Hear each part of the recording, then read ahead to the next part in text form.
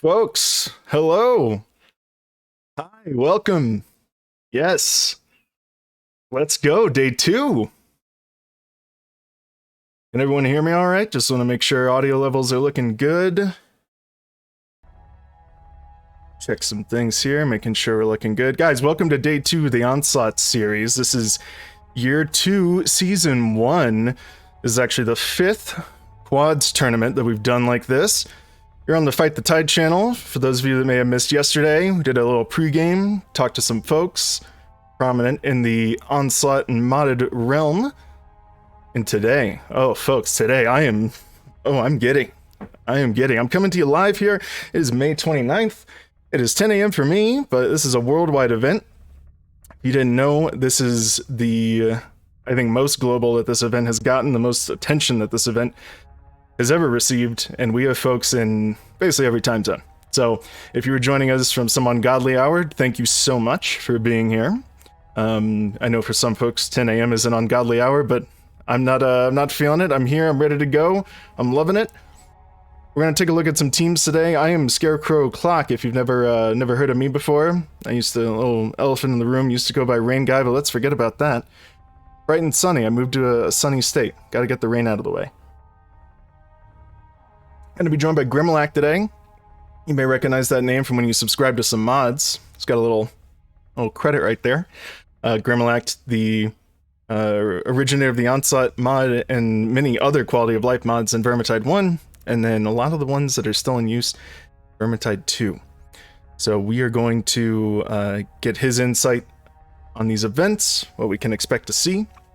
Folks, if you don't know what's going on today, I'm not sure how you stumbled on the channel. Happy to have you here, though. We are going to be looking at, let me see the final count here, actually, because I think some people got in right before the end. There are just about 20 teams competing today in our Tier 1, that is Cataclysm 1 difficulty, Deathwish Onslaught Tournament. It's starting here in just about 8 minutes. They go live right at 12 p.m. Eastern. And they aren't just doing it for the fun of it. No, there are some prizes on the line, folks. There are some codes to the Collector's Edition, Forgotten Relics codes. As a matter of fact, you're going to be seeing some t-shirts and hoodies, much like this one here. Up for grabs. Little Virgintide logo on the back. Very nice, very sleek. Fun fact, I've had people in public recognize when I wear Virgintide memorabilia. They're like, hey, I know that game. And I'm like, yeah. And then I'm embarrassed to say how much I play it.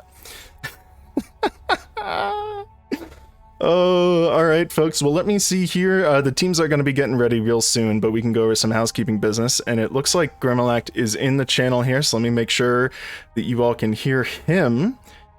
And then we'll start talking about what we can expect to see here. Hello, Grimlack. Can you hear me?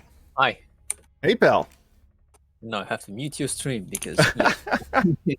What do you mean? You don't like to hear me in stereo surround sound with a slight echo? It's all right, but yeah. I'll pass for the... Hey, you know what? One of these days we're gonna be big. We're gonna be doing this in a studio. It's gonna be so real.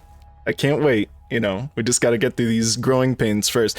Speaking of, folks, I just want to let you know, I want to give a real big thanks to my brother and sister-in-law because they're letting me do this from their basement. I know it doesn't look like I'm in a basement. You can't tell because of the unfinished wall behind me. But if we hear some weird noises in the background, don't worry about that. We should be calming down. It should be good. But just want to get that out of the way. So big thanks to them. And speaking of thanks, Grim, thank you so much for being here, bud. How many times have you done something like this? Well, I've been here for every series we've had shotcasting on, so it's every single one. So I haven't been counting, honestly. I'm just here because I like doing this. Oh, of course, yeah. No, I mean it's a pleasure to be here. I'm giddy, just being asked. Ishka, who normally does these, he's been moving. He's got another kid on the way, so he couldn't commit the time, but surely we'll be seeing him again in the future, which is awesome. And yeah, just want to give out some more thanks while I'm thinking about it. Of course, to Xand for putting all this on. We interviewed some folks yesterday, so if you guys didn't see that, there's a VOD up of it. So we talked to BioShift, Mr. Bisto, Havoc, Kex, Rob, and Ganji. So there's some really good stuff in there, some insights. And then tournament organizers today, we have Isolator and Jarsa. Isolator is actually responsible for some of the updated difficulty mods that we're going to be seeing here today. So some good stuff. But Grim, we got about 5 minutes here, I think, before showtime, before we got to start looking at streams. Are you feeling anything? Are you looking to see anything in particular? Or you just want all the teams to have a good time?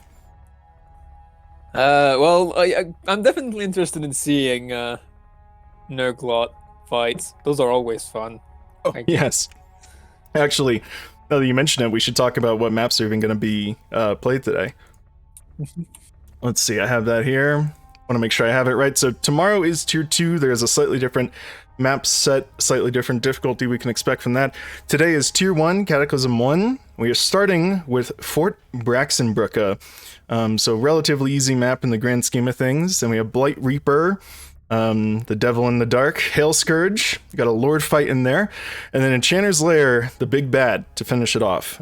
For those that are unfamiliar with the rules here, with the Onslaught series, you do have to play the maps in order, but Blight Reaper and Enchanter's Lair can be swapped, so some teams may elect to do that if they want to get Enchanter's Lair out of the way early on. Tons of rules to go over, though. You know, as we go throughout the day, we got 3 hours here today, folks, so we'll be touching on all of it. But basically, people get a certain amount of attempts, and there is a maximum amount of time to complete all of these maps. So Fort Braxenbrücke, Grim, what can we expect out of the gate with this first map? You know, like you said, Fort and to a lesser extent Hell's Scourge are the easier maps, and Blight Reaper and Enchanter's Lair are the not so easier map. Well, Fort's got its Onslaught version was made before they made Cataclysm, right? And when they made Cataclysm, they also updated a bunch of the other events so that there would be more stuff in the base game. And they did like their own version of the Fort event, since that was one that needed the most upgrading back then on the base game, since it was just a bunch of slaves rats at first. Bit of a snooze fest, right? You're just like turning this cannon and you're like, what's going on? Just waiting for things to happen. In the base game at first it was just a bunch of slave rats, and like, well, there needs to be more going on in this little castle here. So I made this whole event, and like my whole version of the event is got a bit of a different idea to it than what they ended up going with in the Cataclysm version. It's similar enough, right? There's plague monks, there's specials going on, but treacherous plague monks, man. That's enough to do a new player in. That there.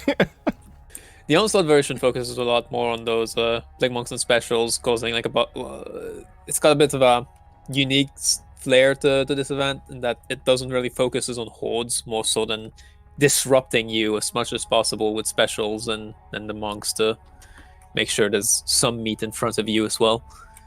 Well, can't wait to see it. In the Tier 1 category here today, we're expecting to see a lot of new players, new to modded. You know, maybe they spent a lot of time with vanilla. Folks that, you know, stumbled upon this weren't feeling quite prepared for Tier 2, which will be tomorrow, but I'm excited to see it. I mean, I think, you know, sometimes when we get too much into the meta of how things are supposed to be, it's nice to have fresh eyes, fresh blood, and see if they can make something work. You know, some people feel more confident with certain classes than others, so getting some new teams in here and seeing what they can do. I'm giddy about it, so.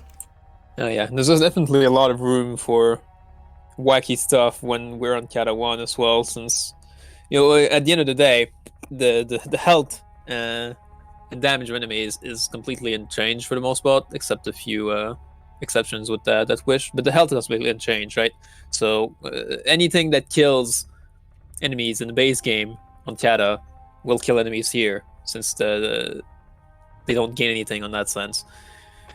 And yeah, basically, we do have a decent balance in the base game in that you can bring just about anything, right? And you'll still be able to, you know, get through the map.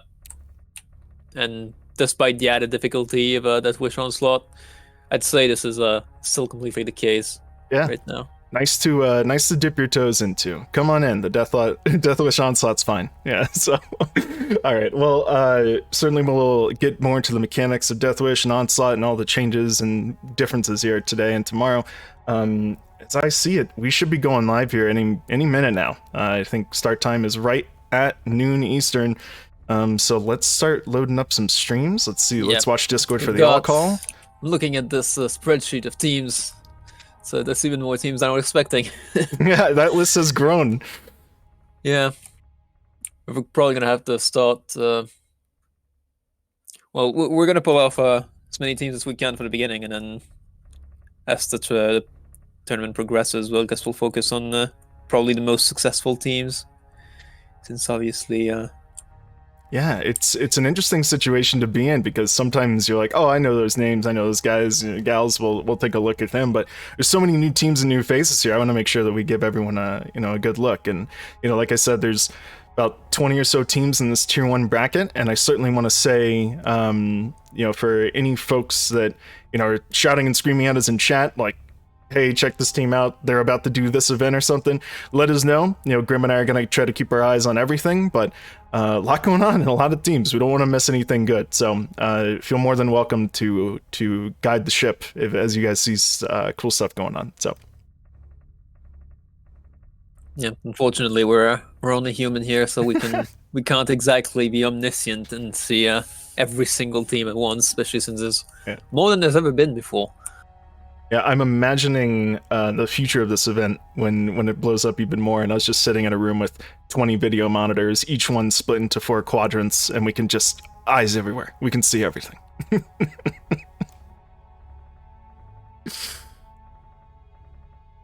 All right, let's take a look. So what we're looking for here in the official Onslaught Discord, folks, if you don't already know it, you can join it for future events. There is a tourney chat, and we're just waiting for that all hands on deck call to start the event. So let's see where we're at. Okay, Jarsa just said, let's go. He said, Tier 1 teams may start your runs. Best of luck. Just a quick reminder, make sure to do the maps in order, folks. That's Fort Braxenbrooke, Blight Reaper, Hail Scourge, and Enchanter's Lair, with Blight Reaper and Enchanters being swappable. Okay, so let's see. Who do you want to watch first, Grim? Any favorites? Anyone you're planning to see? Seeing so many names here, so I'll choose. Well, I think I got one. Let's see if they're live. Load them up on Twitch here.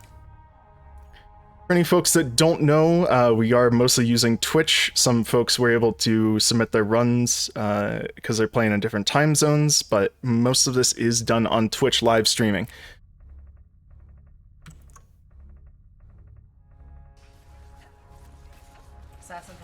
All right, and switching cams here, folks. This is Kislev Fried Chaos. We are currently watching Suppy here. All right, they are on fort as expected. We got a Witch Hunter Captain, a Waystalker, a Ground Knight, and a Battle Wizard. Grim, would you say pretty standard setup here for our class assortment? At least so, yes. One of the things with the Waystalker in the current patch is that it's got a minor bug in that Bloodshot affects the ult, which makes the ult quite powerful. So we might be seeing some Waystalkers around. And, as we list out talents here today, certainly possible folks you may not know them all by name. A site I actually wanted to plug, if you're not aware of it, is Renaald's Gift. Really nice resource when you're out of the game to be able to see different loadouts and talents for different classes. So if you're confused about anything we say, certainly you can check there. They've got some interesting positioning here, just going into the river. Yeah, it's a bit strange. I think they're trying to avoid that patrol path, right? That Skaven patrol. Yeah, that might have been it. I didn't see if there actually was a patrol. There might have been a patrol, and I mean it's not bad either. They can go down the river, and then as pressure builds up on them, and then they were able to climb back out there without doing some ridiculous route. Yeah, and more than the usual game, something that we're going to see a lot of here is just extremely important positioning. Part of Onslaught, part of your original vision for it, Grim, it sounds like you wanted to keep the pressure on, right? No dull moments. So you have to time your positioning with when those hordes and specials are coming. Back up then. It's a weird angle. I missed. And folks, let me know if the streams themselves need to go up or down at all. I believe the mod to choose quests on the Ground Knight is authorized, right? Yeah, so there is a choose quest mod to eliminate some of the RNG. That's what Grim's talking about here. Yes. I'm not sure if they have it on. But... Yeah, that's what I'm wondering, since I'm seeing they have the Find Grimoires boon. waiting to be activated. And the first Grimoire of Fort isn't exactly the most I can't get him. easy to get without spending some time, since you have to go all the way around this little extra thing Somewhere super strategic. Yeah, just to get it. It's an excellent point. I mean, talk about out of the way, and also rather Yeah, far in. it is probably one of the most out of the way Grimoires in the base game at least. Yeah, for folks who don't remember, the first Grimoire on Fort Braxenbrücke is actually after this river section, and you have to go to the left down a side path that you otherwise wouldn't go down. So it's pretty out of the way, but looks like maybe they value that health regen. Sounds like they're going from behind. That or they're just planning to get the second one, because that one is extremely easy to get. Damn, I couldn't talk Since to you that just card pull soon lever by me. and it's right there. You can talk. I don't care. Seeing some coruscation staff No, I can't here even hear myself definitely when I- seems like a when I hear. favorite for folks. Very, Oh, very powerful staff, especially on. Well, really, I was going to say Yes, especially on it- Battle Wizard, but Every all single of them. one of the new weapons we've seen with Chaos Waste release has been extremely powerful. From the Coruscation to the Moonfire Bow, which is Fire basically up. on every single left hover now. And I think just there's about the only one we're troll. not going to see is the Spear and Shield, right, for Kruber? oh, even the Spear and Shield for Kruber is rather powerful. It's not a DPS monster, but it's got this rather safe, like this good combo of safe damage and good control while still keeping decent mobility. Yeah, for folks who may Good. not have seen it. And Chances are, if we see meta builds, then I mean, obviously, Grell Knights cannot use it, so we're not going to see it on any Grell Knights. And of course, as far of as- course. As far as Merc goes, I don't know, we might see it on Merc on a few teams. I mean, we could try and go through the teams here and see if there's any Mercs with, with it around. But the other main option for Merc is also Mason Sword, which is also very powerful in its own right. Less of a stagger weapon, but it does bring more DPS to the table than Spear and Shield. I would certainly love to see it. I love seeing the new weapons and what people can do with it. And, you know, I actually wanted to show here, some folks, some teams did get to me with their backstory. Sounds like this team, Kislev Fried Chaos, actually from Siberia, originally called the Uwu Gang. Then they moved to America, got addicted to KFC, which explains, of course, their American and Canadian accents now. So that's a little backstory on these folks. I'm missing everything. And I'm Grim, going if through you- the streams. I was going to Yes? say, if you want to check out some other streams, we can Yes, certainly well, move I around. mean, I've already seen 2 teams here at least that have already gone back to the keep. Oh no! Which teams are back in the keep? Let's see, Yeah, we had, well, they might have, I think it's Schmuck Nuggets is one of them.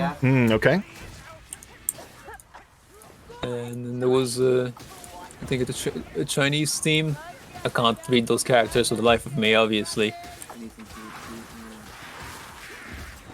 Oh, yeah. Yeah, so Schmuck Nugget, you said he's on team We're Never Gonna Make It, living up to their name that they I gave wasn't. themselves. Is already back in the keep on Fort I was Braxenbrücke. like, dude, no. I think it'll stop in a sec. Certainly something I want to highlight, you know, even though this is one of the easier maps, it is possible to fall apart as a team in that beginning area. You get a bad monster spawn, you get a bad patrol that you're not in position for, and that's going back to the keep for sure. Oh yeah, it doesn't take much. Okay. I mean, regardless of the map, you know, the base, the mainstay, I'd say, on Onslaught is just, it's got this whole Every time. increased the Alright, base I'm not ulting myself. things that the game sends at you. Back up, 'cause I'm gonna speed pot and- All the normal hordes, the specials, and the elites mixed in the hordes, which, you know, Cataclysm itself in the base game already has like this idea of elites and hordes, which Oh, I thought you probably said was the speed. inspired from Onslaught before Oh, I was gonna Cataclysm, do but then speed Onslaught too. itself, You're smart. after Cataclysm came out, just stacked it I on. was holding my Right? pot So there, you get but you you get holding the your role pot, for I the was like, elites okay. that Onslaught previously gave you in hordes when it, the last difficulty was still Legend, and there's still on top of that the elites that come in hordes from Cataclysm itself. Gunner top left. So you get a double serving of elites in hordes with a Cataclysm Onslaught. Yeah, you know, it brings up a great point where you know, as the difficulty ratchets up, you're expected to deal with enemy arrangements that you never would before. And, you know, with Onslaught, it's really kind of throwing the kitchen sink at folks, especially with Onslaught Plus. Drop. Storm vermin in the front.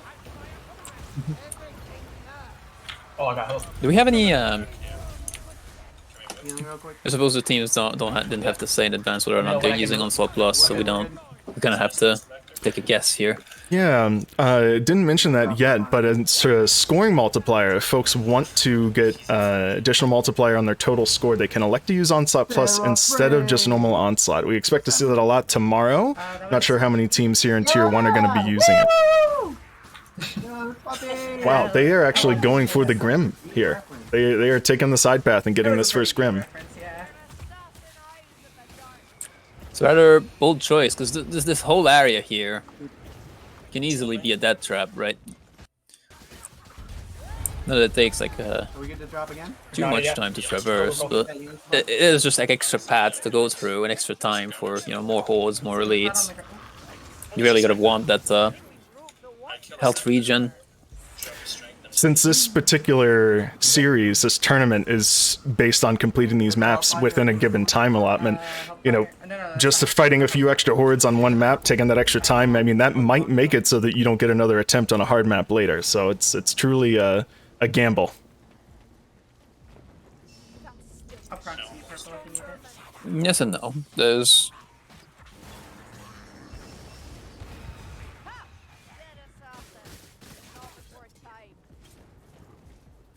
I think I left my PC on for too long. I'm getting stutters. Sad. It's okay.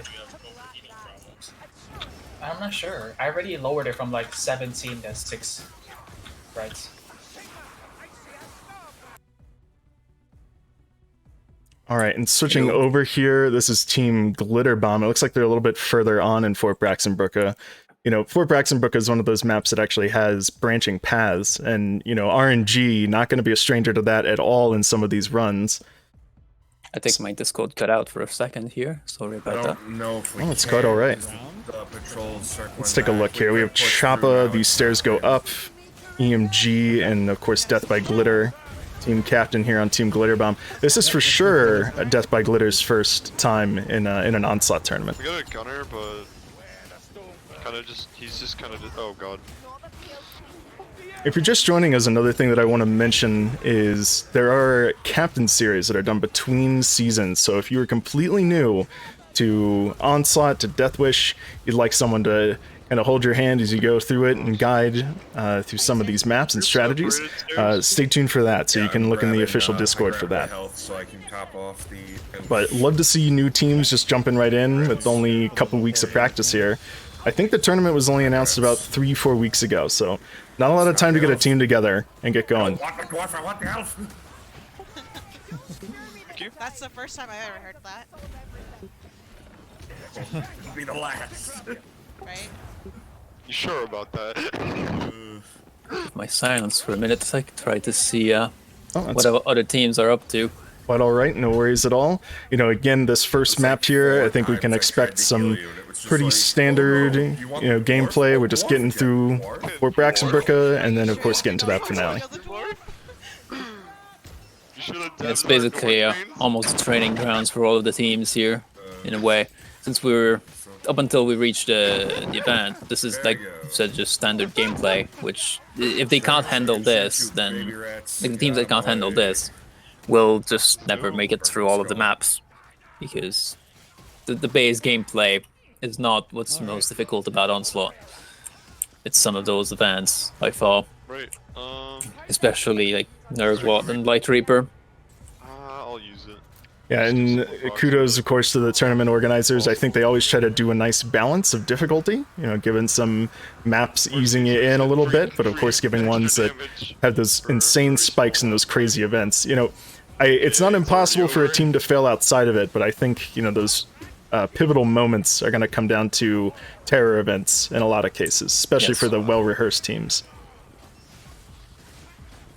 I mean, outside of it, there's always your usual boss triggers, where you can get either a monster or a patrol that can light up your world, really.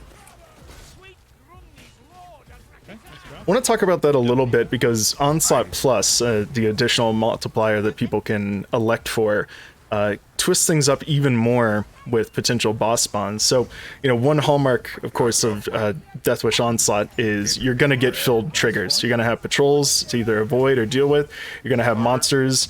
It's guaranteed.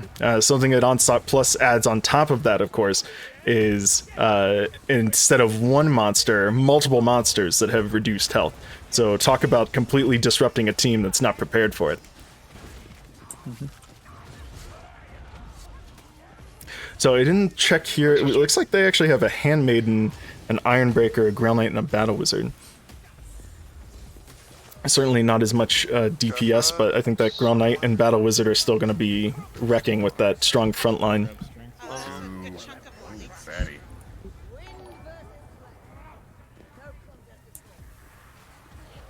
Which team are you currently looking at? Currently we're looking at Team Glitter Bomb. Oh, my mistake. They're actually running a Pyro, You got so... some,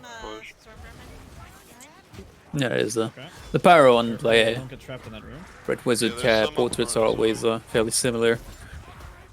After 3 years and 3,500 hours, maybe another 3,500 and I'll finally get it. Yeah, it's saying something that even people who've played this game for this long can still sometimes have trouble telling them to apart without really looking at it. And there's a lot of If I was in the game, I would hold tab and I'd be like, all right, okay, here we go. They just decided, here's So, as much ambience as speaking we can of possibly tab do. and mods that you might see on there, of course, all sanctioned mods are allowed in this tournament. There's a whole list of approved mods to use in this tournament, or in the sanctioned rules, so again, check the Discord if you have any questions about that. I'd say, most interestingly, you can use mods to disable things like fog, and of course choose Ground Knight quests as we talked about before. Some stuff that, you really would never get in the base game, but really kind of helps both people have an ability to play the game, and also remove some RNG there. First one done. Okay, I'm looking through the teams here that I've got opened up, and we're starting to see several teams reach the event at approximately the same time. There's a See Who will be we've got first? rather simple teams here with Burnett side. rather similar pace. plagues. Is anyone else about to finish the event, or does it seem like they're all kind of getting there? All of it.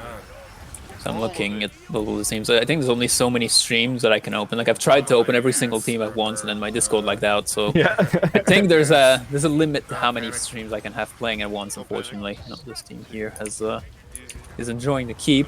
Unfortunately for them. Which team's back in the keep? Or what's the name of someone? Cata Wallet. Right? What? Aiming the cannon last Cata time, Wallet. cast rounds That's up the team name that I was looking at.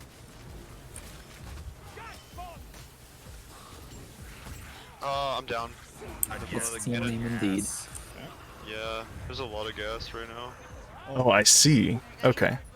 I want to check in on them real quick. I need to We'll heal. switch over to their stream just briefly here. Oh, Oh, you know what? They're back in the keep because they beat Fort Braxenbrücke. Oh, have they? Did we miss a Steam speedrunning it? Would be really funny though if we have like we only make Enchanter Slayer in the Oh yeah, they're. in the end. I mean, either they beat it or they expanded all their attempts. That's also possible. It certainly is. Since wiping 3 times at 15 minutes is quite the possible thing as well. It really is. Maybe we'll check in on them. They're about to go into the dark here. I want to I'm gonna see. keep an eye on their stream and see which one of them it was. It was We need to just cover a Onslaught. bit more teams here. Just We sticking made to it the like, one is not gonna cut I it. don't know, Certainly not. couple minutes into the map. Maybe quarter maximum. Yeah. I don't think See, one thing that's happened as well, the Fort Braxenbrücke event, when Cataclysm came out, is that they made this Chaos variant of the event, when previously it was only Skaven.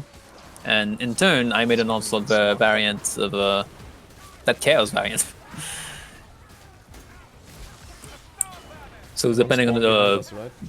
what the RNG decides for you, you'll either have those waves of Plague Monks, or you'll have some Savages and some Blightstorms around.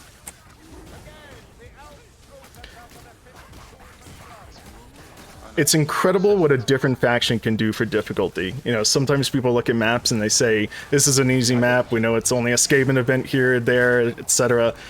Really just throwing all that out and saying, hey, anything can spawn here is really going to mix it up. It looks like Team Ratatoilet, you know, they're just in that drop down on Blight Reaper, and this can be real hell at the beginning. They actually got a Beastman seed as well, which is very unlucky for Blight Reaper sewers. It certainly increases the challenge there. Yeah, the Beastmen in enclosed space run the risk of you just having a banner and a massive blob of horde in front of you, stopping you from getting to that banner. Be careful. And unless you have something to cheese it, like a handmaiden that phases through enemies or any form of stealth, then it can get extremely difficult to reach that banner. Although in every case, if you find yourself with a banner that's unreachable, you really need to get it destroyed. Bombs are also one way to get rid of them, since they are capable of destroying banners. Yeah. And with the recent patch, the Trollhammer Torpedo from the Forgotten Relics pack can also destroy banners, so we'll probably be seeing some Iron Breakers running that. Almost every way is a bomb. Yeah, like I've mentioned, all the weapons from the new DLC are very powerful, including the Trollhammer. One-shotting Chaos Warriors is always good stuff. I'll try again. Now we're seeing, I think, a pretty standard hold spot here at the beginning, but they are getting pushed very hard. They have a Beastman banner, just like you said, that's slightly out of range, stuck in a corner. Oh, I'm hit. Oh, shit. Oh, this is not looking good. Battle Wizard is down, Elf is down. That is a back to the keep for Team Ratatoilet on Blight Reaper. Let's see if they can re-roll it. Well, we still have 2 attempts. Yeah. I'm seeing Hell yeah. We had, I think, that's all we from the team that we've just left, I'm seeing a victory screen here. Oh, that's fantastic. Let's see, Team Glitterbomb? Yes. I guess we are lucky. Yeah, they are back in the keep. Completed.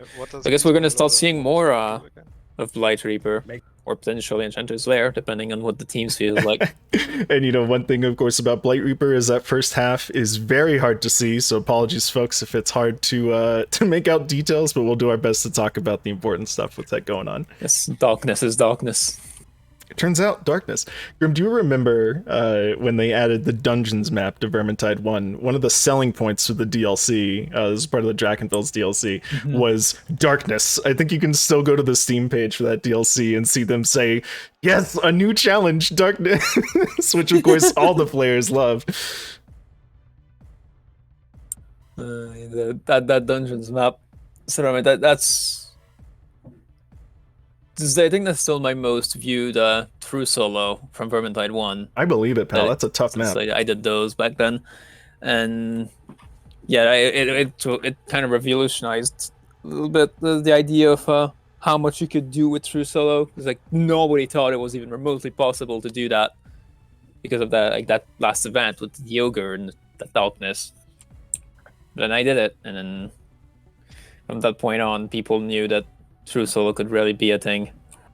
Well, speaking of Grim, you know, again, I'm sure a lot of people know you. A lot of people probably use a mod, even if you made that, even if they don't know who you are. Is there a spot where people can find your videos at past runs if they want to check out some of the stuff you've done? Well, it's been a long time now since I've posted anything there, but I do still have my YouTube channel. Hey man, aged like a fine wine, those videos. So. Same name. Yeah. Awesome. So on YouTube you said, and do you also have a Twitch or primarily just upload stuff on YouTube?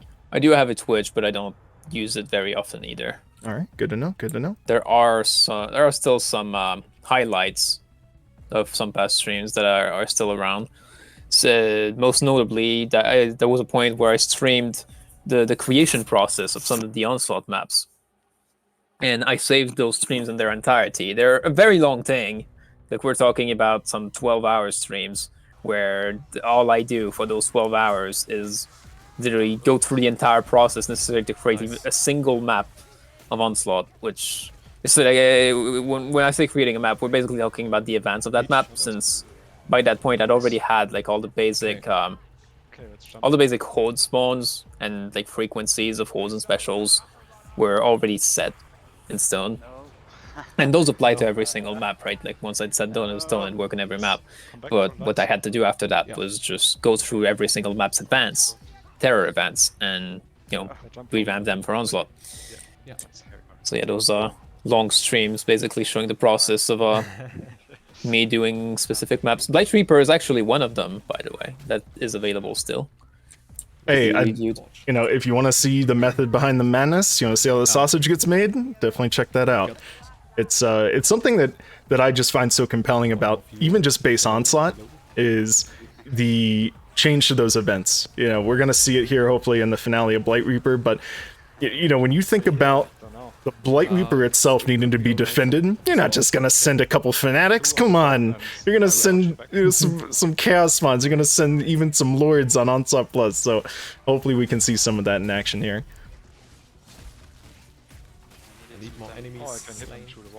So it looks like Team Rat Toilet, they made a little further this time. They did get a Chaos Seed, so they're getting through. I don't think this team is using the Choose Grail Knight quest either. They actually had a Grimoire the first time they loaded up this map, which again, Blight Reaper Grimoire, not impossible to get, but you do have to light all those braziers to get it, so not necessarily something you can always easily do when you're trying to keep that pace.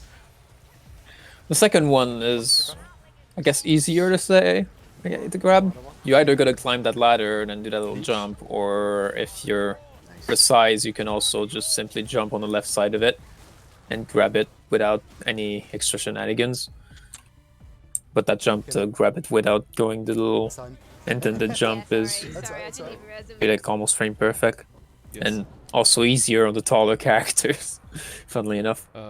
Here's sometimes a patrol. I'm looking at this team here, which is, let me pull up this team name. 0 coins, which is team, team. Looking at all those names, there are so many teams.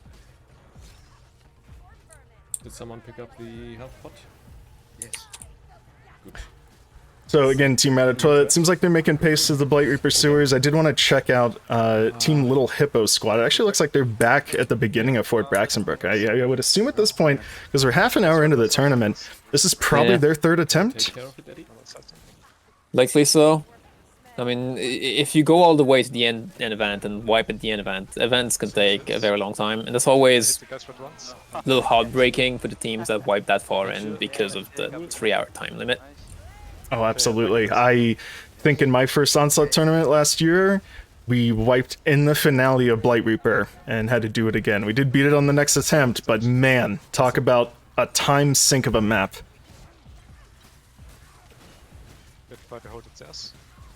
Yeah, there should be a brazier behind us. in about a couple of meters. Yeah, it looks like they're actually calling out the braziers, of course, for light in this case, because no one in their right mind would be using the torch on this map to to actually combat. Maybe a Witch Hunter captain just for the memes here. I think assassin behind. Leech. Oh, nice. It looks like Nova actually linked the most viewed Twitch clip. I just watched that clip. Oh, is that right? Were you going through some old videos? It's just a suicide where he intentionally, I think it might have been with a fly mod or something, but he intentionally clipped into the floor, which triggered a dead box, right? Yeah. And then the ragdoll just spazzes out because it's stuck in the floor. That's good stuff. Yeah. Either patrol. Yeah, so I was thinking earlier, we've got team the Virgintide, which has chosen to go for Enchanter's Lair, so they're currently in that. Let's check that out again. Just a reminder to folks.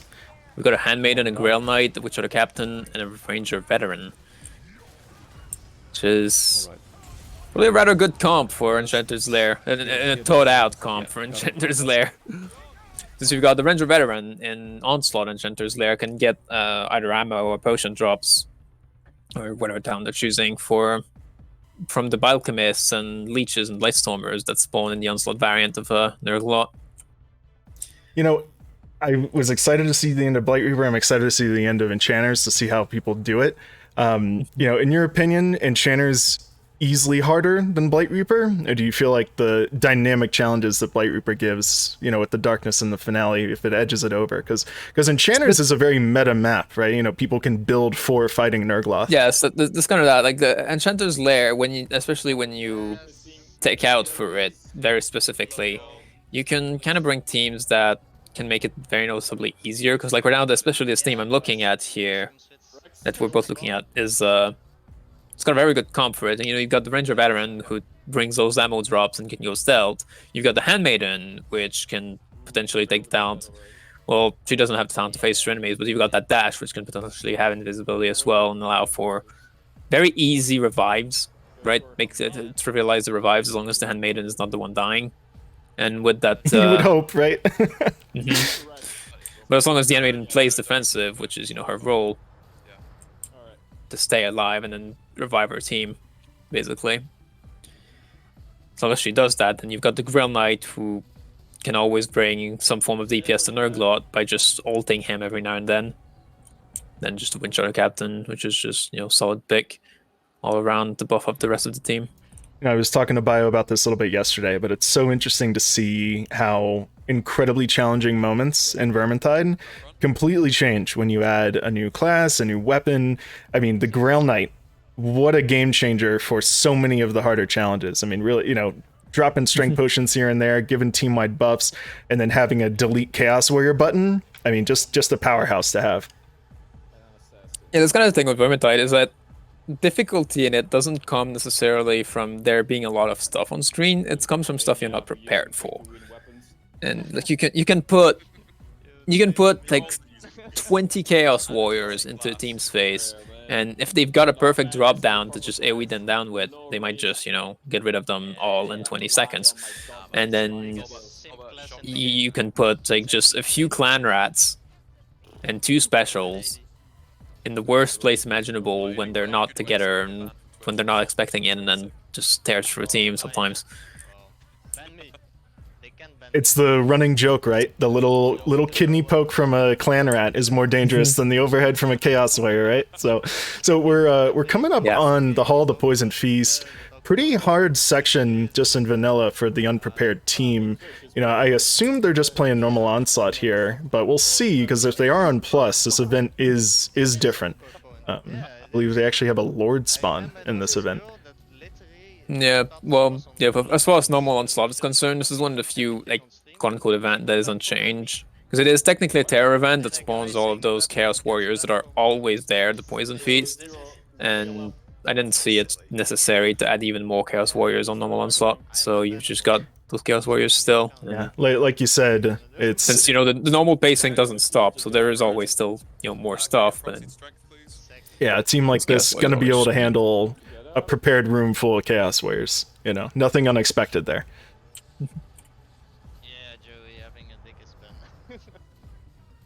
Alright, while they're handling this, I just want to poke back to some of the other teams we were watching, see how they're doing.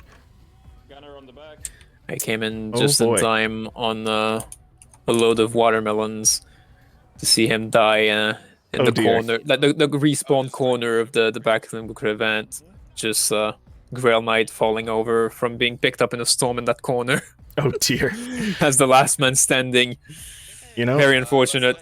Some of the other teams looks like also going through some unfortunate stuff right here. We got a pause screen actually from Little Hippo Lovers, so I'm not sure what happened there. Maybe they had a disconnect. Also looks like our dear Jazzhands team is also starting on the Enchanter's Lair now. Oh, is that right? They're electing to do Enchanters. Alright, well, we'll come back to those folks as they return to competition. Again, it's a timed event, folks, so all these moments pausing, all these moments where you have to go AFK, I mean, you know, you gotta time your bathroom breaks. That's what I'll say. Our KFC team is currently in the Blight Reapers sewer event. Alright, let's check it out. I'll get them back up here. Take a look at that. We've got the Bright Wizard point of view, just setting everything on fire with the coruscation. As it goes. I think the coruscation really is a game changer for a lot of those holdout events, because it's just so powerful in a holdout scenario where you just light the entire area on fire in front of your front line, and then it just melts. You know, they take so much damage when they stay in the fire the entire time. Truly a strategy as old as pure, time. pure uncapped AoE that doesn't care about mass. So there's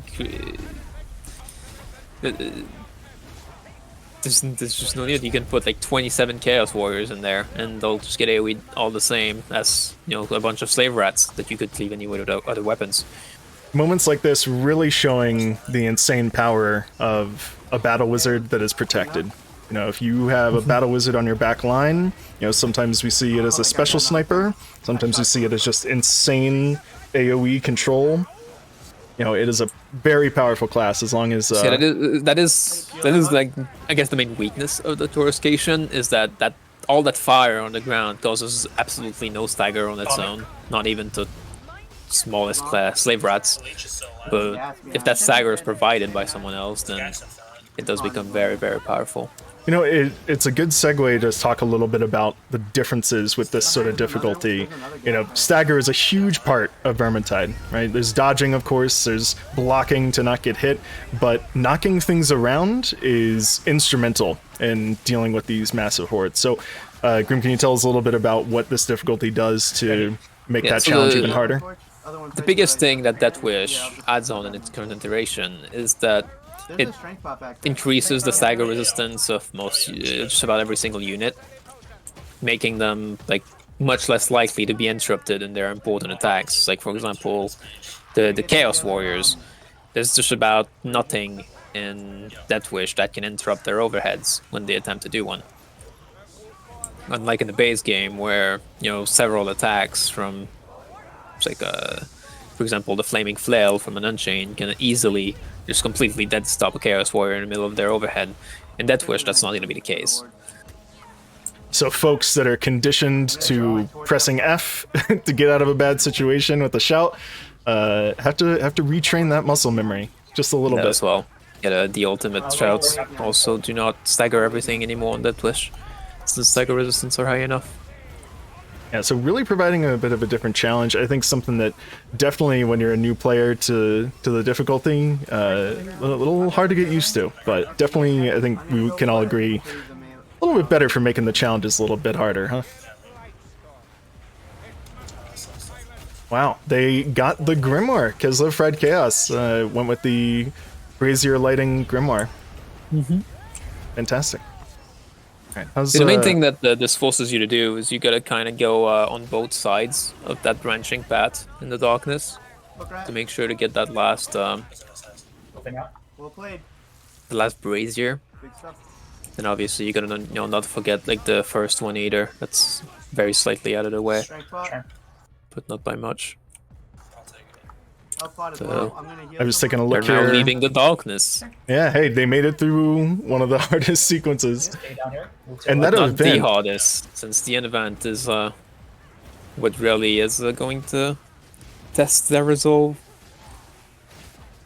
Yeah, as they get out of the darkness here, because I think we'll see them progress handedly. Now that I've said that, I'm sure I've jinxed them. I want to check on some of the teams that are going on Enchanters. It looks like Xan's team here actually just by the first Grimoire. Xan, of course, with the unique modified HUD here, but looks like they have a Waystalker, a Battle Wizard, an Ironbreaker, and a Grail Knight for their Enchanters run. Yeah, I'm not sure if this is a Battle Wizard or a Pyromancer with this icon. The Ironbreaker, You know, it's Waystalker. a great point. We'll see. We'll look out for a moment here when the Battle Wizard, or with the Sienna's on screen. Let's try and shuffle to our corner. Yeah, Team Jazzhands. Great name. Great name. A lot of great names in this turn. She's playing a Mercenary, and then the Ironbreaker and Waystalker icons are fairly clear. But then you've got like this little Chandelier, which could very easily be either. Wait, you're not saying that all of Sienna's cosmetics look similar? Yeah, we just had a Trail of Flame pop up, so it's indeed a Battle Wizard. Yeah, that's and a Battle Wizard. My mistake. And yeah, That was we a got the mercenary, icon, and so. we get to see the normal icon on the top right in the kill feed as well. all these context clues, man. You know, like I said, you need to take a college course on knowing all the ins and outs of Vermintide. You know, it's something I mentioned yesterday, something I want to echo again here, in the spirit of these types of competitions. You know, Vermintide just has that endless skill ceiling. I know Ishka mentions it because, you know, JSET's talked about it in his training videos. I mean, there is just no limit, seemingly, to the amount of things you can dig into with this game. Also, it seems like a very standard pick here. Of course, our popsicle stick and ice cream cone. Of course, mean the mason sword. A lot of cleave on those heavy attacks. Do you want us to come down? I got hit by White Stormer. Let's regroup. I want to take a look and see. Some of the team. Yeah, we got more than one team that have made it past the darkness in the Blight Reaper. No! Then you've got we've got a fair split of teams that have chosen Blight Reaper and some others on Enchanter's Lair instead. This is interesting. Yeah, I'll say I'm very we don't really surprised. have a clear favorite per se. It's like we've got teams choosing to go for both maps. You know, I spoke with a couple teams beforehand, just asking what their thoughts were on it. It sounds like a lot of folks want to go into Enchanter's Lair fresh. They don't want to leave it to the end. They want to get out of the way, it being, you know, a harder map, you know, in most people's opinions. One of those maps that its difficulty is very dependent on your execution. You know, a well done execution can get through Enchanter's Lair's boss fight very quickly. Do we want to go? Might be boss And then, but a poor execution can leave you fighting that boss for a solid 30 minutes, possibly. Assuming you don't just outright die immediately. Checking in on the Virgintide here. They've steadily made their way through the castle. Gonna be climbing the stairs here soon, and then they'll be at the end event soon. So I do want to come back to them. I'm sure they'll be at Nurgloth here in probably There's one thing I don't want to 5-10 miss. Teams fighting Nurgloth. Absolutely. So in comparison, the fourth Brexing Brooker event is somewhat forgettable still, even with Onslaught editions.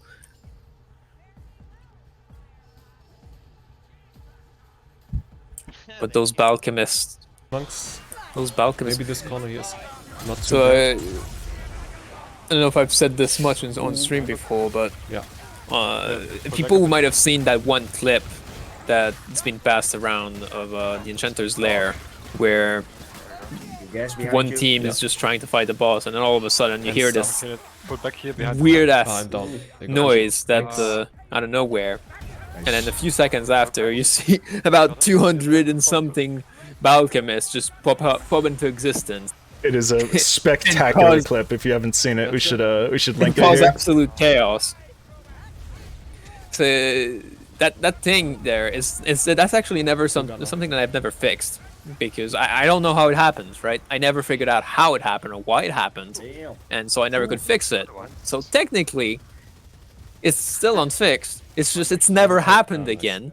So whatever it was, it's a 1 in a million chance. Yeah. But who knows? With that many teams playing Onslaught Enchanters there at once, will we see it again?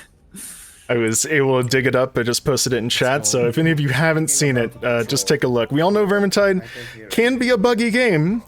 We strap some crazy mods onto it, can get it even crazier, so definitely turn your volume up for that one. Yeah, and then the one thing as well, like they decided on that clip to immediately get rid of everything with creature spawner, because you know, like the game obviously lost a few frames from having over 200 enemies with particle attacks, just spewing at it. But I've always wondered, like, just how it would have gone if they'd left them there and actually tried to fight the whole thing. He's mine. Because, interestingly enough, the Balchemist sending those clones on, the dot can't apply them on there once, right? Like, the dot from the Balchemist can't stack. So even though there was like 200 of them, it wasn't even killing them that quickly, because they were just permanently having the dot, but the dot wasn't stacking, and it couldn't do application damage more than once every few seconds. It's actually a great point. You know, the Biochemist, an enemy that was cut from the game, but reinstated, of course, with the mod. You know, we see him in the Hail Scourge finale, we see them in, obviously, the Enchanter's Lair finale. not a lot of people familiar with their mechanics. You know, not a lot of people familiar with their health. Basically, it looks like a leech sends out those ghosts that Hail Scourge sends out in his Lord fight. So definitely want to check them out. But yeah, so their dots don't stack, which of course explains why 1,000 of them didn't immediately wipe the team. All right, Grim, you watch anyone in particular? Accent's team looks like they just handily cleared Hall of the Poison Feast, making the way through. I've still been keeping an eye on the Virgintide, but so we've got Accent's teams on the Poison's Feast. We've got I'm seeing Team KFC just nearing the second Grim area of Blight Reaper. We've got Dead by Glitter, also somewhat nearing the second Grim area of Blight Reaper.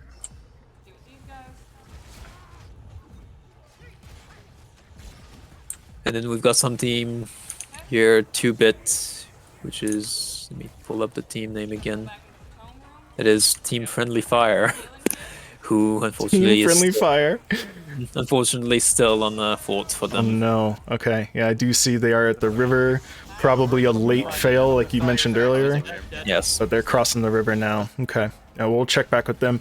I actually just checked in with Team Little Hippos. It looks like they are still paused at that same spot, so I'm not sure if catastrophe has struck, a technical issue, or what it is. You know, I thought the stream was paused, but the Handmaiden's cloak was actually flowing in the wind, as it does with the pause mod, so not sure what's going on there. Yeah, but, it is the pause mod. But best of luck for them. I hope they can sort that out. We're coming up So on maybe 45 we've got minutes. one of those, maybe we've got one of those respawn bugs, and then they might be checking in with in regards to getting their attempt back. I'm glad you mentioned that.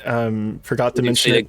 We've got the Borden who's dead and respawned, and in chat says, "Huh." Yeah, it's. Oh yeah, he says, "Okay, go to respawn spot," and then, "Oh my god, WTF." Badass game, and the game pauses. No. So that's probably what's going on. That Okay, he's probably yeah. respawned outside the event. Good sleuthing there.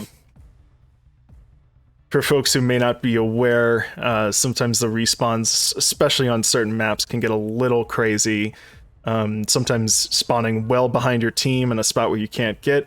In the spirit of competition, there is a rule that teams can elect to restart that attempt, you know, or they can try to continue to finish it and get a time credit. So the rules are all laid out for that, of course. You know, you hate to see it, but it is possible for that to pop up in this competition.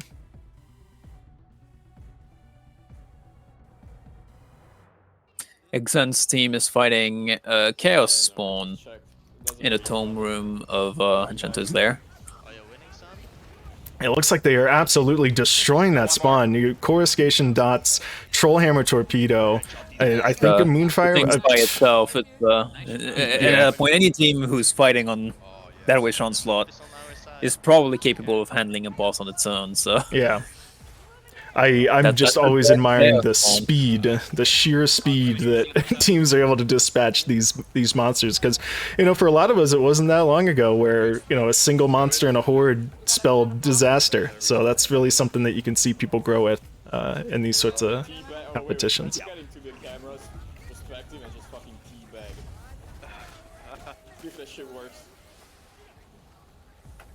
Mine. We've got Virgintide, who's approaching the Nurgloth fight. There you go. You fucking molest me. Wow, they are in the Nurgloth fight. Okay, yeah, so they're entering it. So we should look at this. Break it down here for me. We have Ranger, we have Grail Knight, we have Witch Hunter, we have Handmaiden. You know, that Ranger, pretty important in this finale. What's he going to be focused on? Got it. Do it work. Watch out for the mosquitoes. Yeah.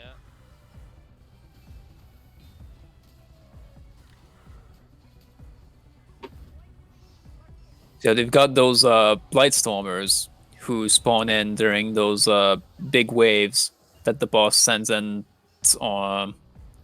at health breakpoints.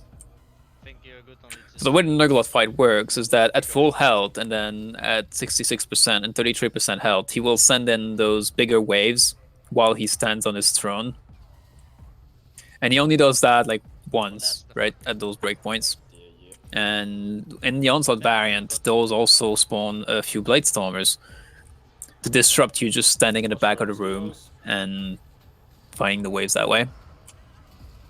For any folks who may not have played this map on modded or even on a Twitch mode, I can attest that Blightstormers in this arena, not something you want to deal with. So quick dispatch is hugely important. So yeah, as we've seen, they're successfully phased them immediately to 66%. So they've avoided any, extra spawns from him just fighting you. Because if you don't phase them to 66% while he does the circle phase, then he will just teleport at random areas in the room and fight you lazily with small projectiles up until you phase them. Then occasionally do circle phases again as well.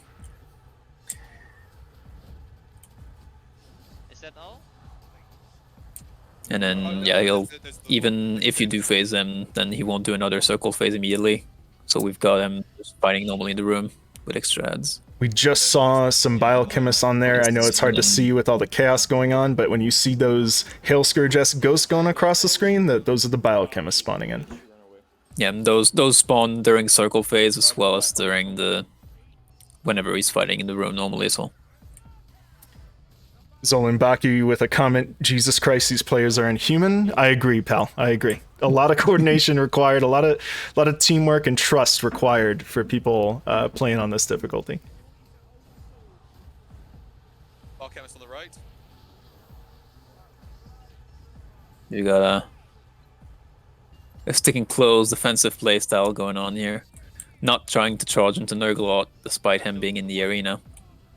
Aside from his final phase, I think the thing that I see the most with teams falling apart here is just not having good positioning with these ads. You can get Chaosers, Maulers, and Zerkers just all falling on top of you.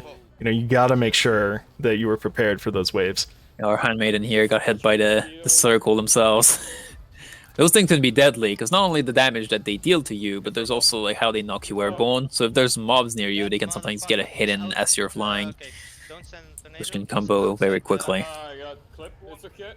You can see it happen more often in the last phase of the fight as well. Looks like got some reses going on. Nice. Doing the role of the Handmaiden very well. It sniped that Blightstormer out and then picked up 2 teammates. That's why she's here. Got the last phase already. That's just... It's like they've kept all of their resources with that last phase. Since you do not want that last phase to last forever. He's almost dead already. Wow. Yeah, that is a well done execution. Wow. This is just super impressive. I mean, 3 concentration pots. They clearly explored the map to find those. And I was talking about the Stim Cup made for Blight Reaper, not Blight Reaper, Enchanter's Lair. Sorry. And yeah, you've got the Ranger Veteran, the Grail Knight, who probably popped a Conk. So you got a Conk Ranger Veteran in full stealth, probably like blasting. And you've got the Grail Knight just slicing up with the sword. And then the Handmaiden, also with a Conk, ready to just resurrect everybody if they do go down.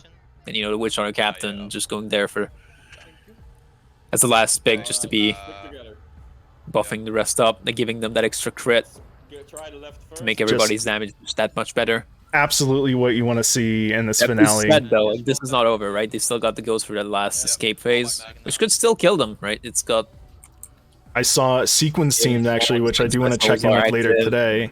They wiped in this finale after beating Nurgloth. They thought, of course it's done, it's over, let's get out. But this end, these closed areas with the gates, I mean, really tricky. What do you think the best strategy is for getting out of here?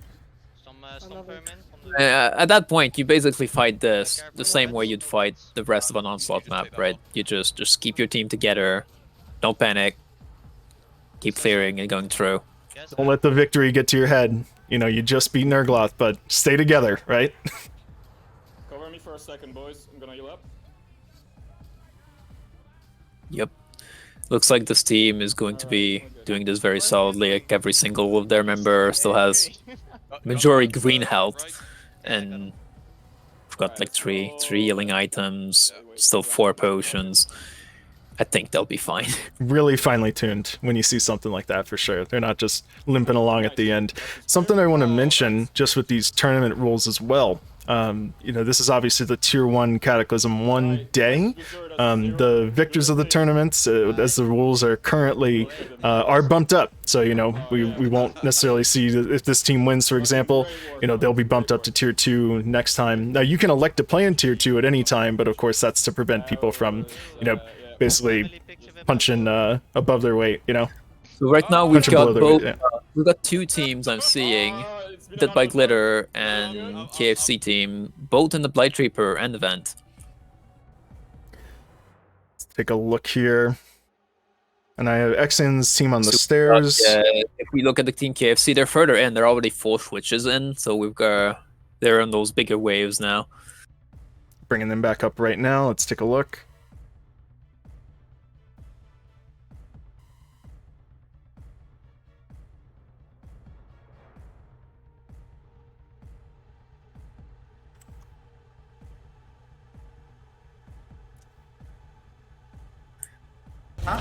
Well, huge congrats to Team the Virgintide for beating Enchanter's Lair. That's fantastic.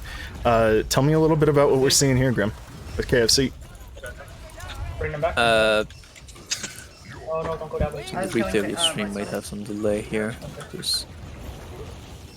Thank you.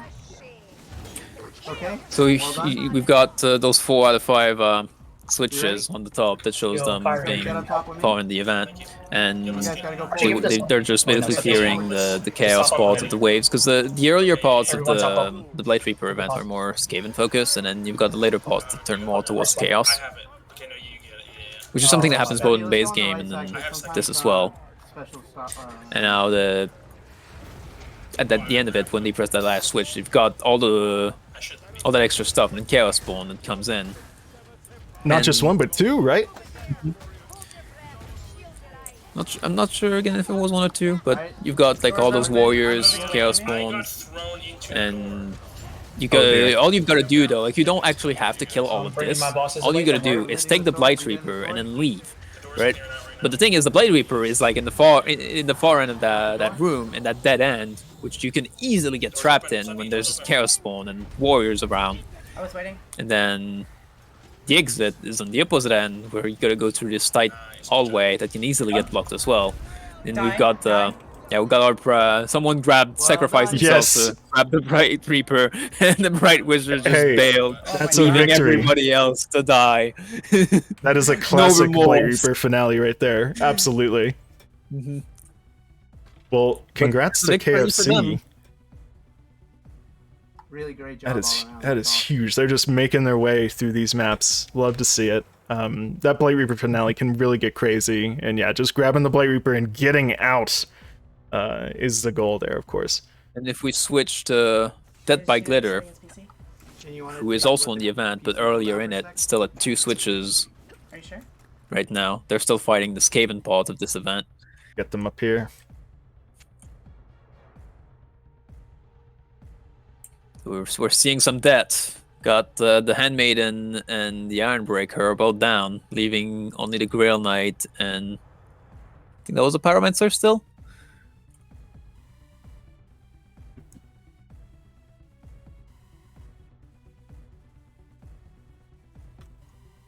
So now we're seeing like what happens when the team formation falls apart, and then it comes down to those players kiting out and just how good they are at avoiding damage on their own, staying alive. Still a survivable situation, absolutely. Yeah, we've got the Handmaidens back up, so it's definitely not over. And the Handmaiden is going to go for the Ironbreaker, so we've got everybody alive again. So this event here, like you've got those switches, right, and it just kind of can keep going a bit if you just don't press them. There are like big waves that come in when you press the switches, and then there's only like a bit of a trickle, which is still strong in Onslaught, but it's much less stuff that comes in once you're past the main wave. But you still gotta find that time to go and press the switch, and if you don't press the switch and you stay overwhelmed by that trickle, then you can be there for a long time. See, right now it seems the switch is on all the way up on top of the ladder. I think I saw someone at the edge of my screen that was going for it. But yeah, Would you impressed. expect in this case, of course, we got you know, Waystalker, or not a Waystalker, sorry, Handmaiden, you know, normally probably going to be doing some switch running unless someone else is right next to it. Yeah, the Handmaiden is probably the most easiest character to get that off, assuming they're running. Now, Grim, I know Either some Jazzhands. onslaught events can be exhausted, is that right? Some, you know, you can actually kill all the enemies that an event would spawn. Blight Reaper isn't like that, right? There's always a trickle. Yes and no. During the earlier Skaven portion of the events, that's true. I think during the Chaos portions of the event, you can actually exhaust. Like the 4th wave specifically, you can get through all of it and leave nothing alive for the 5th wave, where the Chaos one is there. But during the earlier Skaven portions of it, there is a constant trickle that is not exhaustible. It will keep respawning. So teams, of course, wanting to feel in a comfortable position before they hit that next switch. It's not necessarily a speed run. Want to make sure you're in a good position. Yes, you definitely gotta try and clear the bigger portions of those waves before hitting the switch, or you can get yourself overwhelmed. So yeah, the dwarf here standing right next to the switch and just not hitting it yet. Something that I love to see, you know, that folks who only ever play this game in, you know, pubs, something I love to see in these tournaments is extreme levels of teamwork. You know, it's synergy, it's making things work for different careers, it's playing smart. You know, when you first jump into these, if you just, you know, run around by yourself, hitting buttons, not gonna have a good time. Things are gonna go south pretty quickly. Yeah, they've hit that 4th switch. Now they're switching the Chaos portion of this event. So you've got a lot of those Chaos Warriors and all the Chaos goodness. So they're using this drop down to try and get some damage in. Not talk much about it's like the Siren Breaker that we're watching using Axe and Shield and Drakefire, which is not your usual meta pick. But like I said, in Cata 1, you're not quite as restricted to bringing very high DPS items. Anything you can get away with. Because in Virgintide, success usually comes for... to be successful in Virgintide, you first need to have the damage to keep up with the spawns, right? So you need to have enough DPS as a team to keep up with what's spawning, so that you don't get overwhelmed and incapable of clearing the map. Oh dear, speaking of getting overwhelmed, I think we're gonna need to see a taunt coming in here. Well. We've got... Ooh, that's an oh no! that is pain. You hate Leaving to only see the Ground it. Knight alive. Healing potion at the base of the stairs. See, as I was saying, you need first DPS to clear the map, and then once you do, ooh, that that little movement speed with that flailing around got punished very hard there. Team Glitter Should have Bomb. just blocked. Should have held block a little more than So that. sorry to see it, my goodness. And you know, Ironbreaker had an alt ready, could have used that. Yeah. Wow. Definitely some plays that could have been done better. But you know, Well, it's all good. We'll let them restart. We'll let them get back up to speed with what they want to do. yeah, we should Let's probably check in. move on to Exan's team, which is currently fighting Nurglot. Xn's team here, Team Some Jazzhands in the active finale. light storms in the arena, just causing some disruption here. Oh my god, no way I missed. Here goes that. Not seeing Nurglot's health bar. Just not on It looks like it's UI, down just about 5%, maybe. Yeah, maybe he wasn't. He was hit just yet. he was just wasn't hit yet. Now, you know, I know these stats aren't necessarily, you know, fully released, but I think it's safe to say this Nurgloth fight really punishing for the average player. So always nice to see how people handle it at an upper level. Yeah, it wasn't. Even in base Cataclysm, this event is already rather brutal. I didn't even have to buff it by that much for Onslaught. I added all those sorcerers, which is like the biggest addition, and there's a few more spawns, and then that's about it, really. The rest is still just the same fight as it is in base game. Something else I wanted to mention. Well, are we seeing a piercing shot here from this Waystalker? Yes, Piercing Shot is actually a meta pick for Nurglot, because, you know, when he's standing in that circle phase, his head is just, like, right there for the taking. So Piercing Shot is very good at causing extreme DPS to Nurglot, and potentially phasing him immediately once he does the circle thing. Just a really popular pick. The one thing with that, the one problem with that pick is that it does become harder to land those headshots consistently during the last phase, which is usually the important phase. But it's not impossible. It only takes a few, really. You know, I also see some folks talking about FOV in chat. You know, the Death by Glitter who we were watching, lower FOV. I'll say, you know, something that you see a lot with these players, and you know, I think this goes for competitive scenes all over the place, is, you know, different settings work for different people, and some folks even play this game with a controller. So you never know, you know, what someone can make work for them. Lots of different reasons to see it, but you know, I think a lot of people, of course, are expecting to see that 90 to 100 FOV as a standard. Yeah. Well, that's 2 down.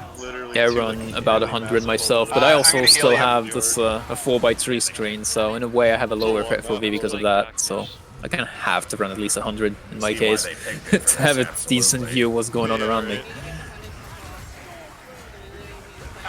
Yeah, Gallad, believe it or not, there's someone playing tomorrow in Tier 2 that's using a controller. Yeah, we're seeing here, they haven't quite phased in yet for a second big wave. So this is that get out of those situation. circles. This is that situation you were talking about where not phasing, not passing that DPS check punishes you with extra waves. Yes. And they're still not doing it, because once he does that first set of circles, and after that the others are a bit quicker. Certainly a little background on this team, Xan, whose perspective we're watching. One of the tournament organizers, you know, she's playing with 3 newbies, people completely new to this Deathwish Onslaught stuff. So, you know, she's doing a shot caller role, which is very important in these teams for the first time. So happy to see her bring some new people into the fold. Yeah, just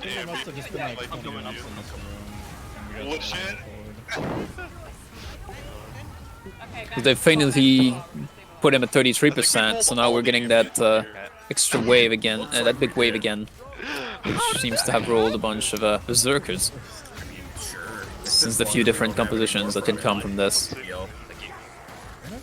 And neither of these teams have been unlucky enough to roll the Chaos Warrior variant, which is probably the hardest of them. Yeah, a lot of RNG in these runs. You know, you never know what the terror event's gonna drop on you. You never know when you round the corner what your ambients are gonna look like. Some weird thing right there. I saw Xan seem to be controlling her character while having flies around her. That was weird. There's still some. No. There's some flies still active in the last wave. Oh, you don't want that. You know, of course, Hail Scourge and Nurglas sending out flies that debilitate you. You got to make sure to knock those out. Don't want to get hit by those. Yeah, like we've got the Waste Stalker doesn't have her ult right now because she missed one of those piercing shots. Ooh, that combo here. Most combo. Buckskin saving grace a bit here. Oh no, yeah. That's of course that disruption you were talking about before, where just getting hit by those, even if it's not the damage, the disabling factor of it is enough to kill you. Both all 4 players are staying alive here, and the Merc trying to play healer, just making everyone's health go up. And slowly but surely, we're still getting those headshots in. No, that's a miss now. Yeah, you've got those leeches which spawned in the last phase. And they got it! That's spectacular. Wow, okay. A slightly longer kill than our previous team here, but in the last phase anyway. But they've got it. This is enough. You know, really showing the strengths of that Ranger build with the Grudgeraker, of course. You know, the DPS that's capable with that. Putting it all on Waste Stalker's quite a gamble, but they pulled it off. Yeah, and then they had an Iron Breaker and a Bell Wizard Merc, which is not as much. Like, this isn't something you would expect to do that much DPS to Nurglot, honestly, aside from the piercing shot Waste Stalker. So I guess they were relying on this piercing shot quite a bit, but it paid off, it seems. Well, congrats to them. Hopefully they make it through this final onslaught here. Wink. Yeah. Wink into the camera. Got it down here. Oh dear. They'll be fine. Okay. Elf is down, but yeah. I mean, yeah, they have 2 wounded here. And yeah, the Yarn Breaker is holding on to their life here. No one anymore. You know, something that we saw there with the Leech and the final phase of Nurglot you know, Xan was beating on the leech. The leech was not disrupted. That's another one of those changes that you see with the Death Wish modifier. You know, stagger resistant. You know, things are not going to just give up as soon as you hit them. You really have to be able to disrupt them in a different way. So Xan here has got a med kit, and the Waystalker is wounded, so they'd have to find an opportunity here for Xan to heal the Waystalker. Now, losing an Ironbreaker, never a good thing. I got fucking exploded by a spirit. Ooh, this is... No, it's not. It's just trying to get through. Ah, this is so close. This is tense. The elf just trying desperately to give some space. Oh god. She got the ult off. Get out of there. And yeah, there's a heal. Recovered. Recovered. Okay. Well, recovered. That's still 2 people alive, and then oh yeah, we got those buggy AI. An interesting quirk with the finale here for those who haven't seen it. The rats don't really like to go over that invisible line. They were told not to cross it, and they are rule followers, so that's what we see. I don't know. So much fire. They're pushing each other with their fire. Okay. He's in front, coming around. That's an assassin dealt with. You got it back. Dealt with also. And the warp fire. Packmaster in front of you. Kill the stuff, please. Speed potion. Leave from Xan there. Clutch right now. Yeah. Is she gonna use it? And you know, the RNG of these gates really could throw them for a loop. Yeah, that's a speed potion. Right there. Spectacular. What a recovery. You know, I almost would have probably bailed after 1 revive here, if that was me. It's like I would have revived the Battle Wizard and then bailed, because the Battle Wizard can probably run it. But they got all 4 revived instead. And even though I'm hearing a packet back here, I doubt this pack might get someone, but yeah, I think they're fine now. You know, something I wanted to call out earlier when Xan was in that very, very cramped space getting the supporting fire from her Waystalker.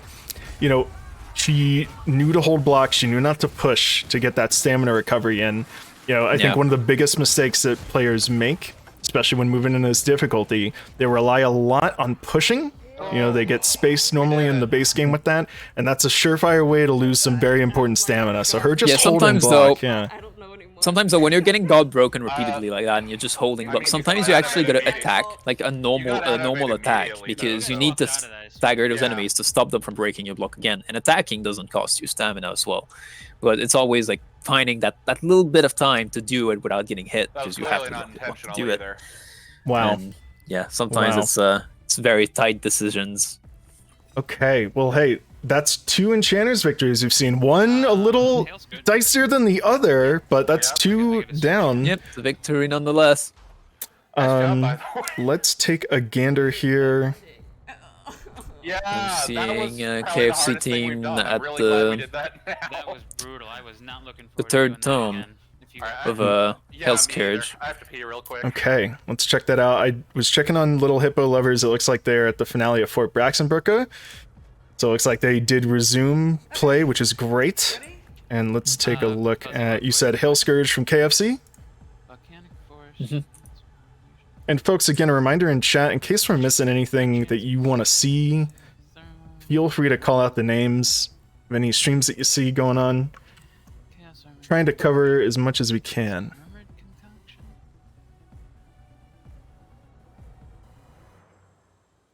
You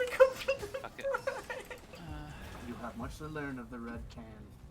Oh no. Alright, back on Team KFC here. So, Hail Scourge, you know, Lord map, right? So of course teams want to prepare for how they're going to handle him. That event also modified with the Biochemist. What else do you really think on this map, those people for a loop?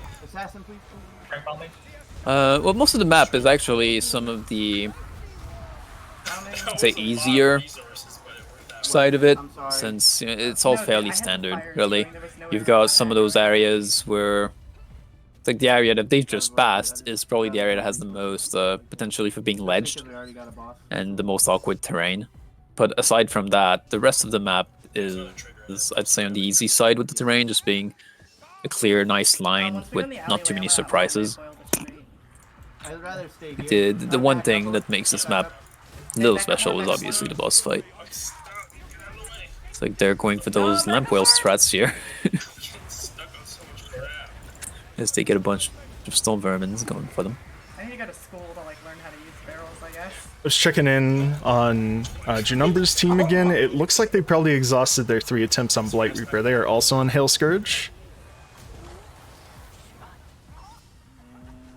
Beat up. That was nuts. Keep backing up. Yeah. I think I'm seeing a pause here from the Heldenhammers. I'm also seeing Team Friendly Fire currently in the Nurgle flight, starting it. Let's take a look while we let KFC get to the finale here of Hail Scourge. So we got a Witcher Captain, a Ranger Veteran, a Foot Knight, and a Battle Wizard. Alright, and this is Team Friendly Fire. Yes. This is definitely an interesting pick in the Foot Knight. Not something you see that often compared to Merc and Grail Knight. And you know, I actually just saw a Griffin Foot there from our Witch Hunter Captain. On a Witch Hunter Captain, which is also not that often that common of a pick. You usually see the Griffin Foot on Bounty Hunter quite a bit, but not so much the other Stealthspires.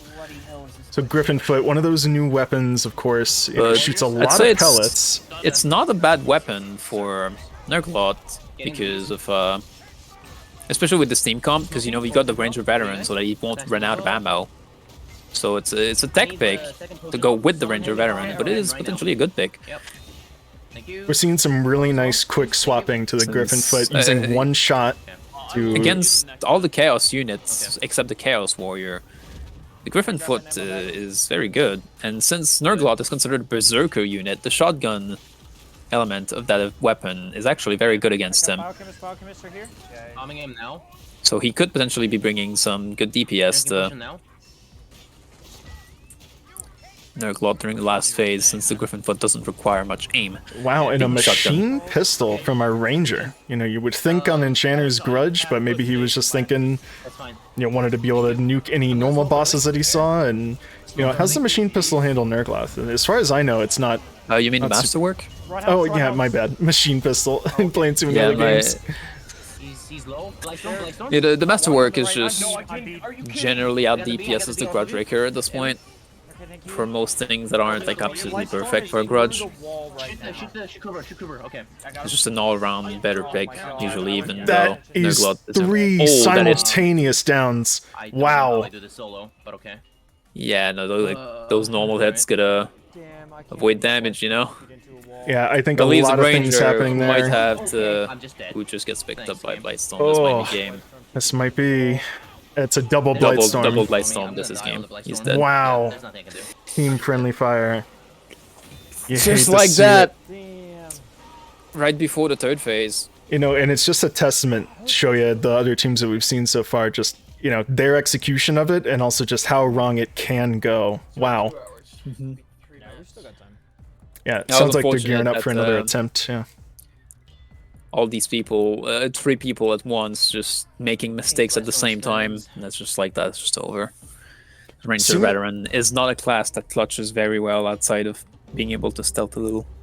Seemingly unrelated as well. You know, I was trying to figure out exactly what went down. Looks like there was some guard breaks, some overheads. You know, I saw some flies and Blightstormers on the field.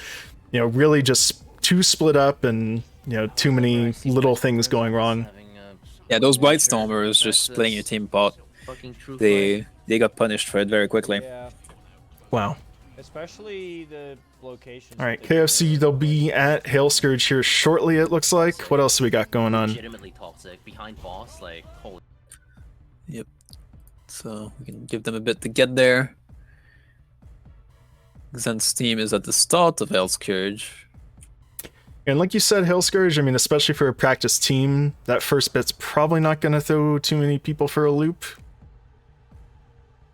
Virgintide, which is in the middle of Hail Scourge. Lots of teams on Hail Scourge right about now. So a lot of teams making it to the 3rd map. And then, of course, for some teams, Enchanters yeah, we've already got like end. several teams on the 3rd map, even though we're only...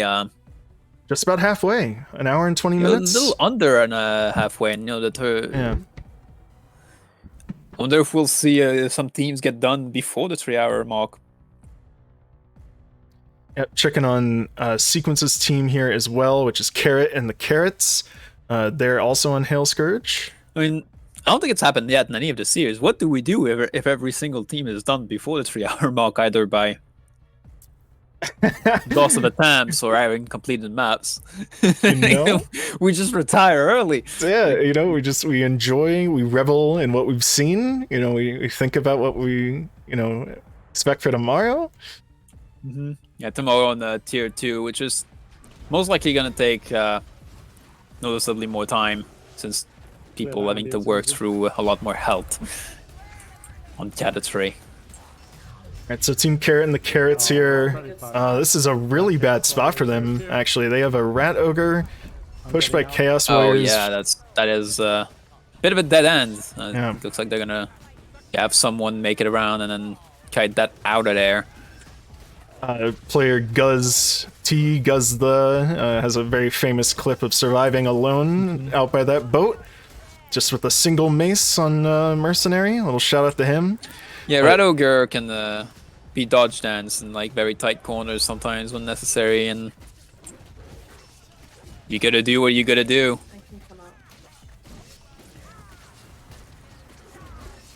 But they're making short work of him now, which is spectacular. They got out of there. Yeah, we've got Team KFC is in the House Scourge now.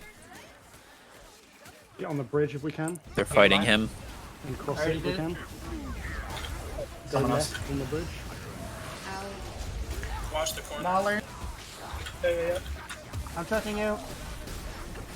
You got him. Barry, you got the strength. You can use it anytime. Okay, yeah, I'm gonna wait for. Halfway down on this Lord fight already. Looks like making short work of him. Yeah, House Scourge is generally squishier, I'd say, than Urglaunt. Thank you. See a lot of teams hide in that exact corner, really safe, all playing together. Obviously trying to snipe the Biochemist when they can. We're seeing a Coruscation staff, which is a very strong pick, of course. Yeah, so we've got the Coruscation, Battle Wizard, Grail Knight, Waystalker, and Witch Hunter Captain. Also Witch Hunter Captains. So it looks like they're relying a bit on the Elf, who's got a normal Truth Light ult to bring in the DPS to Hail Scourge from anywhere while they stay in this corner and just deal with the waves. Bit of a slow and steady approach, but sometimes the Hail Scourge fight goes like that. The Coruscation dropping in flames on the Hail Scourge and just slowly whittling him down as he stands in them. Being a unique Lord and the fact that he spends a lot of his time standing completely still, I think you're seeing the strong power of the Coruscation there. I'm about to get ammo back in a second. Yeah, this is pretty much a surefire victory. They got great health, they have great control. He's down to the Burr and Burble Spew on the health bar, so... He's really low, you can get to him and hold him. As they're saying in their comms, just play it safe. Play it safe. This is not a DPS race. They've got everybody alive, and yeah, they're down egos. Good job, holy Great shit. stuff. That's going to be a victory for them as well. Not nearly as hard of an escape on this map as Enchanters, so I would anticipate it's a smooth sail for them. They'll just dead, and that's about it. I don't think you'd have to try really to wipe in this area. Yeah. No scratch Well, chin. Team KFC, congrats to them, making short work of these challenges. Chin, no eating fries. And just checking in a couple other teams here. Looks like Team Friendly Fire making their way back to the castle, of course, on their second Enchanter's attempt. They're coming up on the Hall of the Poison Feast. We'll be back with them.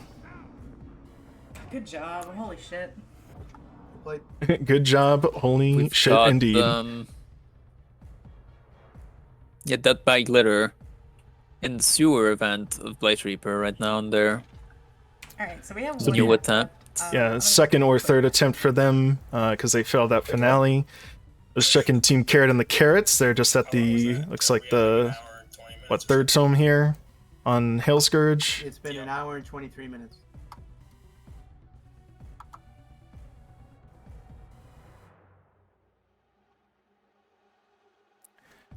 Team's steadily making their way through. I do want to check our little hippo lovers, see if they have moved on.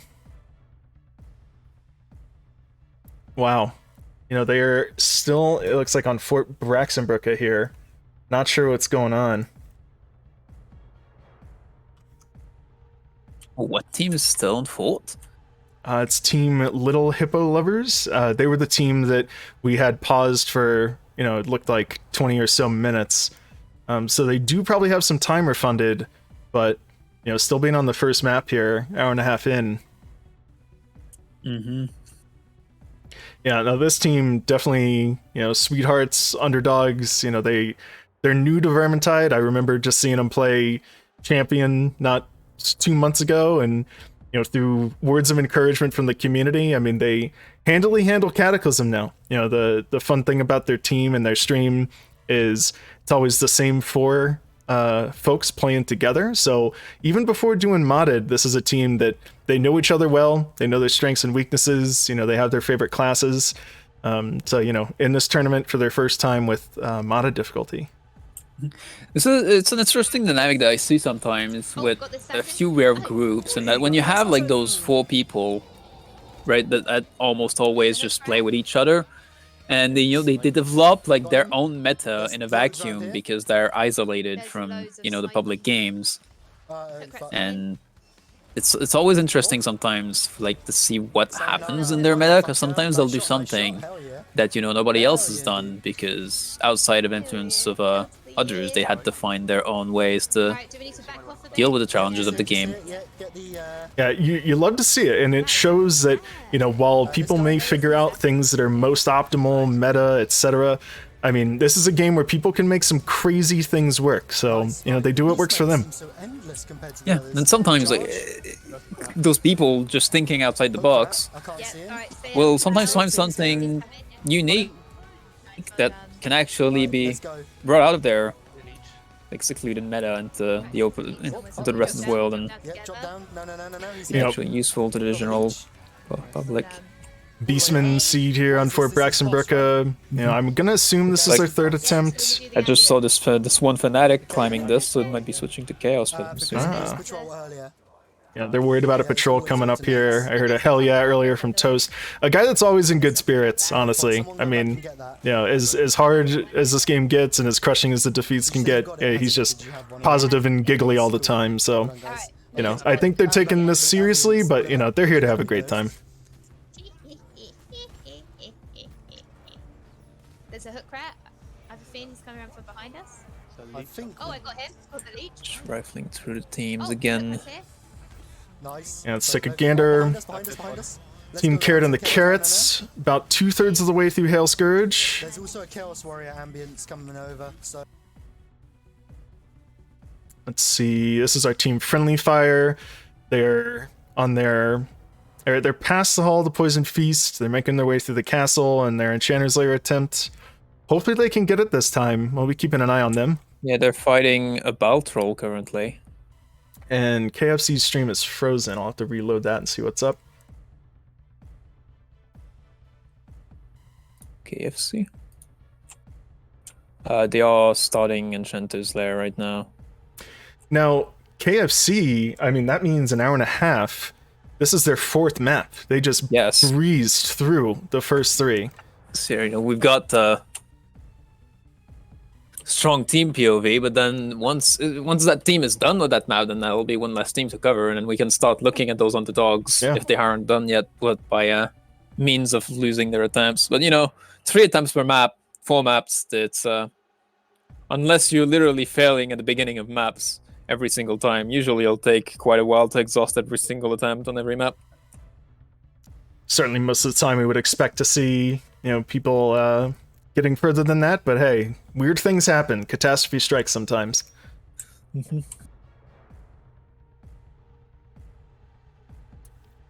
know, I saw Team Ratatouille on Hell Scourge earlier. We were talking earlier, like on Team KFC right now, we've got a Merc with the Spear and Shield.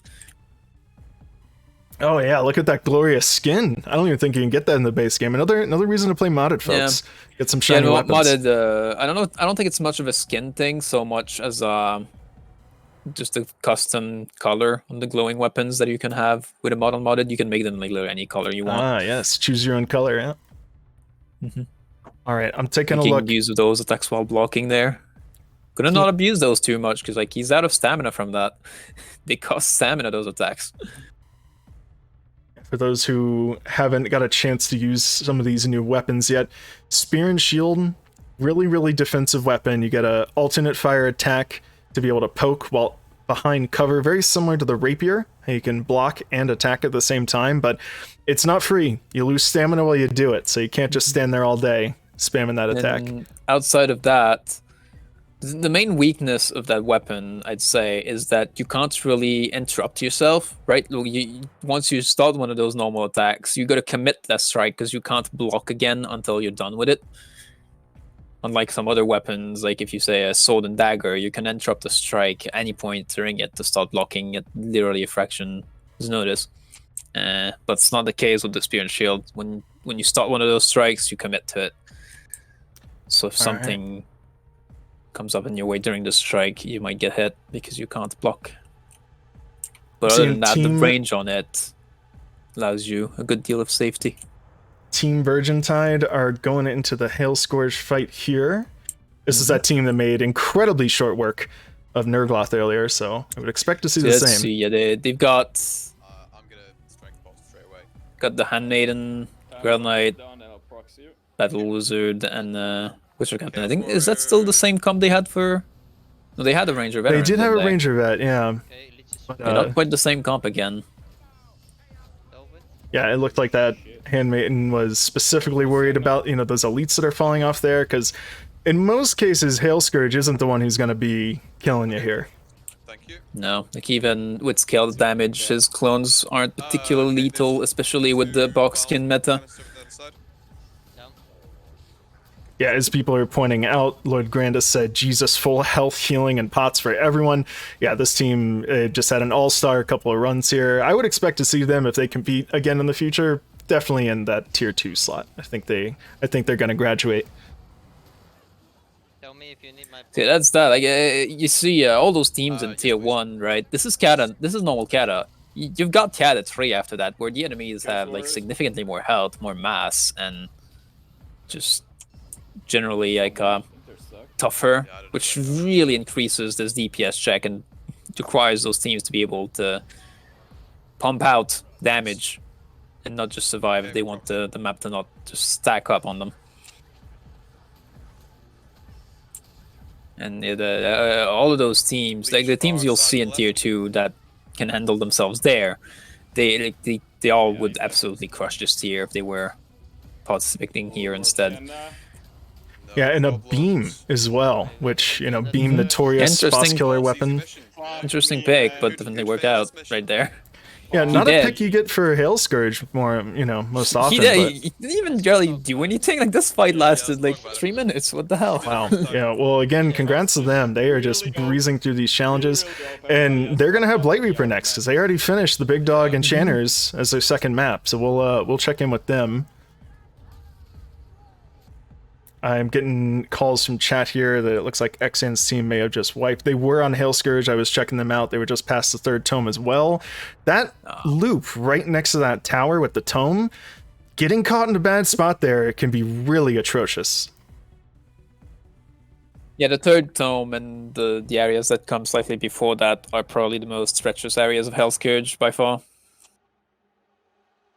Everything else is like solid, flat terrain, but then you've got that one area with the collapsing house and stuff that's just ridiculous terrain. It's just not good for most teams.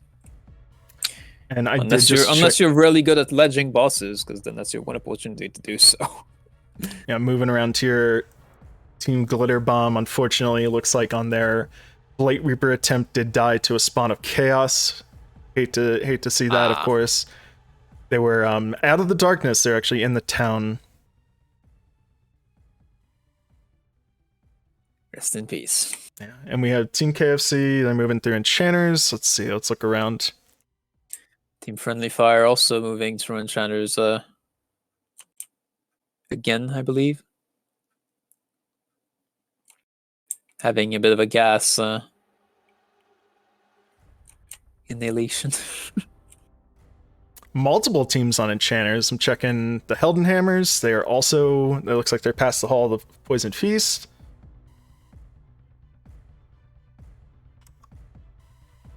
Get them up on the board here.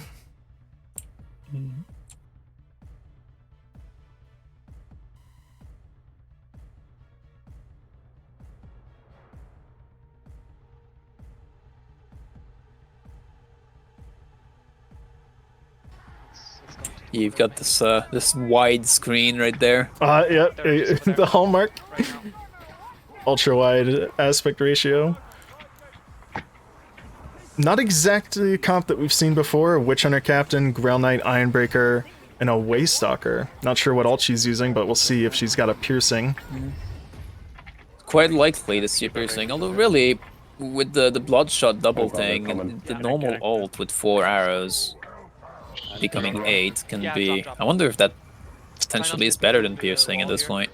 Yeah, you know, the risk-reward, right? 100% ult cooldown return on headshots versus just a bunch of arrows coming out and heat-seeking targets. Yeah, and just, them being heat-seeking, I mean, you don't have to, like, during the 3rd phase, you can get them off much more easily. So it was definitely a piercing. That looks like a piercing, yes. Rip that Chaos Warrior, and then not rip that Chaos Warrior because you missed. You know, that other Chaos Warrior's just got bigger shoulder pads. They were at the store together, they were standing side by side, and he was like, dude, you're making a mistake. He's like, I'll be fine. I'll be fine. Oh, look who's dead. And they're both dead because the melee pack came in. You know, it should mention, I see some people talking about it. It said you have to catch team no comms runs. There are some teams that aren't playing live right now. Of course, because this is a live event, some time zones just don't work out for some folks. So they'd be playing at, 2 or 3 a.m.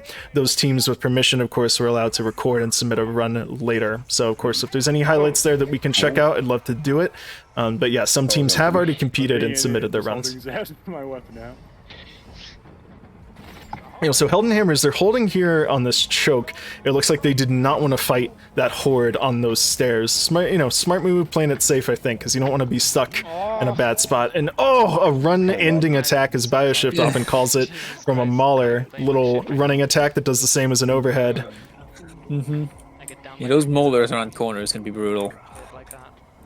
If you look at the bottom right of the screen, they're already 35 minutes in this run. Wow.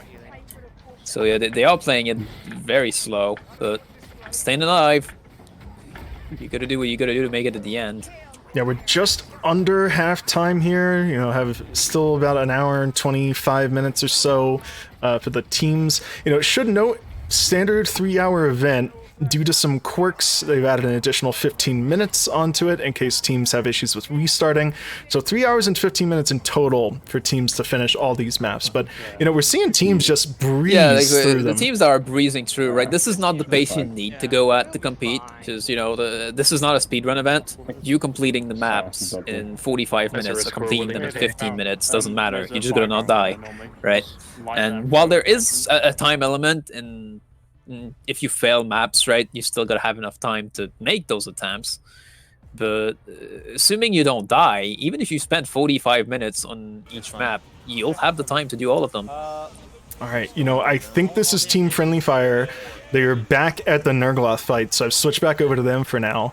Again, same comp, looks like as last time. Griffinfoot, Masterwork Pistol. Oh no! Blightstormer's just... Oh my goodness. During the cutscene, we have a Blightstorm. Oh no! What the hell? You gotta clear out those specials. What timing? I think I caught it right as he was casting. That Blightstormer was... That's a clip. That's a clip. He was all the way back in the hallway. You know how that's a straight long path leading up to the throne room here? That Blightstormer was so far away. Wow, hopefully they don't lose it to this. That would be soul crushing. Yeah. Yeah, you gotta clear out those specials before starting an event, because you do lose control of your character during that. Oh my goodness, a Zerker. Oh no. Well, they're moving together. Well, they're 3 alive right now, they can still take it easy and just keep clearing without Holy cow. worrying Again, too much about killing Nurgle right now until they get their 4th player up. again, team friendly fire here, guys. This is their second attempt. They just lost in this fight. You know, what, let's see, probably about 20 minutes ago. So yeah, I don't know how long they are in right now because the timer mod does not play well with the little cutscene that you get. So we only see how long this fight has been lasting on, which is like a minute and a half now. getting the res. Okay. Wizard is back up.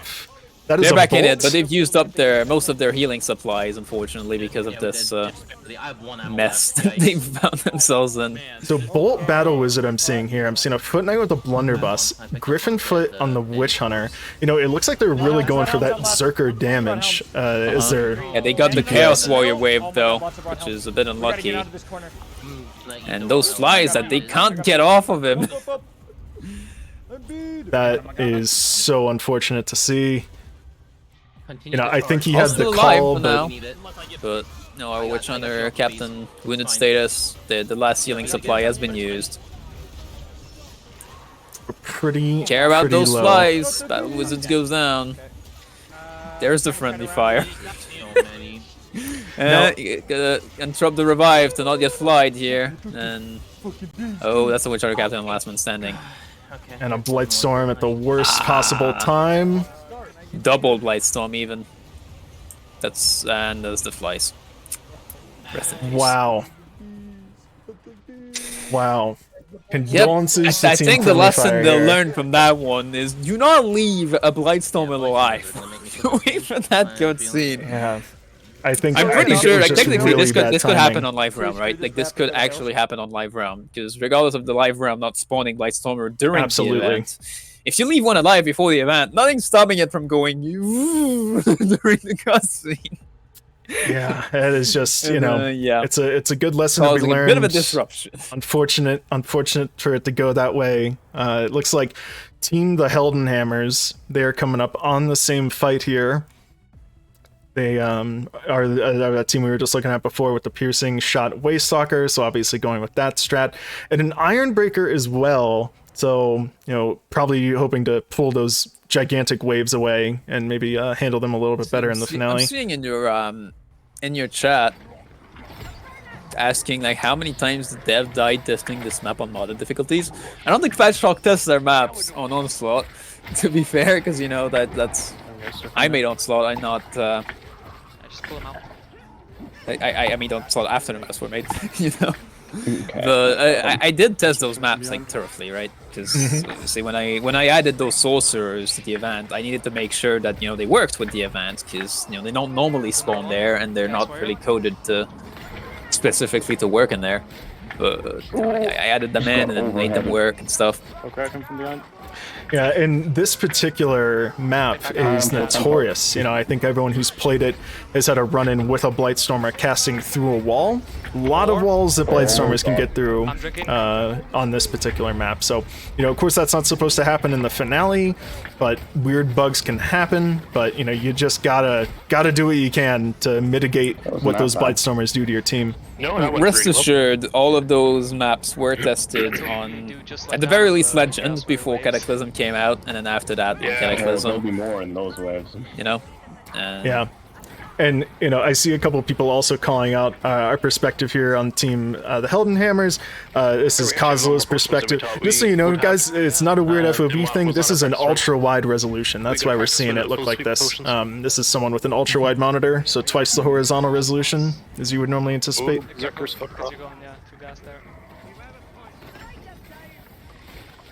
Oh, hook right behind. Rifled through the teams again. 41 minutes on this one attempt here. You know, this is that team that was playing it cautiously before. 41 minutes before you even get to Nurgloth. Just showing if you lose in that Nurgloth fight, just how much time you could potentially lose in this tournament. How long has it been since we've checked on Virgintide? They're right on there, 8 minutes in.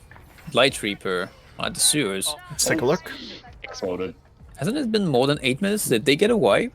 They might have gotten a wipe. I think it's been more than 8 minutes, but time is difficult to gauge. Oh yeah. Maybe not. I don't know. Over time if we get this done first try. Between the time it takes them to actually start, if they started switching some characters around and stuff. Maybe it is the. Maybe they haven't gotten wiped. But nonetheless, they're in the sewers right now, which they're running an Iron Breaker now instead of Battle Wizard. So yeah, more defensive setup. I think it's the one player, right? They've gotten. I think they had the same 3 Grail Knight, Handmaiden, and Witch Hunter Captain. It seems to be maps, their. But then the last player was switching around. Yeah, their comfort depending on the zone. challenge. But they were dealing with. I want to say this is what we just saw them running in that Hail Scourge finale. No, Hell Scourge, they had a Battle Wizard instead of the Iron Breaker. So of course this finale, or not finale, but this terror event here in the sewers, you know, normally expect enemies to come from one direction. You're waiting for these gates to raise up. You know, a lot of time teams hold back and wait for stuff to come to them. Yeah, right now they're being aggressive towards it. You know, they're disrespecting it a bit. Now they have to. We'll see how they do. They got some Beastmen in there, which you know is not part of the terror event. But the thing is, with even a banner, it's not part of the terror event by itself. But ambience being pulled. There's a bunch of ambience in the area, regardless of the terror event. So you get those random extras now and then, which can actually be Beastmen. Well, it looks like they're handling this quite well. They had a Blightstorm behind that was sniped. That was called. Handmaiden. Got it. Gotta watch out not to fall while the rest of their team is still there.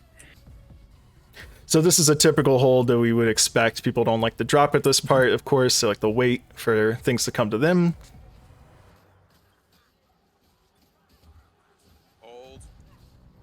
Just hearing a call there to hold. So we've got Team Skeleton Crew fighting Hellscourge right now. Yeah, and with him being at half health, casting a Blightstorm. And just heading back to our team, we were just watching just a moment ago. We have we're on the Nurgloth fight as well. Oh, gotta see this. Yeah, we got that piercing shot Waystalker, which just missed, and doesn't need it yet though. But yeah, and yeah, again, gotta this drink is a Conk Pot to get it back. Because you need it now. This is team the Heldenhammers again. It's one shot. Ugh. Alchemist just disrupting the aim. Yeah, even if the damage isn't there. Oof. 3 shots. That's 4 shots. It's 5 shots. 6, 7. All right. And did they get it? Phased. Yeah. Because you know that's how you do it. Ghostboy96 saying, "Watching this is making me want to get better at this game." I feel you there, my friend. You know, gotta get out there and play some Virgintide after this, that's for sure. Oh, I'm stuck. Carrying him out. Okay. Flies, always treacherous. Just checking back. Oh, good bomb. Are they next to his throne right now? Ooh, that's a Blightstormer. Yeah, they are in an opposite sort of orientation than we're used to. That's right? not what they usually. That's interesting though, because I wonder if you're standing right there, because if you know on Hellscourge, if you stand below him, right, the flies just destroy themselves on the floor as he tries to toss them. Yeah, it's I actually wonder if you a really can good actually point. do that as well on Nurgloth by standing there. Ooh, that's not the movement you wanted. Oh no! Got tossed by a Alchemist into the circles. Yeah, at first for a moment I was like, wait, this isn't a Handmaiden. How did he dash? But of course the Biochemist I had that same little thought as well. Yeah, they phased them as well again. Did not miss the piercing shot. Piercing shot value. Well, now you gotta deal with the here. second big wave, and then after that they'll have the last phase. I think it is. This is an interesting positioning. I've seen like all the corners of the rooms. Like I've seen people stand on the side. I've seen people stand. A lot of people stand in the back. Usually that's usually a pub strategy. I'm really starting to be of the idea that staying in the back is actually not the right play. Yeah, those windows on the left and right. Either the side or possibly the back like they're doing, which is an interesting strategy. But I'm not sure about the back. It's like it all depends on how much it actually deals with the flies, right? There we go. Like wall hugging there seems to potentially deal with the flies by them, you know, hitting walls. But all right, well, if he is phased, this is it. This is the final moment, yeah, right? This is gonna be the last phase right here. He's trying to pass. Oh no! Oh! Ouch! That was not good positioning. That's trying too hard to pass on that strength versions. losing out on that And a miss. concentration. Yep, that's a miss. Did have a bit of concentration active, so a few we're seconds off that ult About already. but- halfway, looks like. An interesting pick, like using the longbow as opposed to the moonfire. Just trust and good old longbow. Yeah, Moonfire certainly being a very popular pick for all players. You know, they might be more You familiar gotta with longbow. stand in might- the middle during this. Ooh, barely dodging. Now, Ironbreaker does have the attention of Nurgloth, you know, definitely a good person to have. It looks like Grail Knight just got an ult off, which is great to see. Some damage on him. The Waystalker got their ult ready, and let's see if he can get it off. Just needs that cover, needs that position. Okay, trying to get all those trash mobs dealt with, so get a shot in. Certainly a He's part of gonna a fight. Take the shot, hit one. Do proxy if you can, and maybe I'll be able to kill him. Do proxy. He's calling for proxy to be able to kill. Strength potion proxied. That's a Strength Grail Knight ult. into Grail Knight ult. shot, which hit, but not a headshot. Oh, and Grail It Knight did is chunk us out. down. We got the strength bomb. Oh no, I just got hit. Almost there, Exactly but as- ooh, Oh, and the he leech was wounded. execution. Go get Camille. Yes, he was wounded. I'm gone. I'm dead. Okay. The Grail Knight's got an ult ready. Oh, that leech! Oh, interrupted mid-ult, but he's not dead. Wow! And Oh, Nurglot's oh, done. nail biting. Okay, guys. And it terminates every single all of his ads as well as he dies. Don't fucking Wow. boys. That was really close. Great support by their Ironbreaker. I didn't exactly see what was going on with the Witch Hunter, but you know, the important thing for the other teammates is support, don't die. You know, let your DPSers do what they need to they're all do. separating. Again, this is not over. Teams get a They gotta little too escape. giddy here. Waystalker's still dead here. They don't get an immediate respawn. I think it's going to be down to the gates and how They're they. getting a Oh, bit surrounded immediately. Oh. Grail Knight goes down, which is not good. there's a Packmaster with the Ironbreaker on his ult. He doesn't have it. No, don't get out. Just get out. He does not have it. Fuck. Ironbreaker goes down. They This celebrated Witch too Hunter. soon. This Witch Hunter has. No, my goodness, Team the Heldenhammers. It's not over yet. Don't celebrate Condolences. immediately. There's no way I could have seen that. No, you're fine. Wow. I think next time we do all the really hard stuff, then get to that bit and just bait the things in. Yeah, of course they're immediately talking about what they could have done differently. Just so soul crushing to see. My condolences, Team the Heldenhammers. Holy cow. That's so unfortunate. Fucking hell. I know. Unfortunate as they're saying themselves at the same time. We're at points again, really far. No. But they go again. Is how it is. Alright. 13 points on the line here, guys. Meanwhile, let's see what the other teams we've got are up to. I'd love to know how the other groups are doing. I've watched And a call there to want to know how the other groups are doing, of course. They just. Alright, we will be coming back to them most definitely. We've got Exan, who's about to roll up on the Hellscourge. Just doing some risky attacks there on that Chaos Warrior as it's overheading. But it pays And off. as I get Xan loaded up here, just checking in on Virgintide. They're of course We going also through got Blight Reaper. KFC's fighting Nurglot as well. Late in the fight already. They're already 2 minutes 30 into that fight, fighting one of the second big wave, which has Chaos Warriors. Although it's not a full Chaos Warrior wave, it's a mixed wave. So you got that Merc with Spear and Shield. Just going at it. So we got a Waystalker, Ranger Veteran, Witcher Captain, and the Merc. Solid team comp for this. But All right, and of course, yeah, we're The- looking at KFC fighting they're Nurgloth in here. the last phase. See how they do this. You got the Ranger Veteran that goes on Viz, but you've got a Blightstormer just gets executed just in time to avoid a catastrophe here. Merc is a bit low, but staying up for now. The rest of the team is doing rather well, though. And Nurglot's taking slow damage, but as long as he doesn't kill anyone, that doesn't matter too much. They can take their time. Yeah, seeing the Waystalker, you know, hit at least one shot, ult is almost back up. The Ranger Veteran took a hit, but oh, that's the spike of damage right there. And just like that, he's done. Wow. They executed him. Power of the Ranger Veteran. As Ranger Veteran, I think as well the Waystalker. Well played. Ults. Probably he's proxying a potion or something. I'm pretty sure it was a strength potion in play right there. Well, certainly congrats to them. Let's see if they fall into the same pitfalls. Yep, not over yet, again. Not over yet. I mean, I think we've seen... But they're in good shape right now. They got all 4 alive, unlike the other team. We saw Xan's team almost wiped here. We've seen one team wipe for sure. I mean, this, you know, They it's decided not to heal over. up the Merc, even though he was not wounded, just for that safety. That's okay though, that's still really great. So they're left with 2 healing draft, a strength potion, and a bomb. So the Ranger Veteran has the option to just strength bomb everything if he decides. That's a Blightstormer from far away, but Waystalker taking the shot. And it works out. Nice. That's a nice cleanup of Storm Vermin right there. So they can get some progress forward. Heading left. A gate middle. They're moving together. They're clearing. Not left, Right is the way, right is the way. So yeah, unlike this other team who was celebrating too early, they're still taking this seriously right now.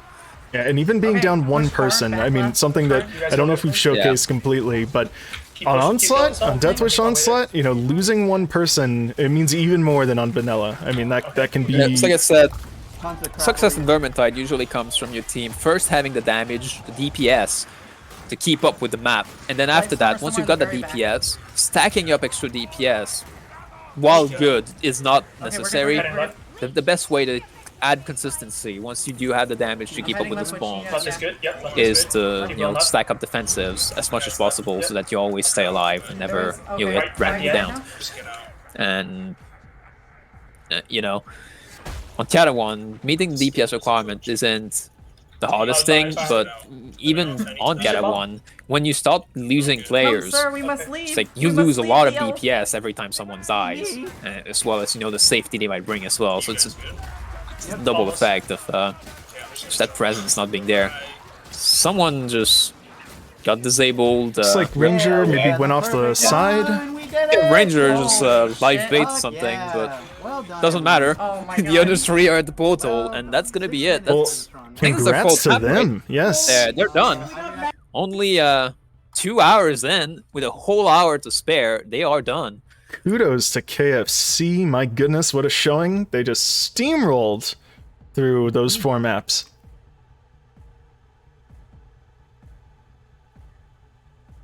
All right.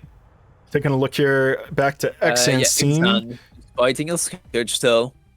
I feel like we saw them enter the Hellscourge fight right as the other team was fighting Nurgloth, so it just shows just how much longer.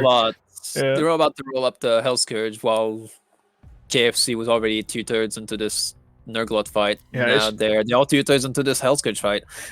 I think it is a testament to how people prepare. This for is not Nurgloth. over yet. They have 1 person dead.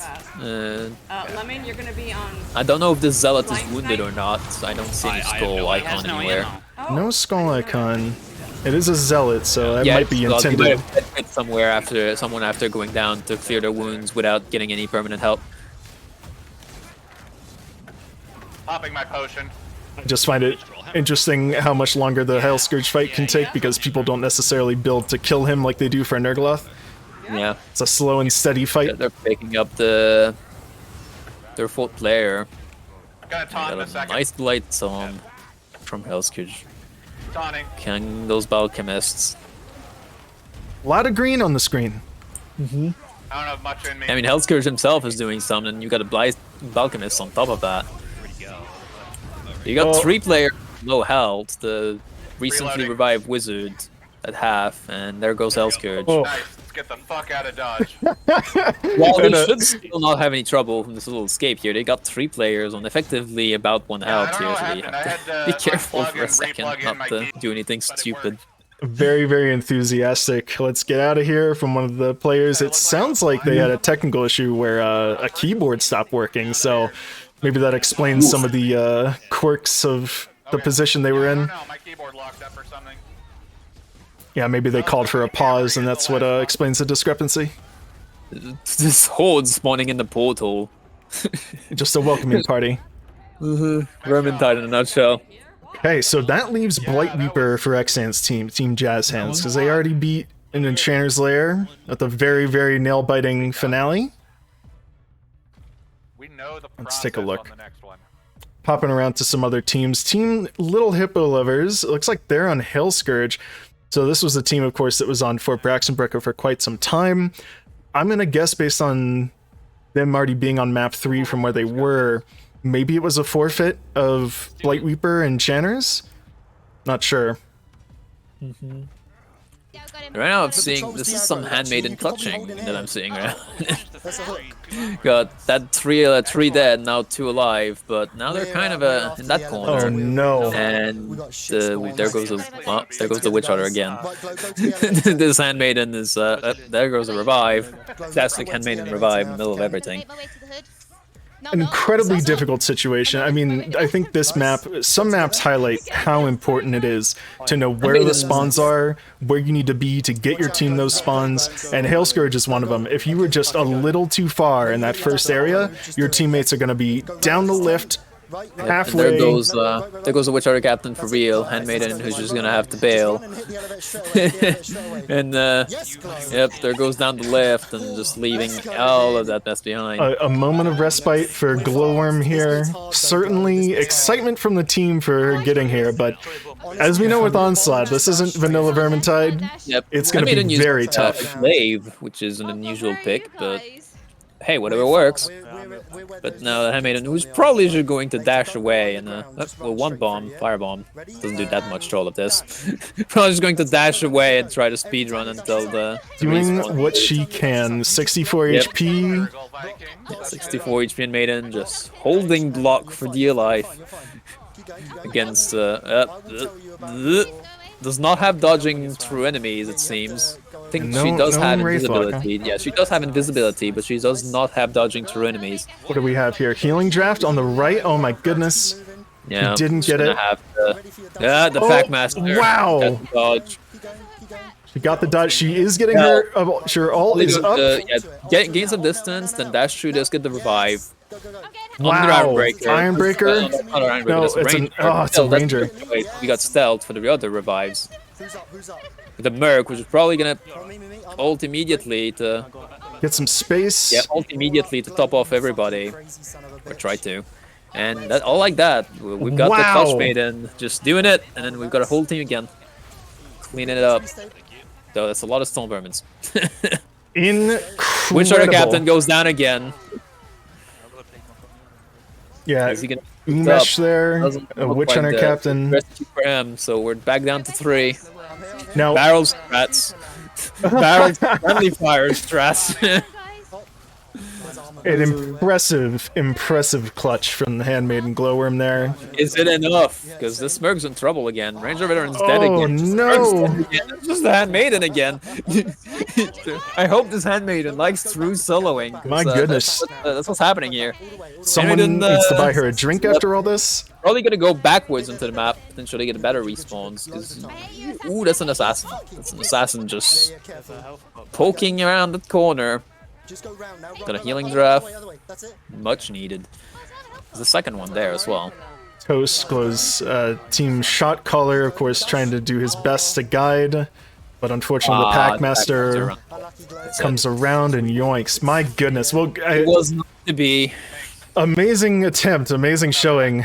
Oh, you can feel the jitters. You know, I'm sure there's a lot of sweat on the forehead right now. She's insane.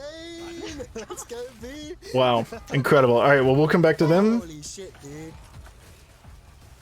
Yeah, sometimes it's fun to see those underdogs and see. Like, speaking of underdogs, we got Dead by Glitter. Having some issues with a Chaos Spawn. That's also a wipe. The Handmaiden going down last. Unfortunate. What map is that by Glitter on? Hail Scourge? Hail Scourge at the 3rd tome. Dead to Chaos. 3rd tome. You know, we haven't caught it live here, but that is a really tough spot. Excellent team. making their way through Blight Reaper. Oh, the barrel bottom well. Let's see what else we got here. Oh, the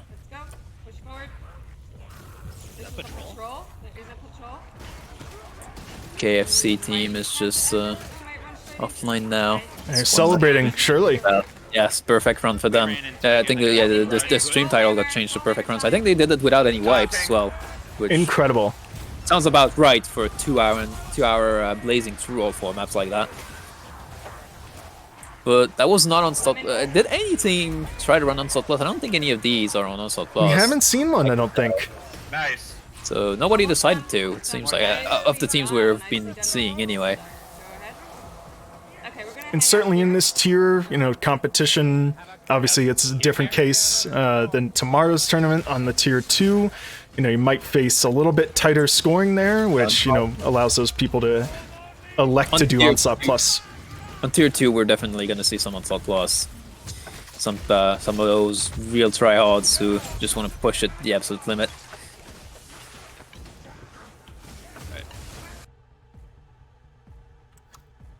All right, Team Carrot and the Carrots coming up to the Nurgloth fight here. If I am remembering correctly, this team was just on Hail Scourge, so this is indeed their last map. Wait, are you watching my chat? Or I'm what? glad you're teaching. Sequence is a player who has done a lot of modded over the last couple months, a lot of BTMP. I've been actually watching them practice for this event. You know, they've had some very smooth runs in practice, but this was one of those teams that I mentioned where during the practice run they beat Nurgloth and fell apart in the escape. So we'll see now that it's event day, can they do it?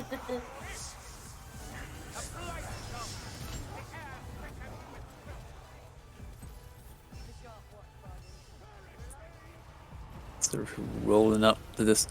See, one thing as well, like we did see this Blightstorm earlier in the cinematics. While this could happen on live, it is, I'd say, less likely on live because one of the things Onslaught does is it's when you approach the fight area where there's all the healing and stuff, all the holds and specials get disabled, so no new ones spawn once you reach that area. That's not the case on Onslaught. On Onslaught, it stays active right up until that cutscene, which is why it's like a bit more likely to get that those specials coming in to disrupt your cutscene. People may not notice it because it's just part of our subconscious at this point, but yeah, it's almost like going into a safe room in a horror game. You get that moment where the big bad isn't chasing you down. Well, not in Onslaught. You gotta always have your head on a swivel. Witch Hunter Captain with Brace of Pistols. We have Grail Knight with no doubt the Mason Sword at least. Hansi the Heretic is our Ranger veteran. Looks like, what, dual hammers? See if he has a grudge. Right, so third phase, we want the pots on Hansi. He's going to drink his, and someone's going to pass him another one. Wait, is he on Kong? We're getting a shout out in the chat overlay on this person's stream, which is quite funny. It doesn't matter. I can drink it and it's the same effect. Scarecrow Clock and I got one. there we go. It looks like I got shit. Alright, so we're starting up this Nurgloth fight. Push right. Push right. One Chaos Warrior still in the field. It looks like they're getting the flies. I had to use my ulti though.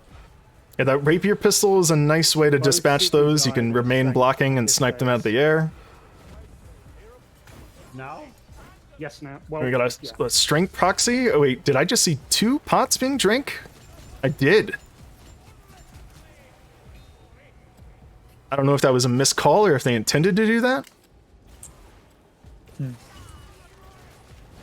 Okay, nice. Back. Of course, with the Grail Knight, they'll probably get another Strength pot. I can't quite read the font here. I think maybe 90 more enemies until another pot, so might be okay for them to waste a pot. Pretty small fun on those quests sometimes. And of course, restreaming a stream, you know, we're losing some losing some detail here.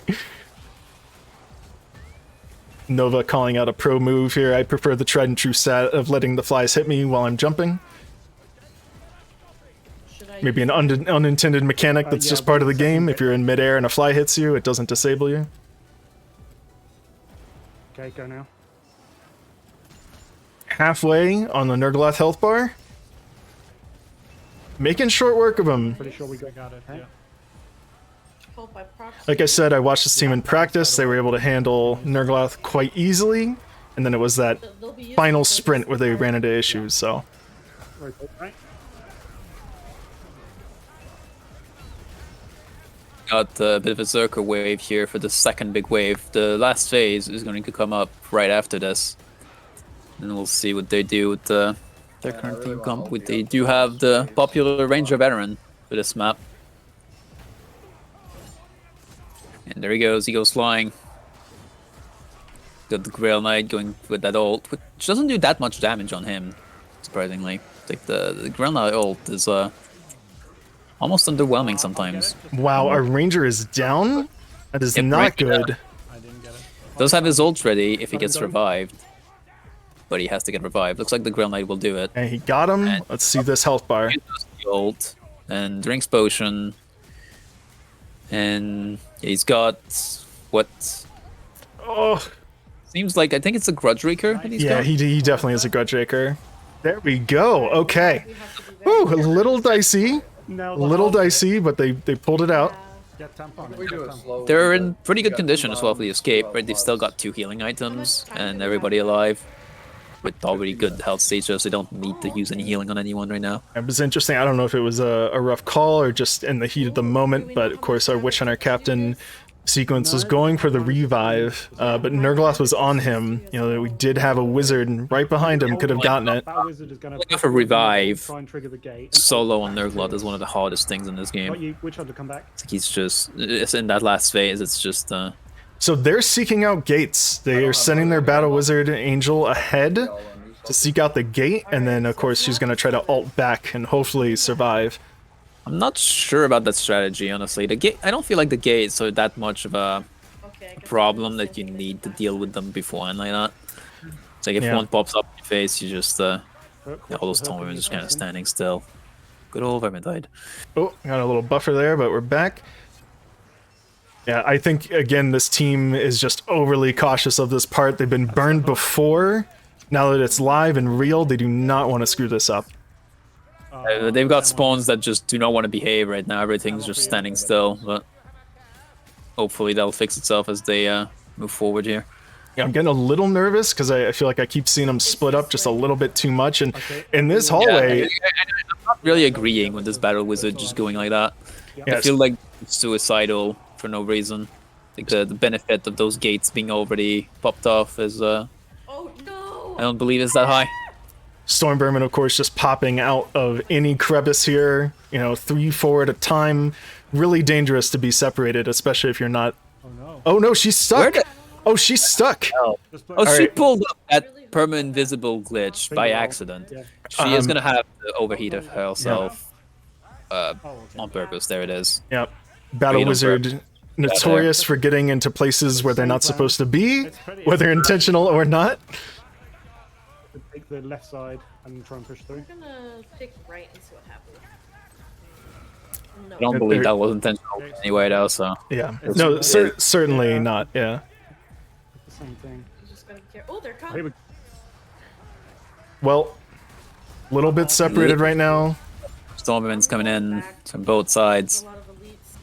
Okay, let's go back. Witch Hunter captain being real aggressive there. Nothing in the front. Yeah, he's just hoping to get those light attack procs for insta-kills. Well, I think they're clear on gates. That was the last gate. So if they can just stick together and play smart here, and they will get this. I'll give you purple. Wait, first roar. Might as well use it at this point. It's like there's not much else you're gonna need it for. You don't save it for Virgintide 3. It's Dogtide instead.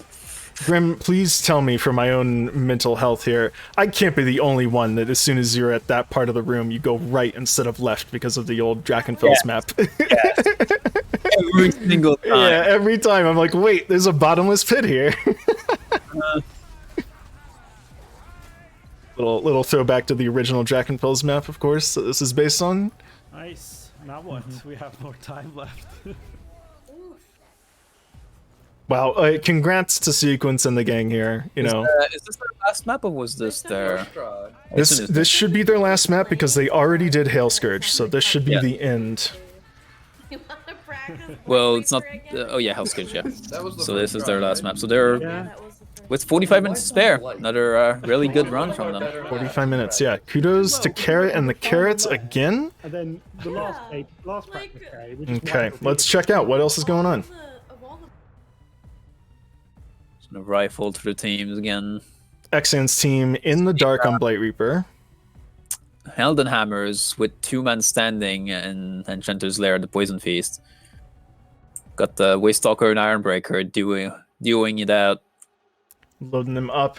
Looks like the little hippo lovers who we just saw pull that Handmaiden clutch on Hail Scourge. They're in the same sort of spot. They're in the underground cellar on Hail Scourge.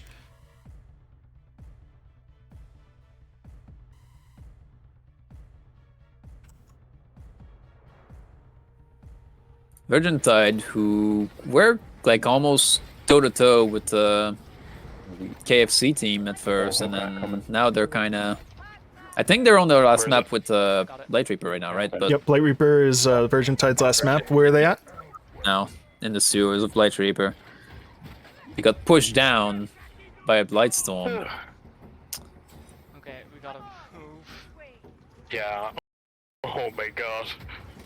Okay, so multiple teams now. They're on their last map. Blight Reaper, these are the teams, of course, that chose to do Enchanters first. There's another one.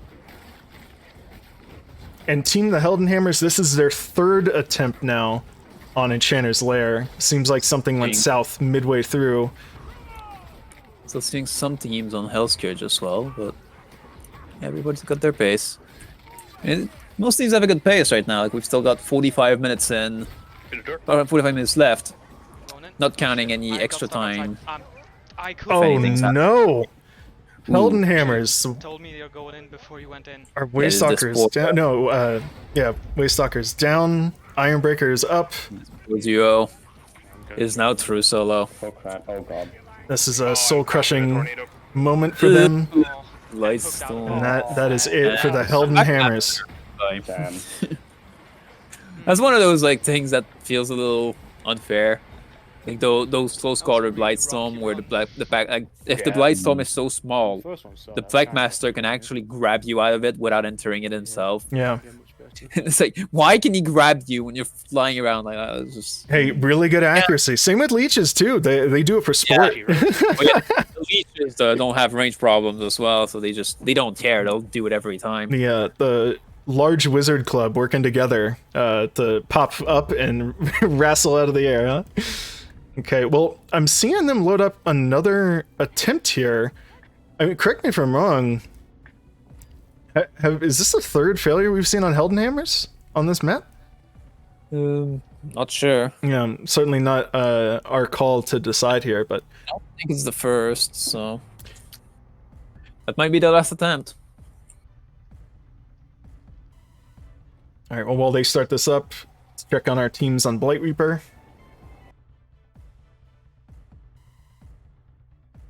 Virgintide, who are coming out of the sewers now. No more darkness. Team Jazzhands, Xan's team, looks like they are steadily making their way through the town. They're about to head into the market square, where, of course, if they haven't already, there are some triggers there to look out for.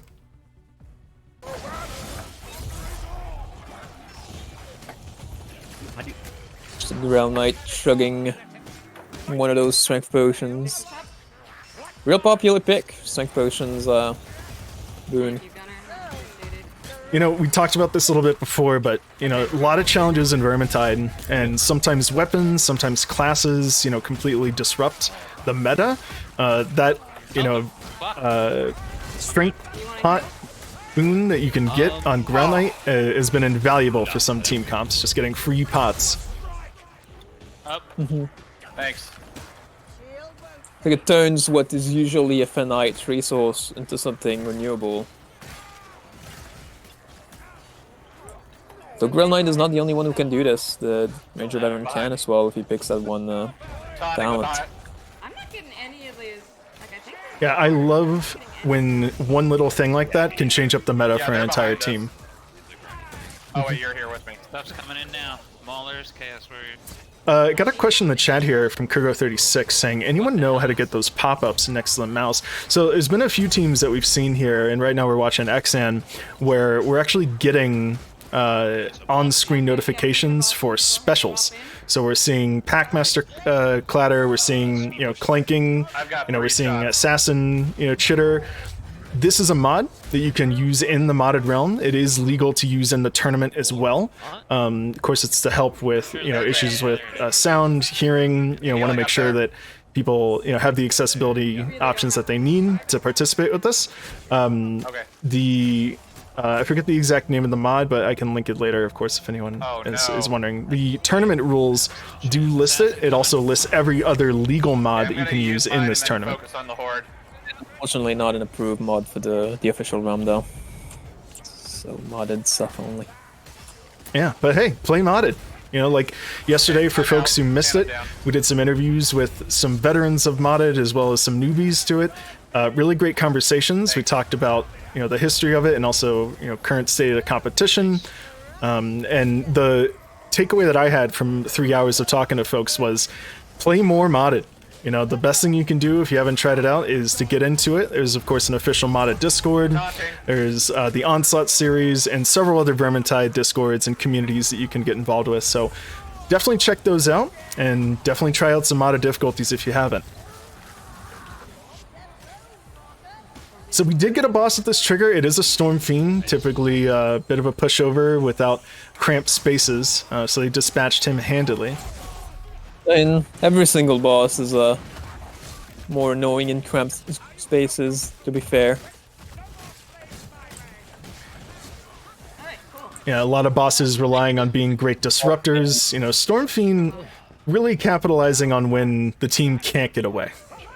Yeah, also just, I mean, any boss can execute a team that can't get away. The Storm Fiend, its weakness is that it tries to drain people, and that like it AoEs everyone down slowly, right, with all that fire. I got another. But most teams on Onslaught get so much temp health from everything else going on that trying to drain them like that isn't really effective over the time.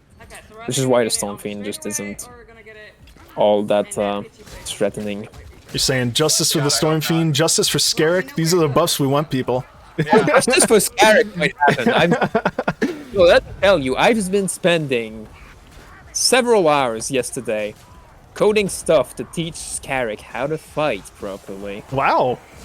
Oh yeah. That's awesome. Anything you can tease us with, or is it all still too new? You don't want to give anything away? I mean, I'm not done yet, right? I've been messing with a lot of stuff to make him work properly. It's not damage tuning, other than a few like there's a few values that were not properly scaled up to Cataclysm, and I'm fixing those obviously. But that's not the main idea of what I'm trying to do here. That's just on top of all of it. Well, but what I'm trying to do is just make his moveset actually function properly, because there's a lot of things he's doing that just don't really work right. Because, like, for example, you know, he's got the normal moveset of a Stormvermin, right? Like, he can use slices, overheads, etc. But he's got, like, one of the values that was there, he would try to do overheads and slices on a max distance of 10 units. Like, he would be able to try to do that to anything that's 10 units away from him, which is too far away, right? Because he can't even reach that far. So he would try to slice someone who's not even in range of him, and then just slice air uselessly. So, like, you know, tuning values so that, you know, he tries to attack people that are actually in range of him, for one, and then also making him faster, making him more on target, things like that. One thing that I've done, which I'm gonna say one of the biggest changes, he's got this combo attack, right, when he's using dual weapons, you know? Mm-hmm. And I've made that his flurry, his frenzy, yeah, I've made that whole combo undodgeable, in that he will track you during dodges during that combo. Oh wow. In the same way that a Radogre or a Chaos Spawn would with their own flurries. So that makes him significantly more threatening, because you can't just spam dodges and wail on him while he does that combo. because it's a combo that does not AoE, right? It only targets the one person, kind of like a berserker. Much like a monk or a. So like, you know, if you're able to just dodge it like that, you can just basically like whack at him like a basic berserker when he does that, which, you know, is not befitting of a map boss, honestly. Yeah, a lord. Yeah, which is why like, I made this whole combo undodgeable, and with the high stamina damage that it produces, that actually makes it a threat, you know, because you have to either outrange it, which I'm also gonna make him. I'm trying to make him move faster during it. Because the whole combo is animation driven, is that in that the movement he does during that combo are specific to the animation he has during it, and it makes it kind of hard to change it. But I've like found one hacky way to make him move faster during that, but it's causing a bunch of other issues, so I still have to fix it up. You know, folks, you heard it here first. Grim, I love your enthusiasm for this type of stuff. I mean, you know, thank you for the work you put into this, because I think I speak for a lot of people when I say we always want more, right? We want it to be challenging. We want it to be different, you know? And I've been trying, like, playing around with a bunch of things like that to hopefully make potentially a new Death Wish of sorts. It's like obvious, like when people have got this this current definition of Death Wish, which is just like the whole stagger stuff. But I don't feel like that's really what Death Wish was about. Like back in DT1, Death Wish was something that stood on its own. Oh, and Grim, I don't mean to interrupt you. Xan's team just pulling a chaos pad here. Yeah, I've been kind of going about this. Oh, yeah, I'm still watching it as well. That's in the background. That is unexpected. I don't think they knew it was coming down the stairs there, and then suddenly someone shot it. All the strength potions come in handy, I suppose. Yeah, you know, fortunately, a Grail Knight and an Ironbreaker with a Troll Hammer. I mean, they should be able to handle this. So watch out. And don't be confused. With all of it. Don't be confused by the skin here. That is indeed a zealot, even though he looks like a bounty hunter. Of course, another nice thing about modded, you can kind of make yourself look how you want. So don't be confused. Yeah, they're handling this. The Executioner's Sword making some rather good work of all of those Chaos Warriors. Wow, great cleanup from them. Really great cleanup. Yeah, as soon as that Grail Knight went down, before any of the Chaos Warriors were killed, I was a little worried. Oh no! Oh! Poked. I don't know. Pull back a little bit, please. Wow, the call from Xan there, the team captain to back up for a respawn. Someone's gonna say I'm gonna keep going through the teams a bit before I keep on rattling on about what I've been doing to Scarrick. Yeah, well, stay tuned, folks. If you want to see justice for Scarrick, and well, the other thing I was going to say, you know, the thing about Skeleton Crew just died on Nurglot with some Blightstones in the arena. Oh dear, he was still in good health. They like only took a bit of damage before he wiped the team. Yeah. Unfortunately for them. You know, a lot of folks is still on that attempt of Blight Reaper, not Blight Reaper, Argento's Lair, 9 minutes in. We've got still Volatile Toast. Yeah, how's Team Little Hippo? They're still on Hellscourge? Yeah, still on Hellscourge. 23 minutes in this attempt, fighting a lot of chaos after the third tome area. But this is already the more fair terrain, so... Loving to see this. This is a team that I think we've seen once, if not twice now, on Hailscourge, getting stomped out before even the second tome. Meet it in the tunnel? Oh, he's right in front of the gate, right? Yep, that's what I said. Yeah, perfect. Team, we're never gonna make it, which we haven't been giving much attention so far, but they're currently on the Blight Reaper, making their way. They're still in the game. Alright, we'll let Little Hippo lovers go here. We'll come back hopefully for the Hailscourge fight. See the Cat team, which is of course done. I can... Is that Skeleton Crew just wiped on Nurgloth, right? Mm-hmm. Looks like they're in the keep. They're trying to figure out what their attempts look like.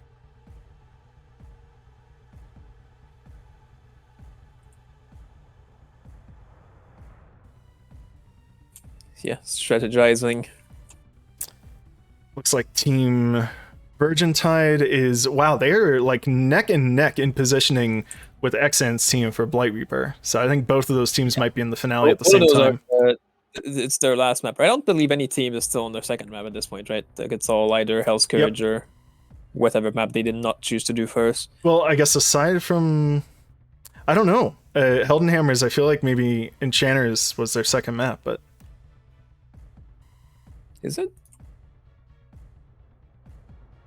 Anyone in chat knows if Heldenhammer was still on their second map, or if this is their fault?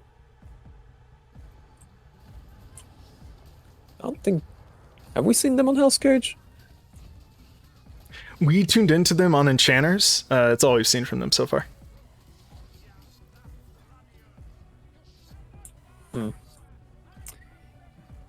My memory is not good enough. We have Team Friendly Fire also on Blight Reaper. Looks like they're in the sewers and they have Beastmen. So yeah, all the teams converging here on Blight Reaper. It's fine, it's fine. Hopefully this means no boss in the next trigger. Hopefully. Ah, is the administrator of Anti-Heaven. Peasant unit, that's awesome. Fighting a spawn of chaos in the same spot where Team Jazzhands just fought that patrol. Getting calls for, it looks like Beastman biome here. I think I heard it somewhere. Mm-hmm. Of course, ample boss killing damage here on this team. Making short work. Virgintide, of course, the team that beat Nurgloth quite easily and Hellscourge quite easily. Very interested to see how they handle this event here, because unlike those, you know, they don't end with a Lord. It's a very different map, very different strategy. Yeah, Blight Reaper was one of the interesting maps to make, which is why it's one of those that I ended up streaming in the process of. Because the base version of the Blight Reaper event before Cataclysm came out was considered to be really boring, right? And such a missed opportunity by Fatshock, so I wanted to fix that missed opportunity. And so I did, and I made that event quite memorable on Onslaught. Well, as these teams go into this final event here, I'm going to step away for 2 seconds, just use a bathroom break. I don't want to miss these finales, so I will be right back. I think it's the Beastman Lord. It's like, oh shit. I gotta wake up. So, well, since I do not have control of the stream POV, I guess we'll be keeping on with this team for the time being. Getting very close to the last event here of Blight Reaper. They still have to find the key first before they go in. So if the game reads like Virgintide, it just fucking goes off. Okay. Alright, go. How? Yes, the end event of Blight Reaper used to be a snooze fest, which is why I fixed that with Onslaught. Now Fatshock have as well quite a bit once they've introduced the scaling with Cataclysm. Obviously they purposely didn't intend for it to be quite as brutal as it is on Onslaught. You know, it doesn't need to be on the normal game. But they did do a good job of scaling up that event a bit on the base game now. Yeah, it's a better place to hold. They've got the key on top of what is basically the base cheese spot of every weave that is on that map. Had to get the leech first. The less said about that, probably the best.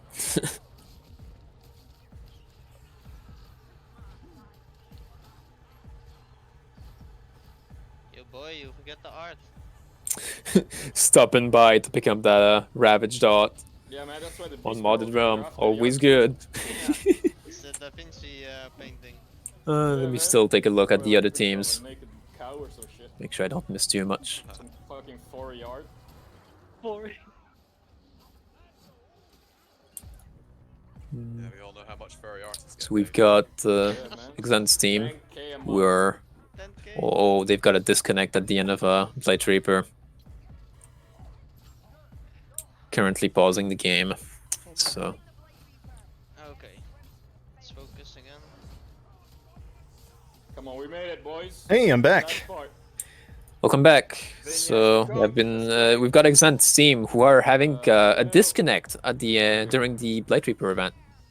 Just as Virgintide are also entering it now. Yeah, let's just fucking go. Team Virgintide just dropping into the event here. Looks like they made very quick work to get that key. It's a Beastman, look at this. Of course it's Beastman. What else would it be? I think the event spawns in some chaos. Not many other teams, none of the other teams are in any events that I can see right now. We've got Schmuck Nugget, who is fighting a Radogur. Yeah, team we're never gonna make it. Same spot as Virgintide just was. They got a Radogur instead of a Chaos Spawn. Alright, let's pull the switch. Everybody in the middle. Let's go. Come here, everyone. Exian's team, yep, still waiting for that reconnect. Oh, finally. What is this? So the bot and Gorexon bot that we can see on the on the pause here. Oh, this must be the vermin in the Virgintide. Yeah, one of their players on their comms was talking about how he had an overhead coming for him that the pause might have randomly saved him from, because now he can see it. Yeah, Sure, so I think it's on the left here. I think we can see it. As Yeah, part- that blue pink storm vermin on the right is in the middle Oh, of an let me bring it overhead up. on the salt spire.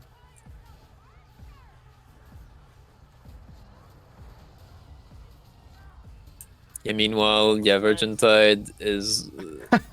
Oh, and there it goes. We just caught the overhead. Oh, it looks like Storm Vermin did some work there. Push back around, grab the switch. Wow. Oh He took it. no. Oh, that's 2 down, 3 down. No. Oh. All that time waiting for a reconnect. It's just You know, pauses of course can help, they can also hurt. I mean, I know what it's like to be suddenly taken out of the action, and no matter how much you prepare, there's just a feel of when you're playing that is so easy to lose, and it's hard to get back. it's not over yet though for them. There's still 2 players standing, trying to recover. Doing a good kite loop so far. Blight Reaper Finale, notorious for occasionally needing to kite as a team, moving around in these loops. So here, getting the jump for that revive. So we're gonna see Battle Wizard coming right in. Ulting immediately. And we got the second revive coming up, so they're recovering nicely. They've just got to deal with the Zealot being low health, and Realm Knight and slightly low health, but Very great recovery. Health should be fine. Yeah, keeping cool, knowing what works, moving together, you know, very important stuff there. See, meanwhile, Virgintide also on one switch still, but I'm gonna play like this. slowly progressing. Yeah, we got those 2 teams just basically neck and neck on this event. Yeah, switching back to Team Virgintide here. Thank you. There's a random ammo.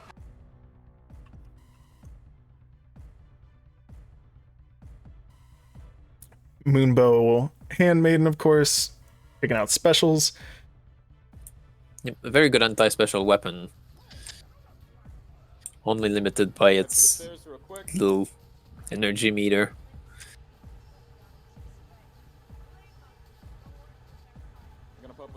Looks like they're moving together. Same sort of kite loop. You know, they're opting to go down, up the stairs, back around.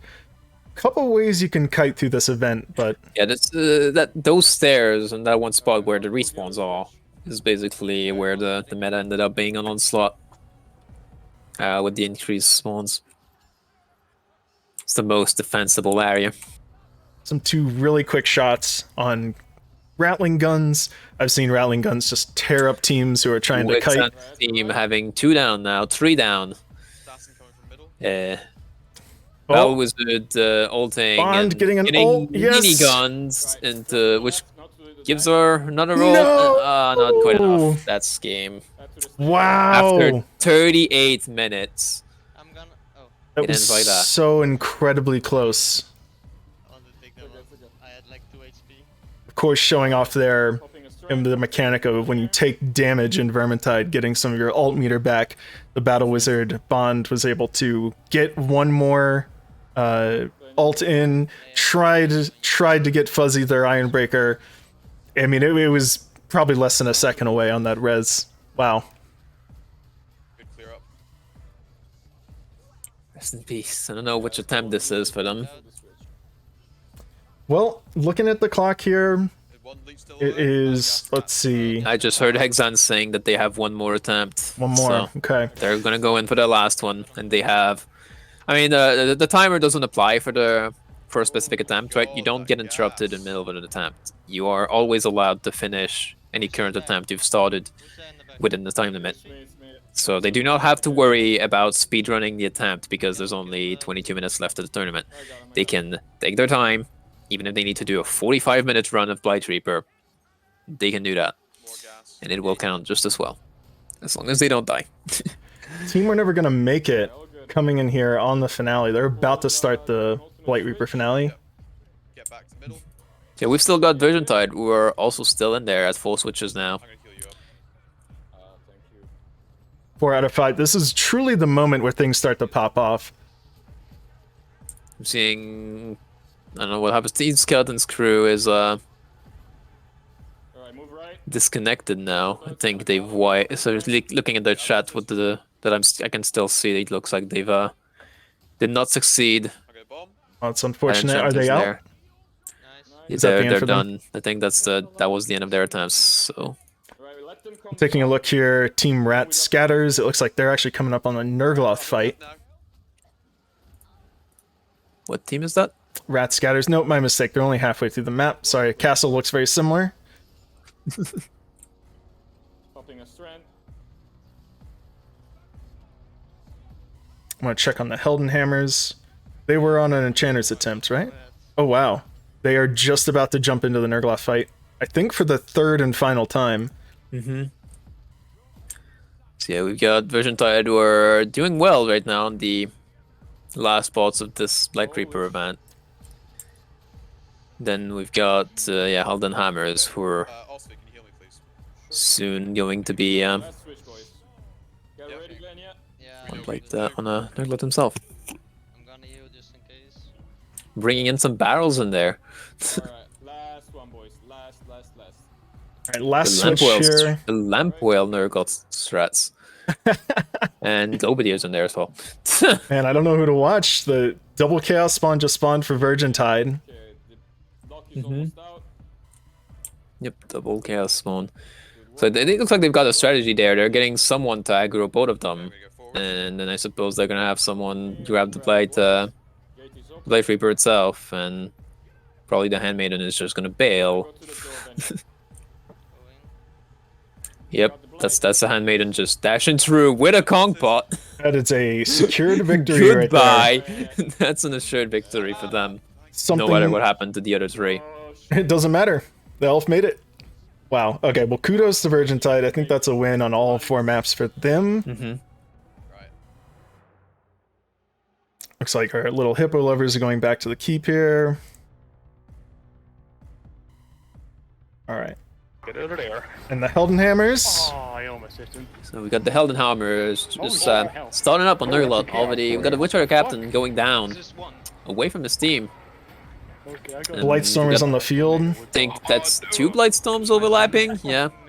Gotta deal with those Blightstorms. They are very disruptive if you don't. Disabled Ironbreaker.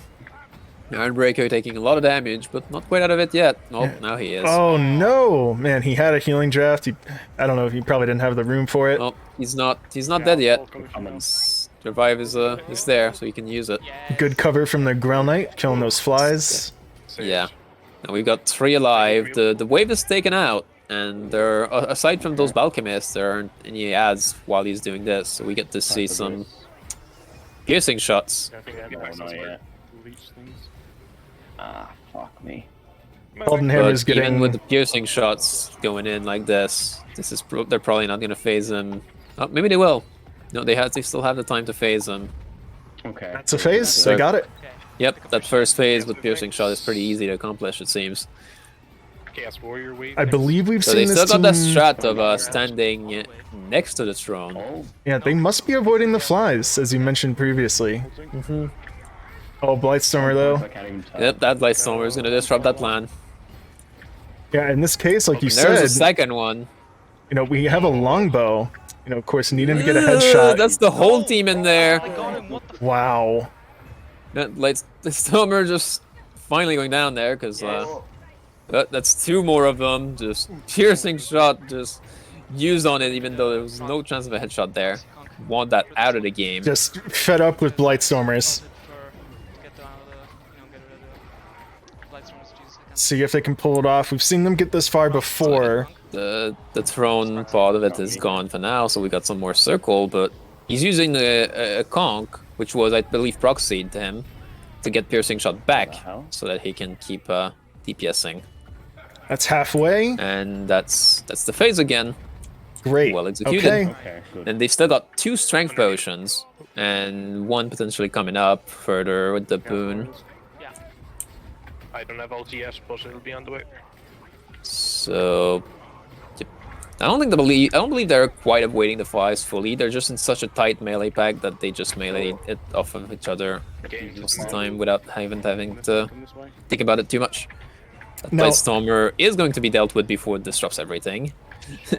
Now, ads can come, of course, from those 4 windows on this, so it's not like by standing under the throne they're, you know, not getting squeezed. So I'm gonna save this one for when he's dead. Interesting positioning for sure.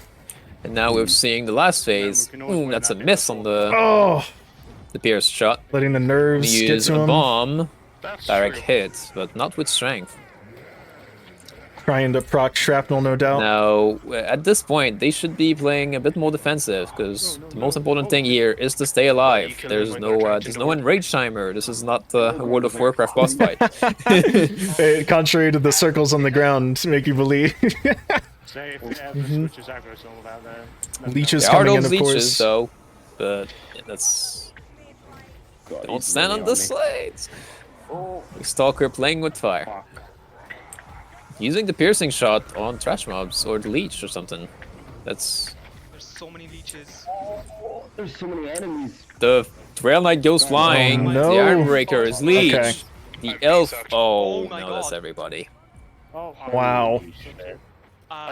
Just like that. I believe that was their last attempt on this map. Condolences, Helden Hammers. You tried hard. Nergloth wins this time. You're pretty sure what? I thought way more spawned. No. Fortunate. There was Yeah, they all just spawned all of a sudden. Yeah. Oh well. Oh, there's so much damage taken. So. Alright, it looks like We've also got Little Hippo Lovers had to restart Hail Scourge again. Dead by Glitter also on Nergloth now. 2 down already, but yeah, one's going back up. So we got 1 dead, 1 bring that up here. 1 attempt on Hail Scourge, boys. Healing draft use. Standing in the circles though. Watch out for that. We're going in blind. We haven't practiced this one, right? So this is the one we're most likely going to. It's a sign. Oh, well, Helden Hammer. We're actually on their second map still. Wow. They're going for Hell Scourge now. Okay. Well, now we know. I can't get through. That is a Not down done yet. Witch Hunter captain here from Death by Glitter. Dead by Glitter. It's Let's stay together, Elf. 2 alive right now. It looks like they Stranger just Veteran got the is res on the not gonna Ground get a Knight. revive. Yeah. That needs to die. That Blightstorm might be Just kite nope. through. Go, man. It's executed. So 2 alive. Watch out for those flies. Of course, this is recoverable, but they gotta play tight. They cannot let these mobs or flies get them. This is not the last phase yet. In the last phase, it's almost impossible to recover from last man standing. Yeah, we're still duo sometimes. well within that first third, thankfully for them. Like the only thing that can recover from last man standing in the last phase is a few of the stealth classes, or maybe a very lucky Drop dwarf. Alright, let's go. Grail Knight or maybe an Unchained or something, or Battle Wizard. A very stern "you're up a dwarf" from I believe the Waystalker. It's my last shot because I was getting pressured. Yep. We've got everybody up again. That was a piercing shot Waystalker, but they missed. During circle phase, which is disrupting the say the least, but not quite a phase this time. Grab. But we got potions. a bit more extra damage to try and finish it off, but they are getting those extra adds because they didn't phase it immediately. It's a tough situation because, you know, getting him down to phase health here, if they don't pass that DPS check of killing all these adds and he enters that final phase, they're in for a rough time. You know, we're seeing Axe and Falchion. Now they have it. They have passed the check, but they have like that double wave of ad, and the Witcher Captain gets caught out outside of the group. 3 down. Real Knight, last one. Real Knight, who has to avoid all of those flies while dealing with this gigantic horde. Being pushed by biochemists. This is a tough situation for a Grail Knight. And down he goes. Mirgloth winning again, twice in 3 minutes. We don't have enough time to do another. They're checking to see if they have time to do another. We can only start. So the rule, just to go They over. are talking about. I'm gonna actually talk in their chat. Yeah. They are talking about how they don't have time. They do.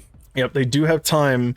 The rules for anyone who is uncertain of how this tournament works: total tournament from the start time, which was 12 noon Eastern, 3 hours and 15 minutes. You cannot start an attempt within 5 minutes of the ending time. So teams who lose and maybe have one more attempt that they can start has to be outside of that 5-minute closure window. So right now, you know, we are just looking at about 2:50 Eastern. So we're coming to a close, but still have time. They are allowed to go in one more attempt, regardless of how long that attempt will take.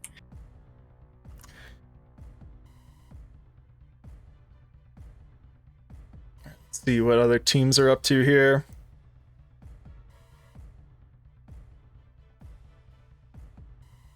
Looks like team were never going to make it now in Hailscourge.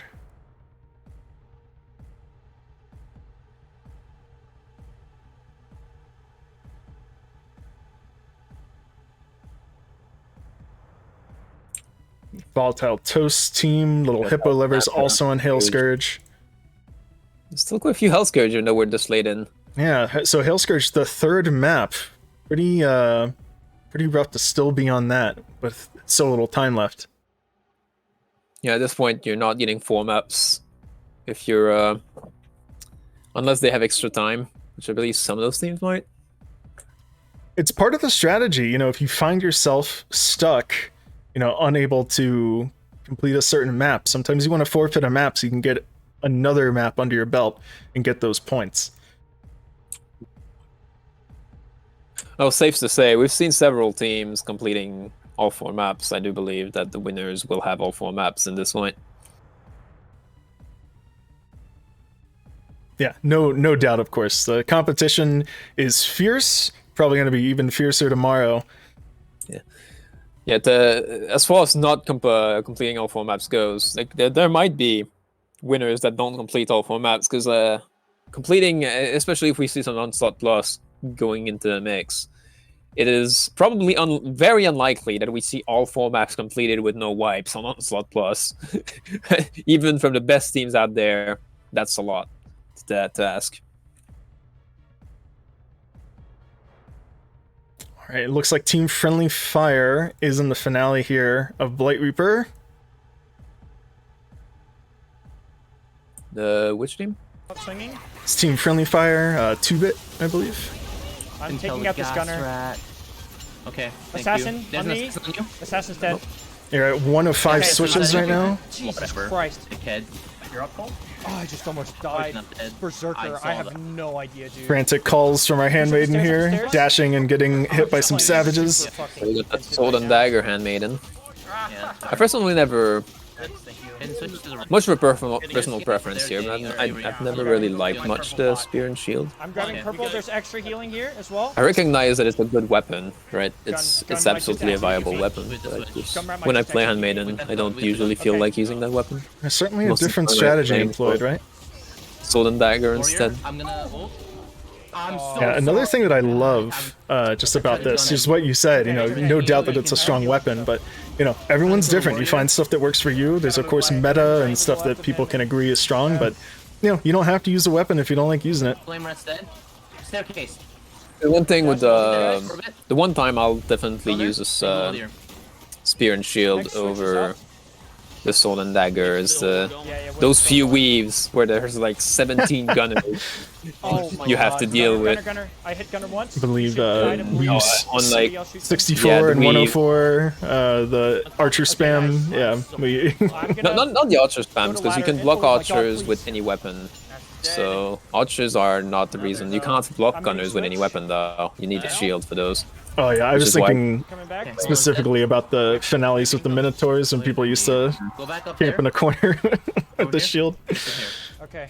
Good, yeah, there's good also times. that but the handmaiden is usually good to avoid them otherwise when it's not the finales. So yeah, spear and shield on that one map, like the on Pastoral, which is against the green. Double Leech is dead. Lots of Maulers from right side. There's this one weave where there's like so many gunners. Push the stairs. Yeah, I think 108. I'm not sure exactly where. I don't remember exactly without pulling out the spreadsheet. Yeah, it's against the grain with all the gunners under the tree. I hit him once. He should be dead. He should be dead to bleed. So we're at 3 of 5 switches here. It looks like the higher version of it, where there's like almost 1000% damage. Yeah, you really need to shield at that point because you can't get hit by a few bullets. I fear if we start talking about weaves, and this will be a 3-hour long from this point conversation where we just don't shut up about I have weaves. no interest in talking about weaves further. I've done all the 160 of them, and that's about it at this point. I don't want to hear about them until they do something else in the next season. They need help. You know, earlier there was a call out. It looks like our ranger may have friendly fired our handmaiden down. Not the exact situation you want. I'm watching Team Friendly Fire. Yeah. You know what? They did give me their backstory, and they, said that they were known for racking up ungodly amounts of friendly fire. So I guess we'll see the scoreboard at the end. Don't res him unless. Well, talking about this event, they are on the forward switch now. Been doing somewhat well so far. Some downs, but they're recovering. Even getting to wait for the handmaiden to get the revive specifically to get that extra 20 green health. Yeah, this team, they're able to stay together. You know, they're not getting completely separated. Sometimes in this library, one person is all the way off on the other side, and you just get squeezed, and a lot of classes can't get out of it. I'm not. Oh my god, I'm out of stamina. Someone can hit it by accident, so. Hearing a call to be out of stamina, of course, a nice thing to have a handmaiden for, that passive stamina recovery. We take this slow. Danny, would you like to die? Shit, not yet. I'm overrated. Oof, the handmaiden taking that hit right there. Ranger veteran follows. Yeah, and then he can. Having a Foot Knight, some additional control, additional clutch revives. Handmaiden in neutral, then pick up the Ranger veteran. So, they're handling this wave, honestly, even though they've got 3 wounded now. Okay, I'm gonna try to kill the warriors on people. Yeah, are they gonna decide to just hit the switch without clearing everything? Alright, looks like they're still deciding to clear without rushing. Yeah, heard a call to kill the warriors. It's probably smart. I know they're wounded, but having those spawns show up and... They're even asking if anybody wants to die so they don't have a wounded for this last portion. That's my idea as well. I would probably wait, since this is fully clearable. Well, they've got the wizard who doesn't have a choice in the matter. I also have a bunch of armor. I'm gonna die later. I'm gonna get killed by the warrior. Yeah, okay. And the berserker. Okay, whether it was intentional or not, we have 2 down. Offset a bit. Can hold this I mean, as long as the handmaiden just holds block right now, there aren't really many specials in play. Wow. And the Foot Knight is down. Yeah, well, the handmaiden really has to play defensive now to revive everybody. This is a totally winnable situation for the handmaiden. Yes, it is. Like, this should not even be close. Handmaiden's got invisibility. A conch bot, which is being used. Going for the jump but missing it. You can. At this point, yeah, just there it is. The main courtyard, yeah, area. There's a bit of panic there because like you've got a conch bot, you've got invis. Just don't panic. You've got all the time in the world to just pull out the revives. Oh no! Oh jeez. Well, the handmaiden did the job that they needed to do. You know, some jitters and stress there. You can see it. 2 alive now, and Battle Wizard will get the revive on the Foot Knight. So we got 3 alive. There's not much left on the field, to be fair. Incredible. So at this point, they should be able to be fine, right? They've got 3 alive. Nobody's wounded anymore. Well, Yikes. Besides the wizard. Yeah, it seems, you know, some nerves maybe getting to them, you know, going down to just some Chaos Warriors. Change your priority, staying alive. Playing it safe, it looks like. Foot Knight's getting the Handmaiden right At now. this point, it doesn't matter much. Like I don't think they'll have a time. Oh, that's a Handmaiden up. Now we wait for Danny. It's fine. They got the time they need, right? They can just finish this, and I think this is their last map, right? So they don't have to worry about another map after. They don't have to worry about starting another attempt of anything. Okay. So they can take their time, Fucking fully clear out, I was reset. using this corner the entire time. Danny should be up soon. They just gotta keep their cool. Absolutely winnable map. The hard part is over. Just a few elites, grab that Blight Reaper, and get out of there. Doesn't matter if they have 17 deaths to 3 Chaos Warriors. I'm not using ammo. Yeah, I was talking to Bio. All die at the same time. Was talking to Bio yesterday about different types of competition, and you know, this competition, it's based on winning maps. You know, you don't get more points for not dying, you don't get more points for killing more, you know, winning maps. So do what you gotta do. Okay, am I ready to pull? They're all preparing to click that torch that will spawn double Chaos spawns as well as more warriors, more stuff, This is where I'm gonna end this. and they'll have to grab that Blade Reaper and bail. Oh, I don't have a shout. That torch is like a toy that you are taking away from the toddler that is the Chaos spawn. You should not have touched it. Let's see what strategy go for. Are they're trying to kill the spawn. What are they doing?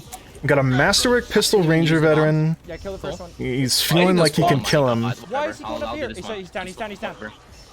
In a case like that, the aggro switched, the Ranger was invisible. I'm not sure if they're aware that they can complete the map without killing everything here. Take the Blight Reaper. Going for a res here in this situation? You know, it's a Handmaiden, right? It's still all value, and it wasn't that too much risk. The Ranger Veteran is... What is that down position?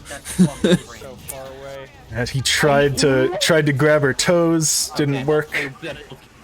Is the Handmaiden gonna realize that you can just... Nope, just Yeah, not take the Blight Reaper. There's nothing extra that spawns for doing so.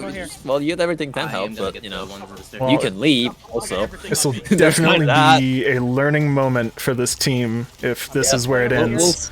If they manage to succeed at this and then realize that they could have had it so much more simple, or are they gonna pay the price? Because they got 2 alive right now. Should be resable soon, very soon. And I think the res are still at the same place regardless. Should be. Rotation. Behind you, Avery. Barely dodging that grab. At some point, Danny will get up. Yes. This is going to be a tight squeeze. She has invisibility, but... This is ready. Yeah, the rest should be easy with invis. Yeah, there it is. It's easy. Everyone probably just spamming to them. Just grab the Blight Reaper. They don't know. They don't know or they're flexing right now, and I don't think they're flexing. So... Certainly the joy of doing this live. You're not supposed to kill both Chaos spawns right there. They didn't heal, yeah. I just What saw Danny the said is green. right. No, I saw the Like, they're not green taking the force Blight Reaper. I fuel. think they believe that taking the Blight Reaper spawns more stuff, or they're just extremely scared of their health being turned to white for some reason, which they shouldn't be. It's not even that fact, really. Kudos to them. I mean, it looks like they're pulling this off. They're actually pulling it off. They're killing everything.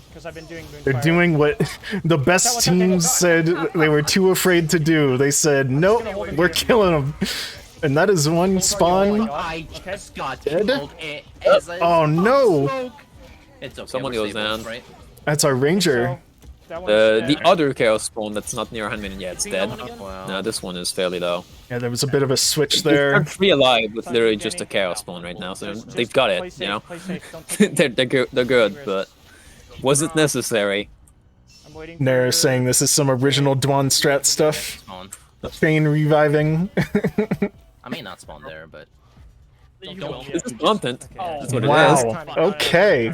Well, time for them to pick up the most well-deserved Blight Reaper I have ever seen. By me. Kudos to Team Friendly Fire here. They still haven't taken it. There it is. Wow, I am. You can't see me right now. Edge of my seat here. This is bad. I'm gonna smoke for you. Hope that helps. Wow. Yep. I think they want all 40 alive or something. Dude, they are just... You were wrong earlier, man. They are just flexing. Holy cow, man. Enchanter's Lair can eat my dick. Actually hate that map. Some Actually editorializing I here. don't mind this one. I don't like Blight Reaper so much. Okay. Expressing their Blight Reaper hatred is for bad. Blight Reaper. You know what to do. We need to cycle And spawns. Enchanter's It's there. clunky. Oh. And there's the scoreboard. Ranger veteran obviously putting in work with that Masterwork pistol. That's some damage. Wow, kudos. Team Friendly Fire. Okay. What do we have? We have Yeah, we've spent a bunch of 15 time minutes. Team Little Hippo Lovers coming up on their 4th map, I believe. We're still going. They were able to sneak in this Enchanter's run. This is in the middle of a Hell Scourge still. We've got Little Hippo Lovers are starting almost. Just starting Enchanters. They got through the room. I mean, you know, that room that you drop down into does sometimes demolish teams, so... I mean, at this point, every single map we're seeing is probably last attempts, or second to last, possibly, if any of those teams have a noticeable extra time. Yeah, time is of the essence. Let's go. It's to the side of us. Interesting. I know Xan's team was starting a Blight Reaper run. Let's see, did they get... They are actually about to grab the key. No, they got the key. They're heading into the temple here. Oh, yeah, And probably check out how they do with this finale. In this room? Yeah. Or in the choke. Wait, a raid cookie? Let's go.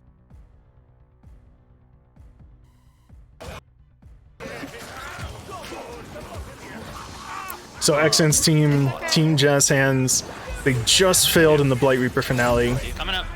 Coming up on another attempt here. Probably the last attempt for the tournament.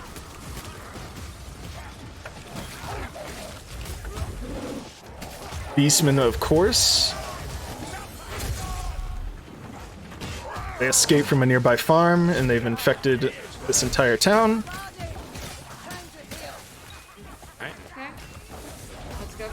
Again, same expected loadout from them. You know, they still running the Zealot, the Battle Wizard, the Ironbreaker. You know, I think especially with this being a new team, they feel very comfortable with certain classes.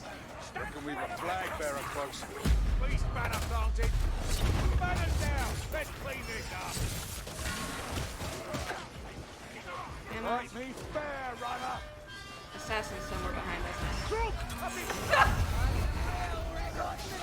Nicely done. That was good. Banner right here. Okay, there's heals for you. It'll follow us, right? Yeah. Yeah. Yeah, they're coming just without their banner. Okay. Oh my god. Coming up. Thank you. Thank you.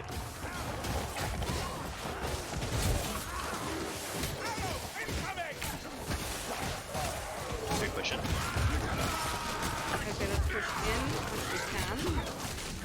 Yep.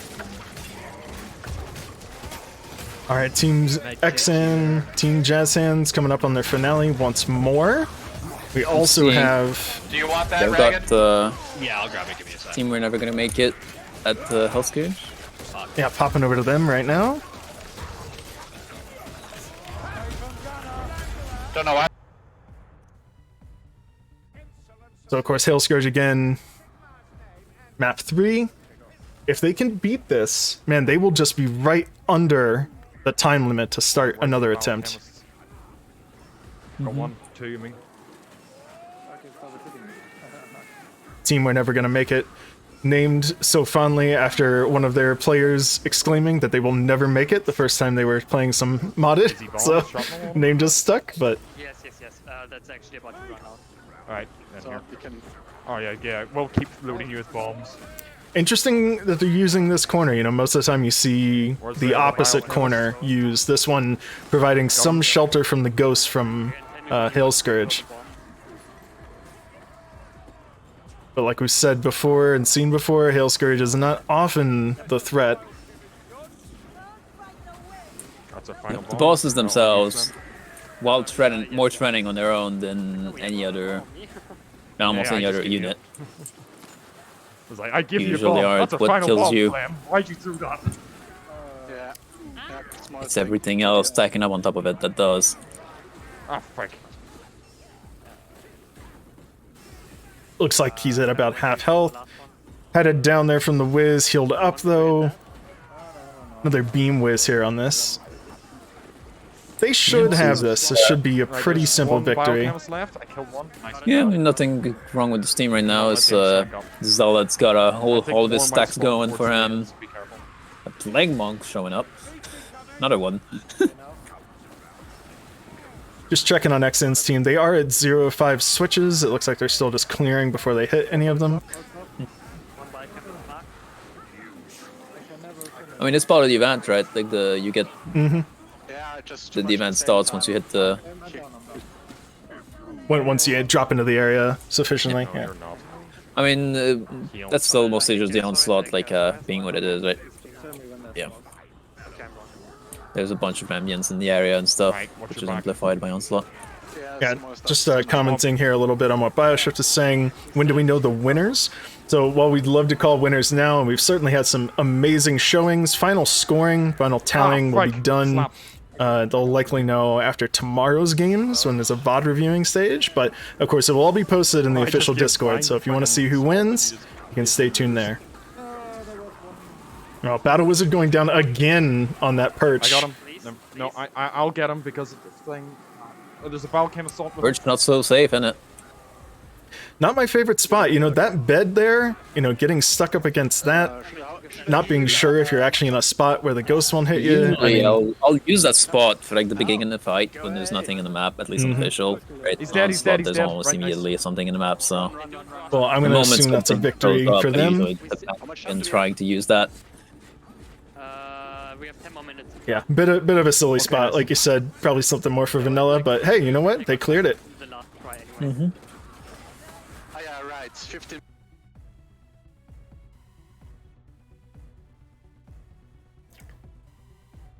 If we can get fuzzy later. Checking in on XN's team again. So they're thinking about how you might have the time for one last attempt, a bomb, and a draft on my corpse. which would give them a chance at having a fourth map under their belt. Yeah, you could. Come on, you. Yeah, they are right at that time if they can just queue in. There, so back up, guys. The split. Losing the Ironbreaker here, Team Jazzhands. It looks like perhaps he was separated. You know, before he even went down, XN made the call that, you know, they'll just have to res him, so it looks like they knew he was in a bad spot.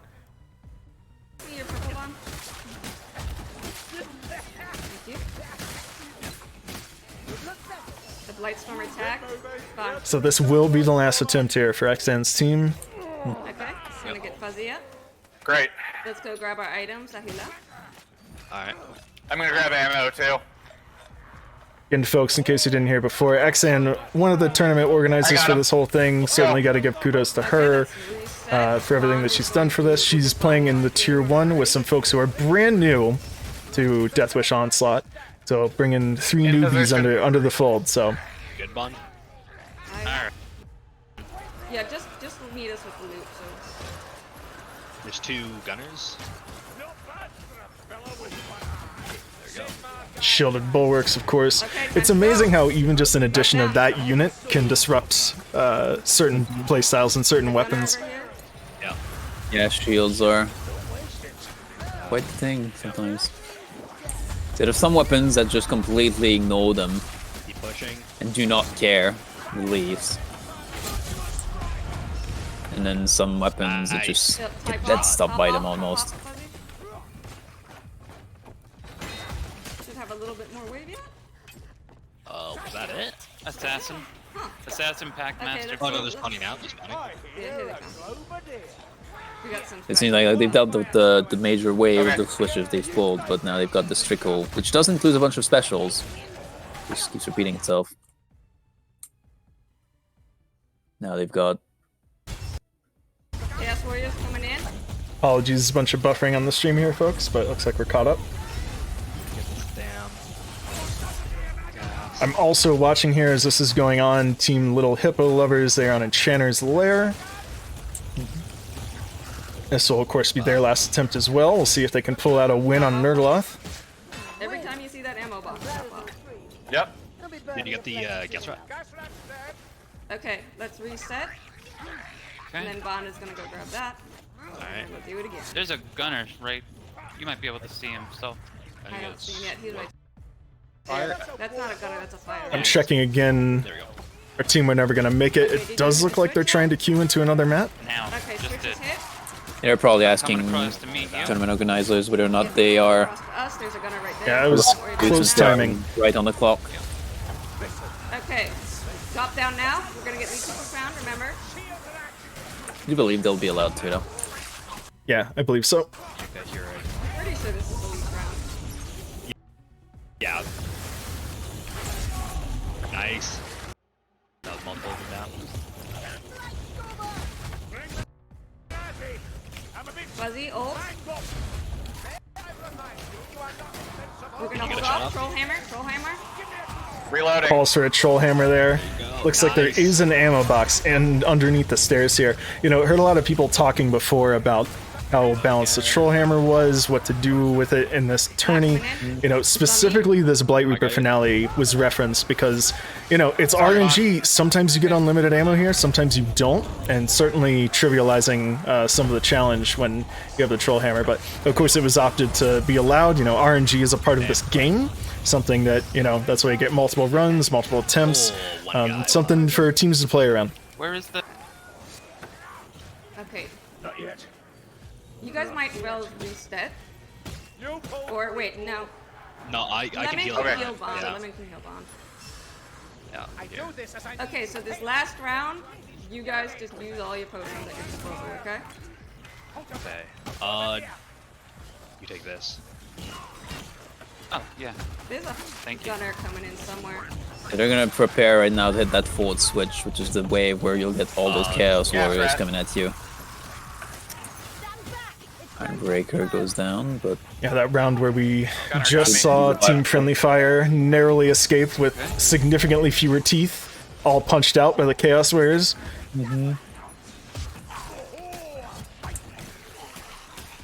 Getting that call here to refresh the stream for Xan. I'll do that real quick. Yeah, it seems to be buffering a little bit. Torpedoes. Okay. yeah, when it buffers like that, you end up a bit late. Like you lose time, so you have to refresh to go back to the present. Chaos Warriors, Should be a little better now. just pop all the potions at your disposal. Alright, pull it, Bond. 1 second. All right. Only one left. Good work. Here we go. That fourth switch is pulled. This is the moment of truth. Okay, let's go now. Bond's getting pushed. Go. Come on, Fuzzy, come on. Good shot. Looks like they're going for some circling strats, although they're just going around the room as they fight. Yeah. All of this. Oh, I did not mean to drink that. Now, in cases like this, Grim, do you find some team comps are able to hold out and just pass the DPS check necessary to kill this, or is kiting pretty much the way to go? Against Chaos Warriors, there's very few setups that can actually control this on that wish without, you know, giving up space. Okay, after this, we're gonna let Fuzzy reset. But we The only want way to not give up space is to find a way to just kill them all yep, immediately, which we is need another troll hammer down here, please. not very easy to do without a large expanse of resources. But considering that this is, you know, the end of the map, a large expanse of resources is completely impossible. Wow, I am amazed that Xan got that res with that gunner. Any of those pellets could have landed. We've lost the Ironbreaker. We have a wounded Zealot. There was a call for a troll hammer. I don't know if he got it off. You know, I think they were feeling really good, and then, you know, this entire wave of Chaos Warriors just landed right on them. So hopefully they can get through it. They're still stable right now, even with one man down. So everybody's just together, moving as a team. And they're still killing things at a good rate right now. Yeah, I know. I'm coming around. Ironbreaker is up. You can look at the kill feed at the top right, and it's moving around. Okay, I'm gonna hammer it. You're up. Looks like we're Ironbreaker's up. back up, and everything's cleaned up. Nice. As long as they don't mess up this exit sequence, they should be fine. Yeah, even in those moments of extreme stability, it's, you know, these can go south with just one wrong overhead. I'm always clenching my teeth. Yep. I hope so. Watch out Do you for want us to spawns. reset you or like? Yeah, we could. Yeah, reset Lemon. Apollo Omnipotence saying there's no disablers that can't lose. Or you control him. Certainly hope you're right. Yeah, I'm gonna. Just give him the old hammer. There you go. Have a bomb on Hammer him. No him. disablers doesn't quite mean they can't lose, since 2 chaos spawns and a bunch of warriors and a bunch of stuff in the way. It's like they don't. I think they intentionally killed their zealot there. Yeah, it looks like they're going the safe route. They want to get him back up. Yeah, like when there's prizes on the line, you see those threats come out. Yeah. Collector's edition codes, folks, t-shirts, and tier 2 tomorrow, some of the elusive eternal serpent frames up for grabs, so some fierce competition. Okay, you ready? Get set up. Yep. Alright, I'm gonna hit the switch, then I'm Wait, gonna Bond, jet wait, over. wait, come back, Not- come back, not- come back. Right Yeah. I now. have this Yeah, for on you, paper, finale. this should be fairly easy. My majestic. I think they're being overly cautious, just want to make sure they're in the Most positions. majestic of finishes. Alright, I'm gonna pull I've that seen switch, this then team I'm going practice straight this to event Virgin. before. Yeah, They I know try to it. pull the chaos spawns away. You know, one person just grabs their aggro. Yeah, you got one person to get the aggro of the spawns, and then one person that grabs the Blade Reaper, and one person that bails it, There's one. and one person for, you know, extra There's the other. whatever. Alright, Barden. Get And ready. that Blight Reaper door should be open probably about 10 more seconds. The slowest opening door. Who even knows how that mechanism works? Horizontal bars covering a gate, and the gate just swings open. Okay. It's magic. Don't Door's ask. opening. This looks like our Grail Knight here is going to be in charge of Oh my god! burn and dying. That's a problem. So, Exan being the designated character to grab the Blight Reaper. Yeah, boy. Go! Gunbreaker went down as well. So Bond is their battle wizard, should be the one who gets out. Instead, is someone making it out? I knew that Zucker was gonna cause I'm out. Bond Looks is, like the is battle clear wizard of the didn't make it. I'm door. not gonna be out, just go, Bond. You can do it, I believe. That was so Floods in the close. storm. How am I not getting pushed? Oh, Grail wow. Knight somehow does not get Blight Stormed. I think a Chaos Warrior knocked her out I think of the the Battle pool. Wizard is in the portal. The Battle Wizard is in the portal, so they've won no matter what. And Grail Knight just pops over. Oh my goodness. Nice. Victorious. Did not, yeah. So many things went wrong. It's okay, we got Well, We made congratulations to Team Jazzhands. That was, especially after a soul-crushing defeat just about, let's see, 40 minutes ago. Gee, good. Ah, good games to them. Wow. Pleasure. Okay. Wow, pulled over the little hippo livers just in time. I think, I just see you switching to. Yeah, Hall of the Poison Feast has gotten them with the hook rat ending it. Sorry to hear that. Now, this team may have more time to start another run, because this is the team that had the respawn problem on Fort Braxenbrook. I'm curious to see. Yes. Thanks so much for the super love. Just listening to their stream there. Yeah. Oh, okay, so someone else failed, so we can just copy paste all of their answers, which is great. Oh, good. That's nice. Let's Isn't go, it baby. just we've got 0 of everything? Oh, it's all B-Chen's fault. What a mood. Thanks, What a mood. B-Chen. No, I can't blame B-Chen. That's not possible. Now we're play this. left with the Play this team to that we're gonna wind make down, it. guys. Yep. It's like we're dying There. in the One and only like we're Enchanter's dying lair in the attempt. in the thingy. Is that the runs? We're done. We're done. We just need to submit our score now. Let's get fight. I think we've got Team Heldenhammer. We just finished the run, and I'm not sure if they have any extra time to start another one. Might be a bit later this one. Yeah, I'm checking team we're never gonna make it here.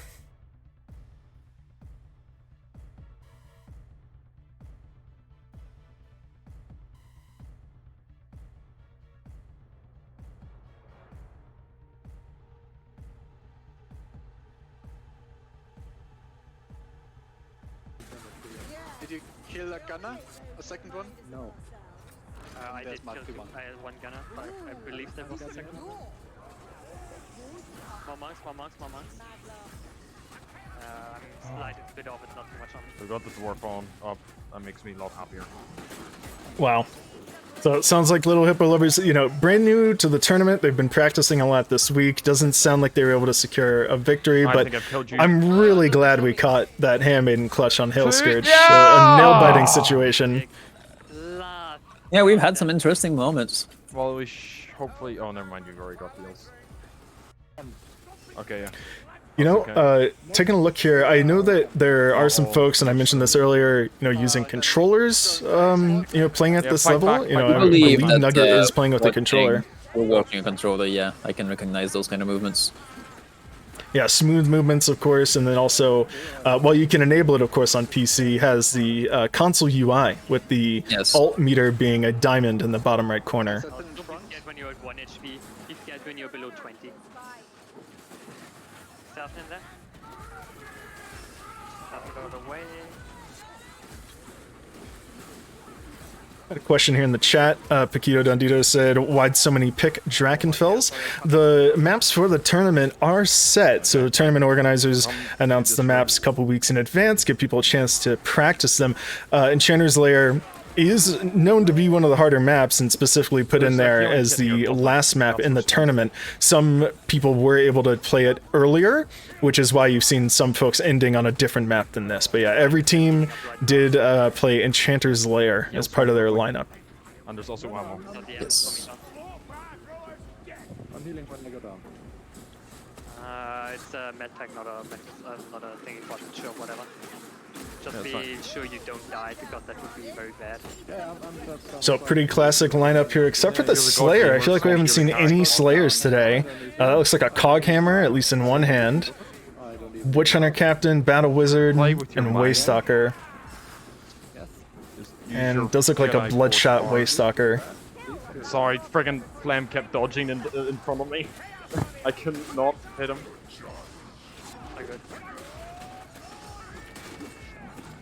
Should be noted here, of course, for anyone who is curious or new to modded, while this person is using a controller, they are on PC. This modded realm competition does require the PC version of the game to play, so you can play on the modded realm. The patrol can't come here. The speed potion, strength potion. Trying to get a shot through the door before it was blown open, despite looking like you can shoot through it. That is an invisible wall. To strength potion. We only need one speed. There's also an invisible wall for the mobs. I believe the mobs have no way of padding through that thing. So as we can click at the moment they opened it, everything just came through. Yeah, folks who have put a lot of time in Enchanters will recognize this room before you open that barrel door just being a little strange. Enemies running through walls. A lot of weird pathing problems sometimes. What happens when enemies don't have a good padding available to them? Yeah. Testament, of course, to these players' skills, because, you know, I've seen a lot of people in chat saying, you know, this makes them want to be a better player. This game is so much. There's mechanics, there's map knowledge, but another thing that we don't often talk about is just, it's got a lot of quirks. You know, the game behaves strangely, and learning how it behaves and then mastering it is a big part of it. Even then, of course, sometimes people get tripped up, but, you know, it's a lot to learn when playing Virgintide at this sort of level. Where did you go? Volatile Toast here in chat from Team Little Hippo Lovers Soup Squad. Lost it all, didn't win, finished last, must be Toast Gang. Well, guys, we still saw some great moments from you, so don't feel too discouraged. Maybe it's an ambush as well. Anyway, let's get in here quickly. Heal, I'm grabbing it. Any other teams that you can see going, Grim, or are we kind of closing the book? Of all the teams that I've been watching, there's Team Held and Hammers that are in the keep right now. I don't know if they're allowed another attempt. They might not be. Yeah, and other than that, I don't.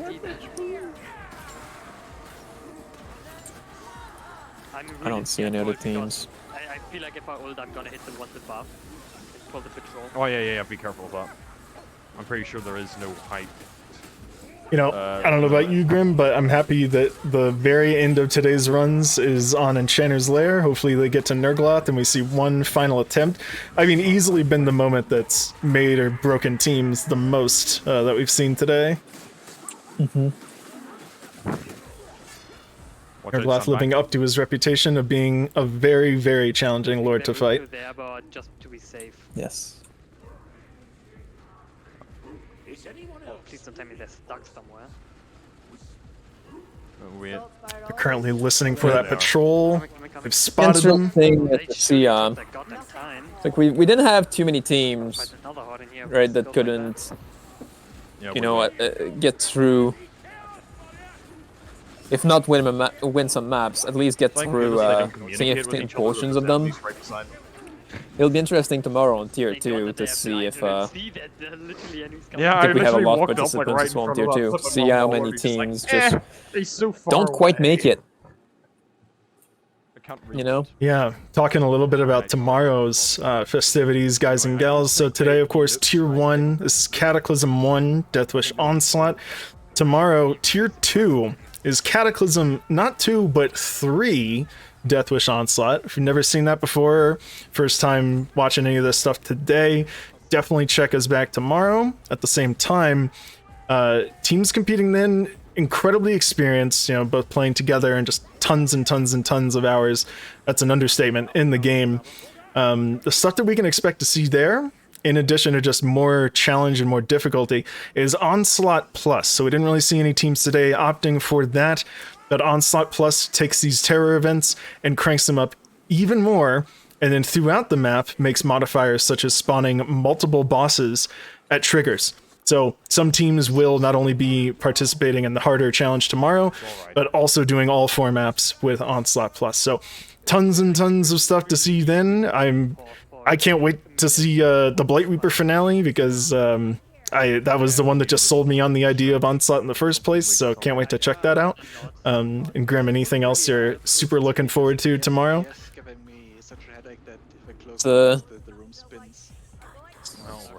There's a lot of great teams that it'll be interesting to see, like, just what they pull out of their sleeves to dominate those events, especially on Onslaught Plus, where there's just so much to deal with. And at the same time, we'll get to see like we'll get to see a real example of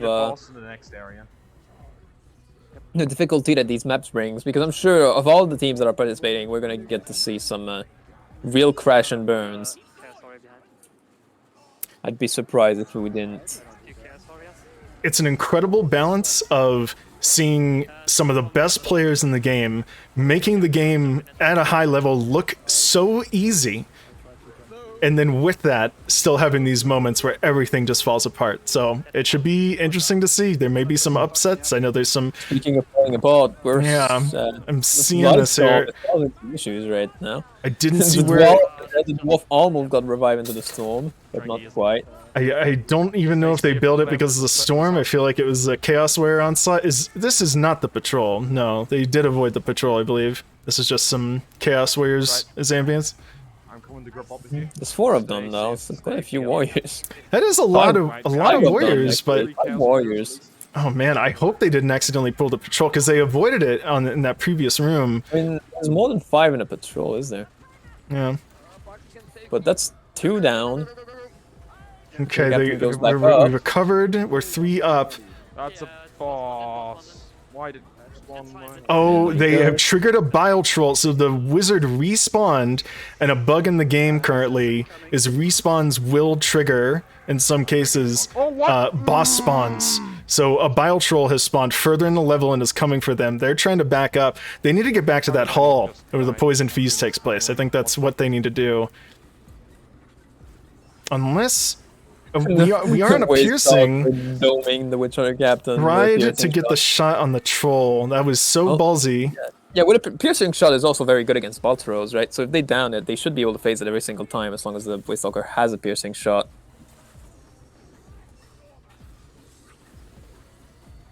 Again, major kudos here. There's not going to be a piercing shot available right now because ult not ready yet. Yeah, ult charge if you're looking for it, folks. Bottom right corner, the diamond that's filling up. Super impressive Nugget using a controller.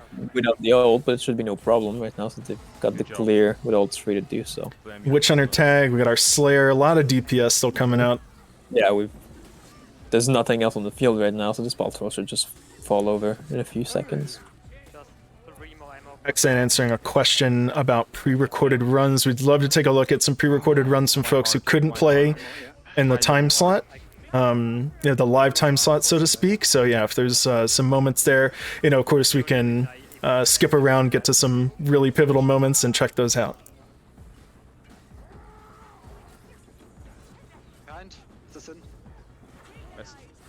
Just where is this wizard respawn that? Sorry, I hit you, Saltspire, frig. I'm trying to see through the wall. Couple respawns coming up. You of course have all the way up the stairs, which would be absolutely dreadful. You have the end of the hallway after not this drop down, but the next drop down after you go through the courtyard. It's possible to get a really bad spawn here. Hopefully she got one a little closer than that. Yeah. Oh man, is this in the courtyard to the left? Yeah, I think so. General Captain gets wounded again. This is a really rough spot. You don't want to be in this narrow hallway. With a warrior in there. That needs to die. There it is. Desperation piercing shot. Got him in the chest, but enough damage. They got him down. They used the conch pot for it. Is this in the courtyard? Seems. I think it is. Yeah, I think maybe down the stairs on the left, that left hallway. Stick left. So it looks like they're gonna get their wizard. No room extra there, yeah. I guess a nice thing about dealing with that Bile Troll, because of the early pull, they know that they can safely go into this zone, which usually, of course, you have to deal with either a patrol, boss in this area. Almost clipped the Waste Stalker there. Little closer. The run-ending attack, of course, as Bio often refers to it as. Right, down, left, now. Yeah, anyway, Horde incoming. I think they're gonna get their wizard up. What? Oh my! What? Molar getting a cheeky hit in. Wow. I think Waystalker. That is very oh, worst possible timing. Just kill it sometimes. When there's something, just kill it before reviving. I am speechless. A moment that has plagued us all, where we assume that a teammate is behind us, we assume an enemy is not getting us.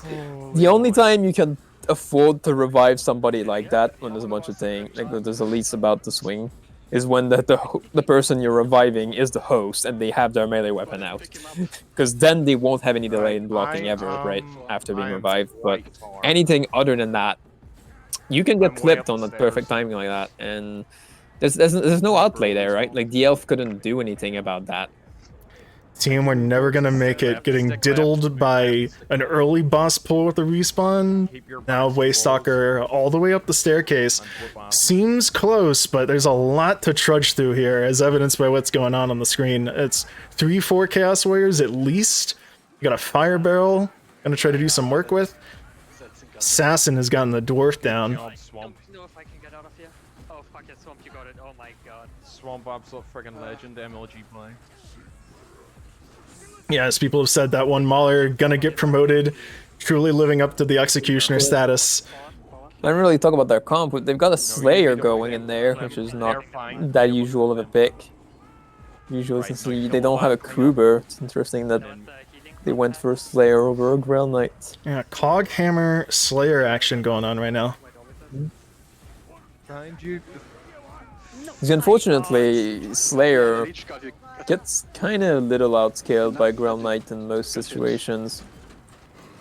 But sometimes player do want to just be slain. Yep. Slayer, a very popular and passionate pick, I think. I think we can say that people who love Slayer love Slayer. So can feel someone maybe participating first time, or jumping into something where they want to feel the most comfortable. They're going to pick obviously a character that they feel comfortable with, potentially over a meta pick. Watch out, that's at least one, at least one leech and one assassin. Assassin's beside you. I got the back. Again, folks, it looks like this is the last team, last map of the tourney. We've come to a close. People are submitting their scores. Hopefully this team can pull a win out here. Yeah, I do believe Team Held and Hammer did not start another run, so this is really our last team that we get to watch.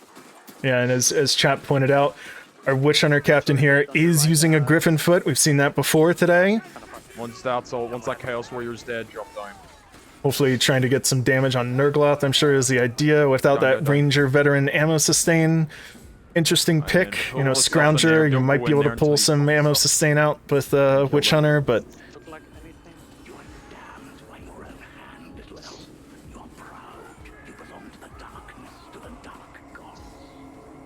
Little editorializing there from the demon.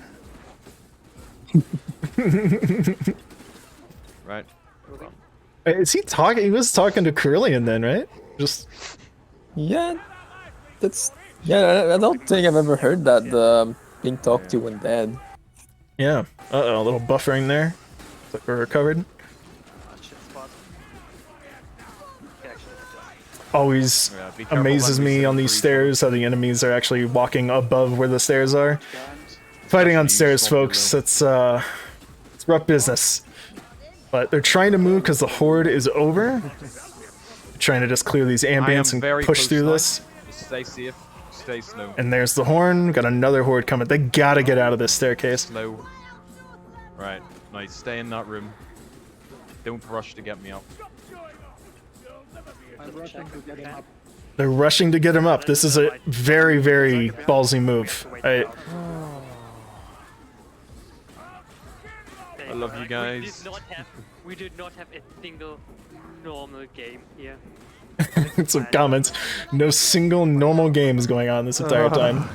This tournament's been such a mess. The Griffin foot without a Ranger Veteran on the team is an interesting pick.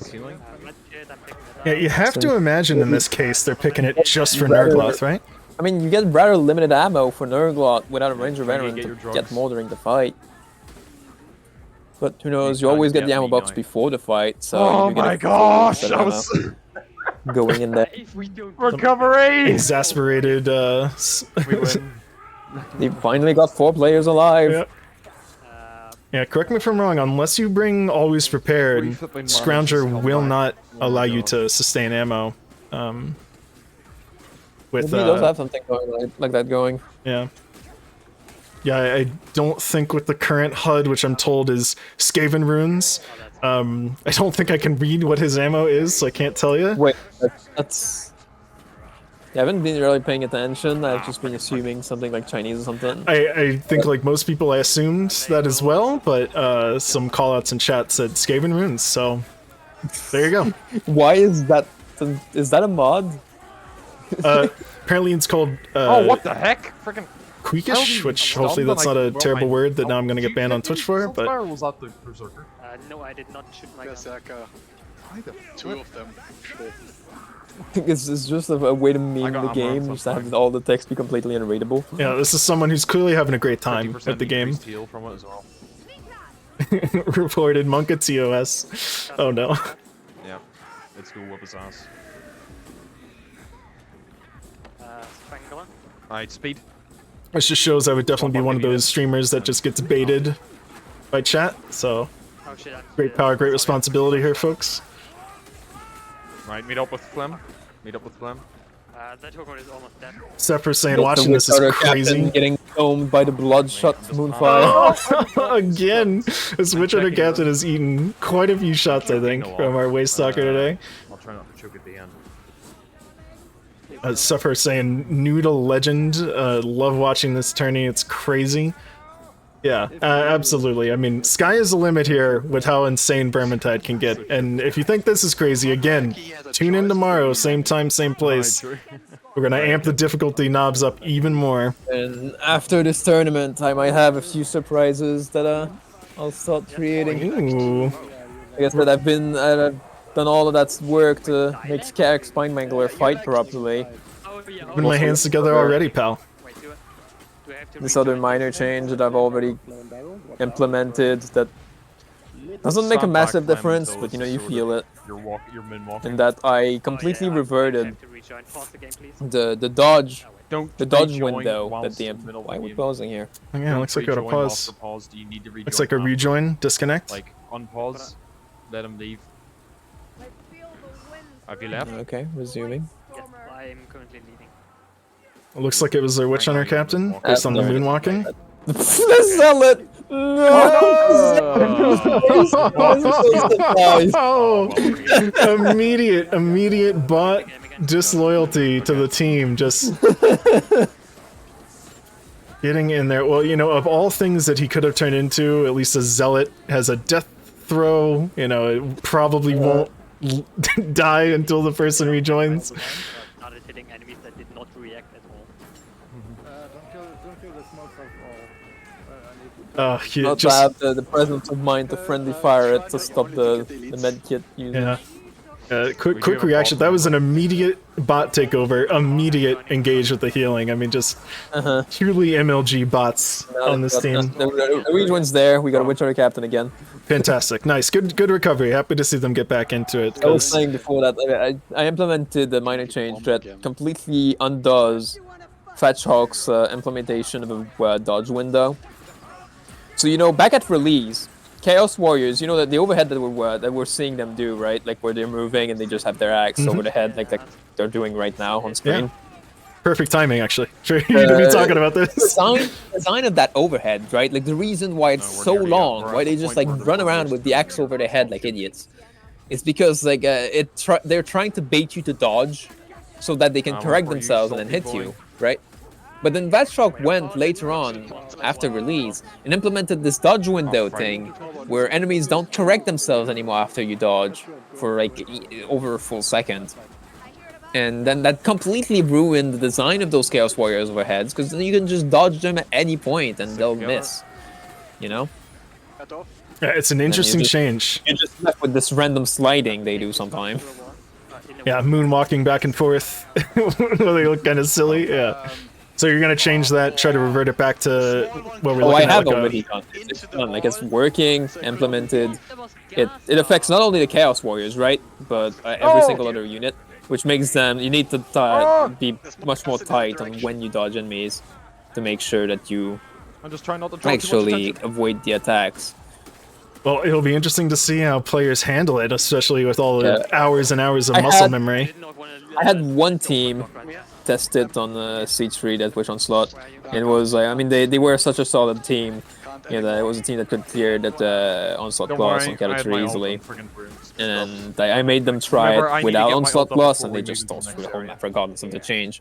So it's not completely game changing, but it's one of those things, you know, that adds up. And then assuming like I'll be trying to make a full Cata 4 of sorts, which will include, you know, more health than Cata 3, because I do believe that's necessary.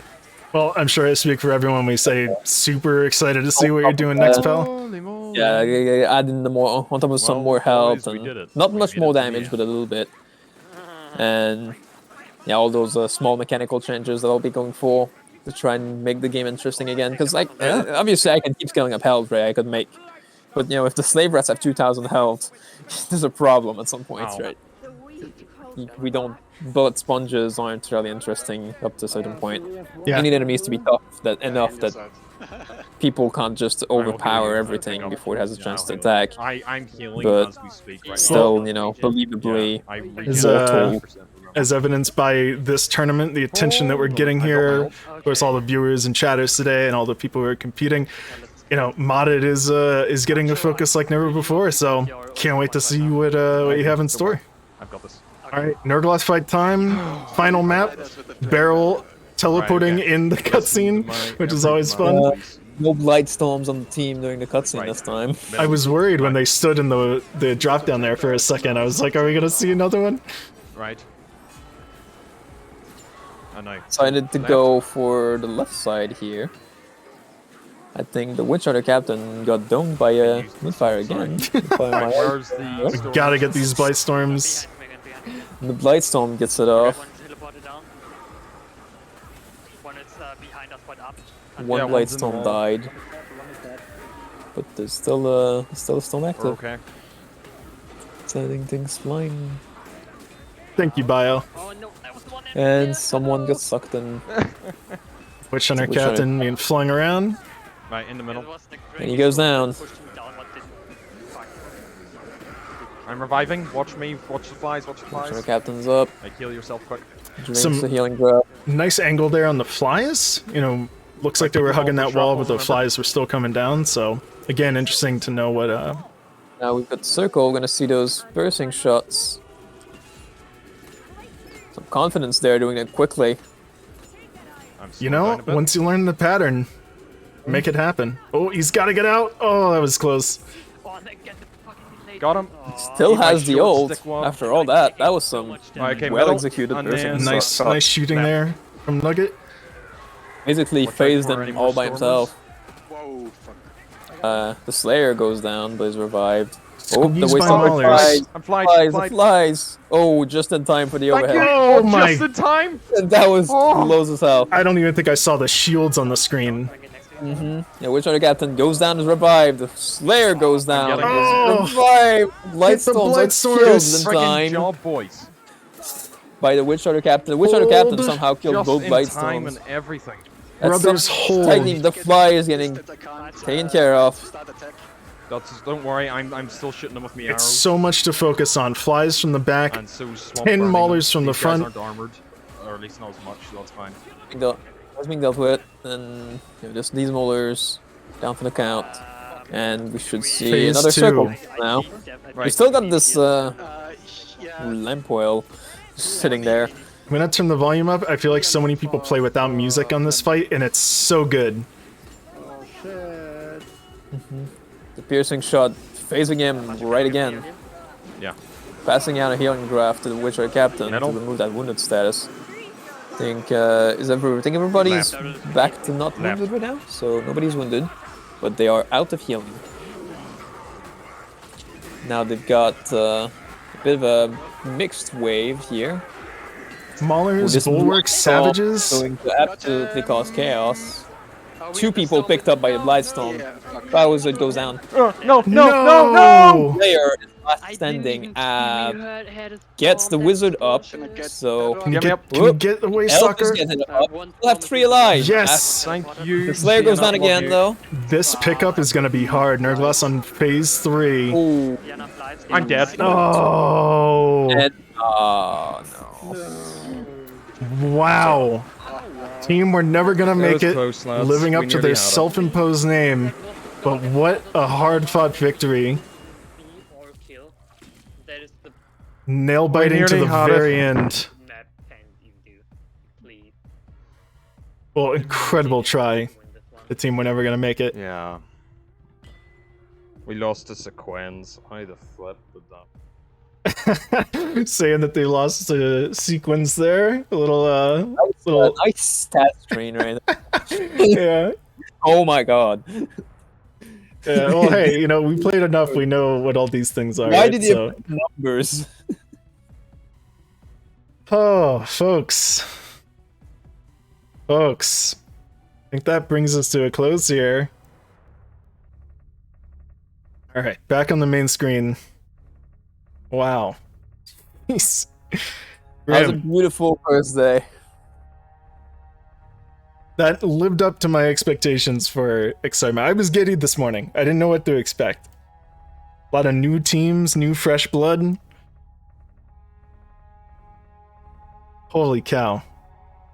Man, the Handmaiden revive there on Hail Scourge, the amount of times we saw Nurglat defeated, and then the team just... It's like, you know, it goes to your head, and you're just like, we won! And then, wow, Castle Drakenfels bites back. I on purpose did not make that that exit sequence too painful, right? It's just a bunch of storm vermins and clan rats and stuff and specials, usual specials. But you know, sometimes it's enough if you think you've got it too much, right? It's an enclosed space. You've got all those gates in your face. It doesn't take that much to wipe a team sometimes.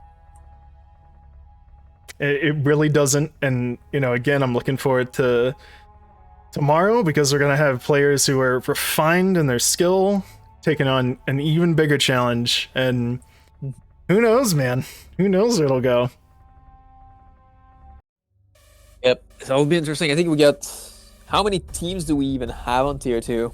We have so many teams. Let me double check here, because I want to say 20, but I feel like a few people snuck in.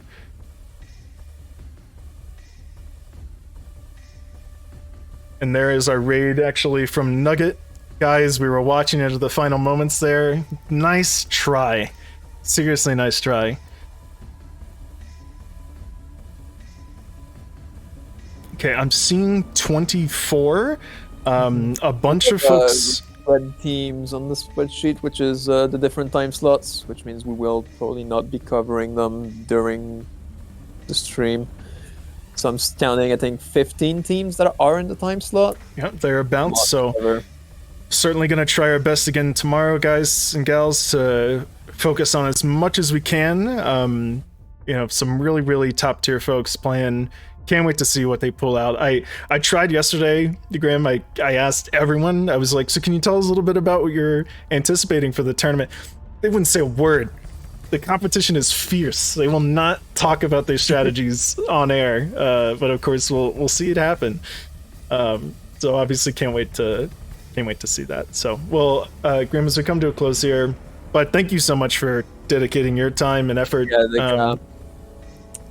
Yeah, Tier 2, we're going to see more refined strategies, because in this Tier 1, right, with Cata 1, you get to see some of those teams that are, you know, still learning the ropes, right, getting introduced to that with Onslaught and using this tournament as a stepping stone of sorts.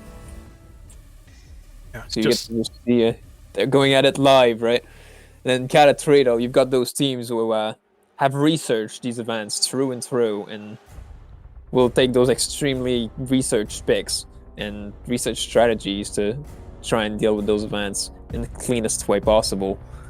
It'll be interesting to see what people pull out of their pockets to make that happen. Well, absolutely incredible. Getting a lot of love from the chat as well. Guys, thank you all for being here and watching. For those of you that were with us the entire time, and that was 4 hours of Virgintide goodness. So get out there and try your luck and play some Virgintide. You know, practice if you want to get into the next one. You know, like I said, these are seasonal, so you can always join the Onslaught Discord if you want to learn details of when those are announced. Gonna end with an outro video here and raid someone today, but again, thank you all so much for being here. All right, and Grim, thank you again, pal. My pleasure. Bye-bye.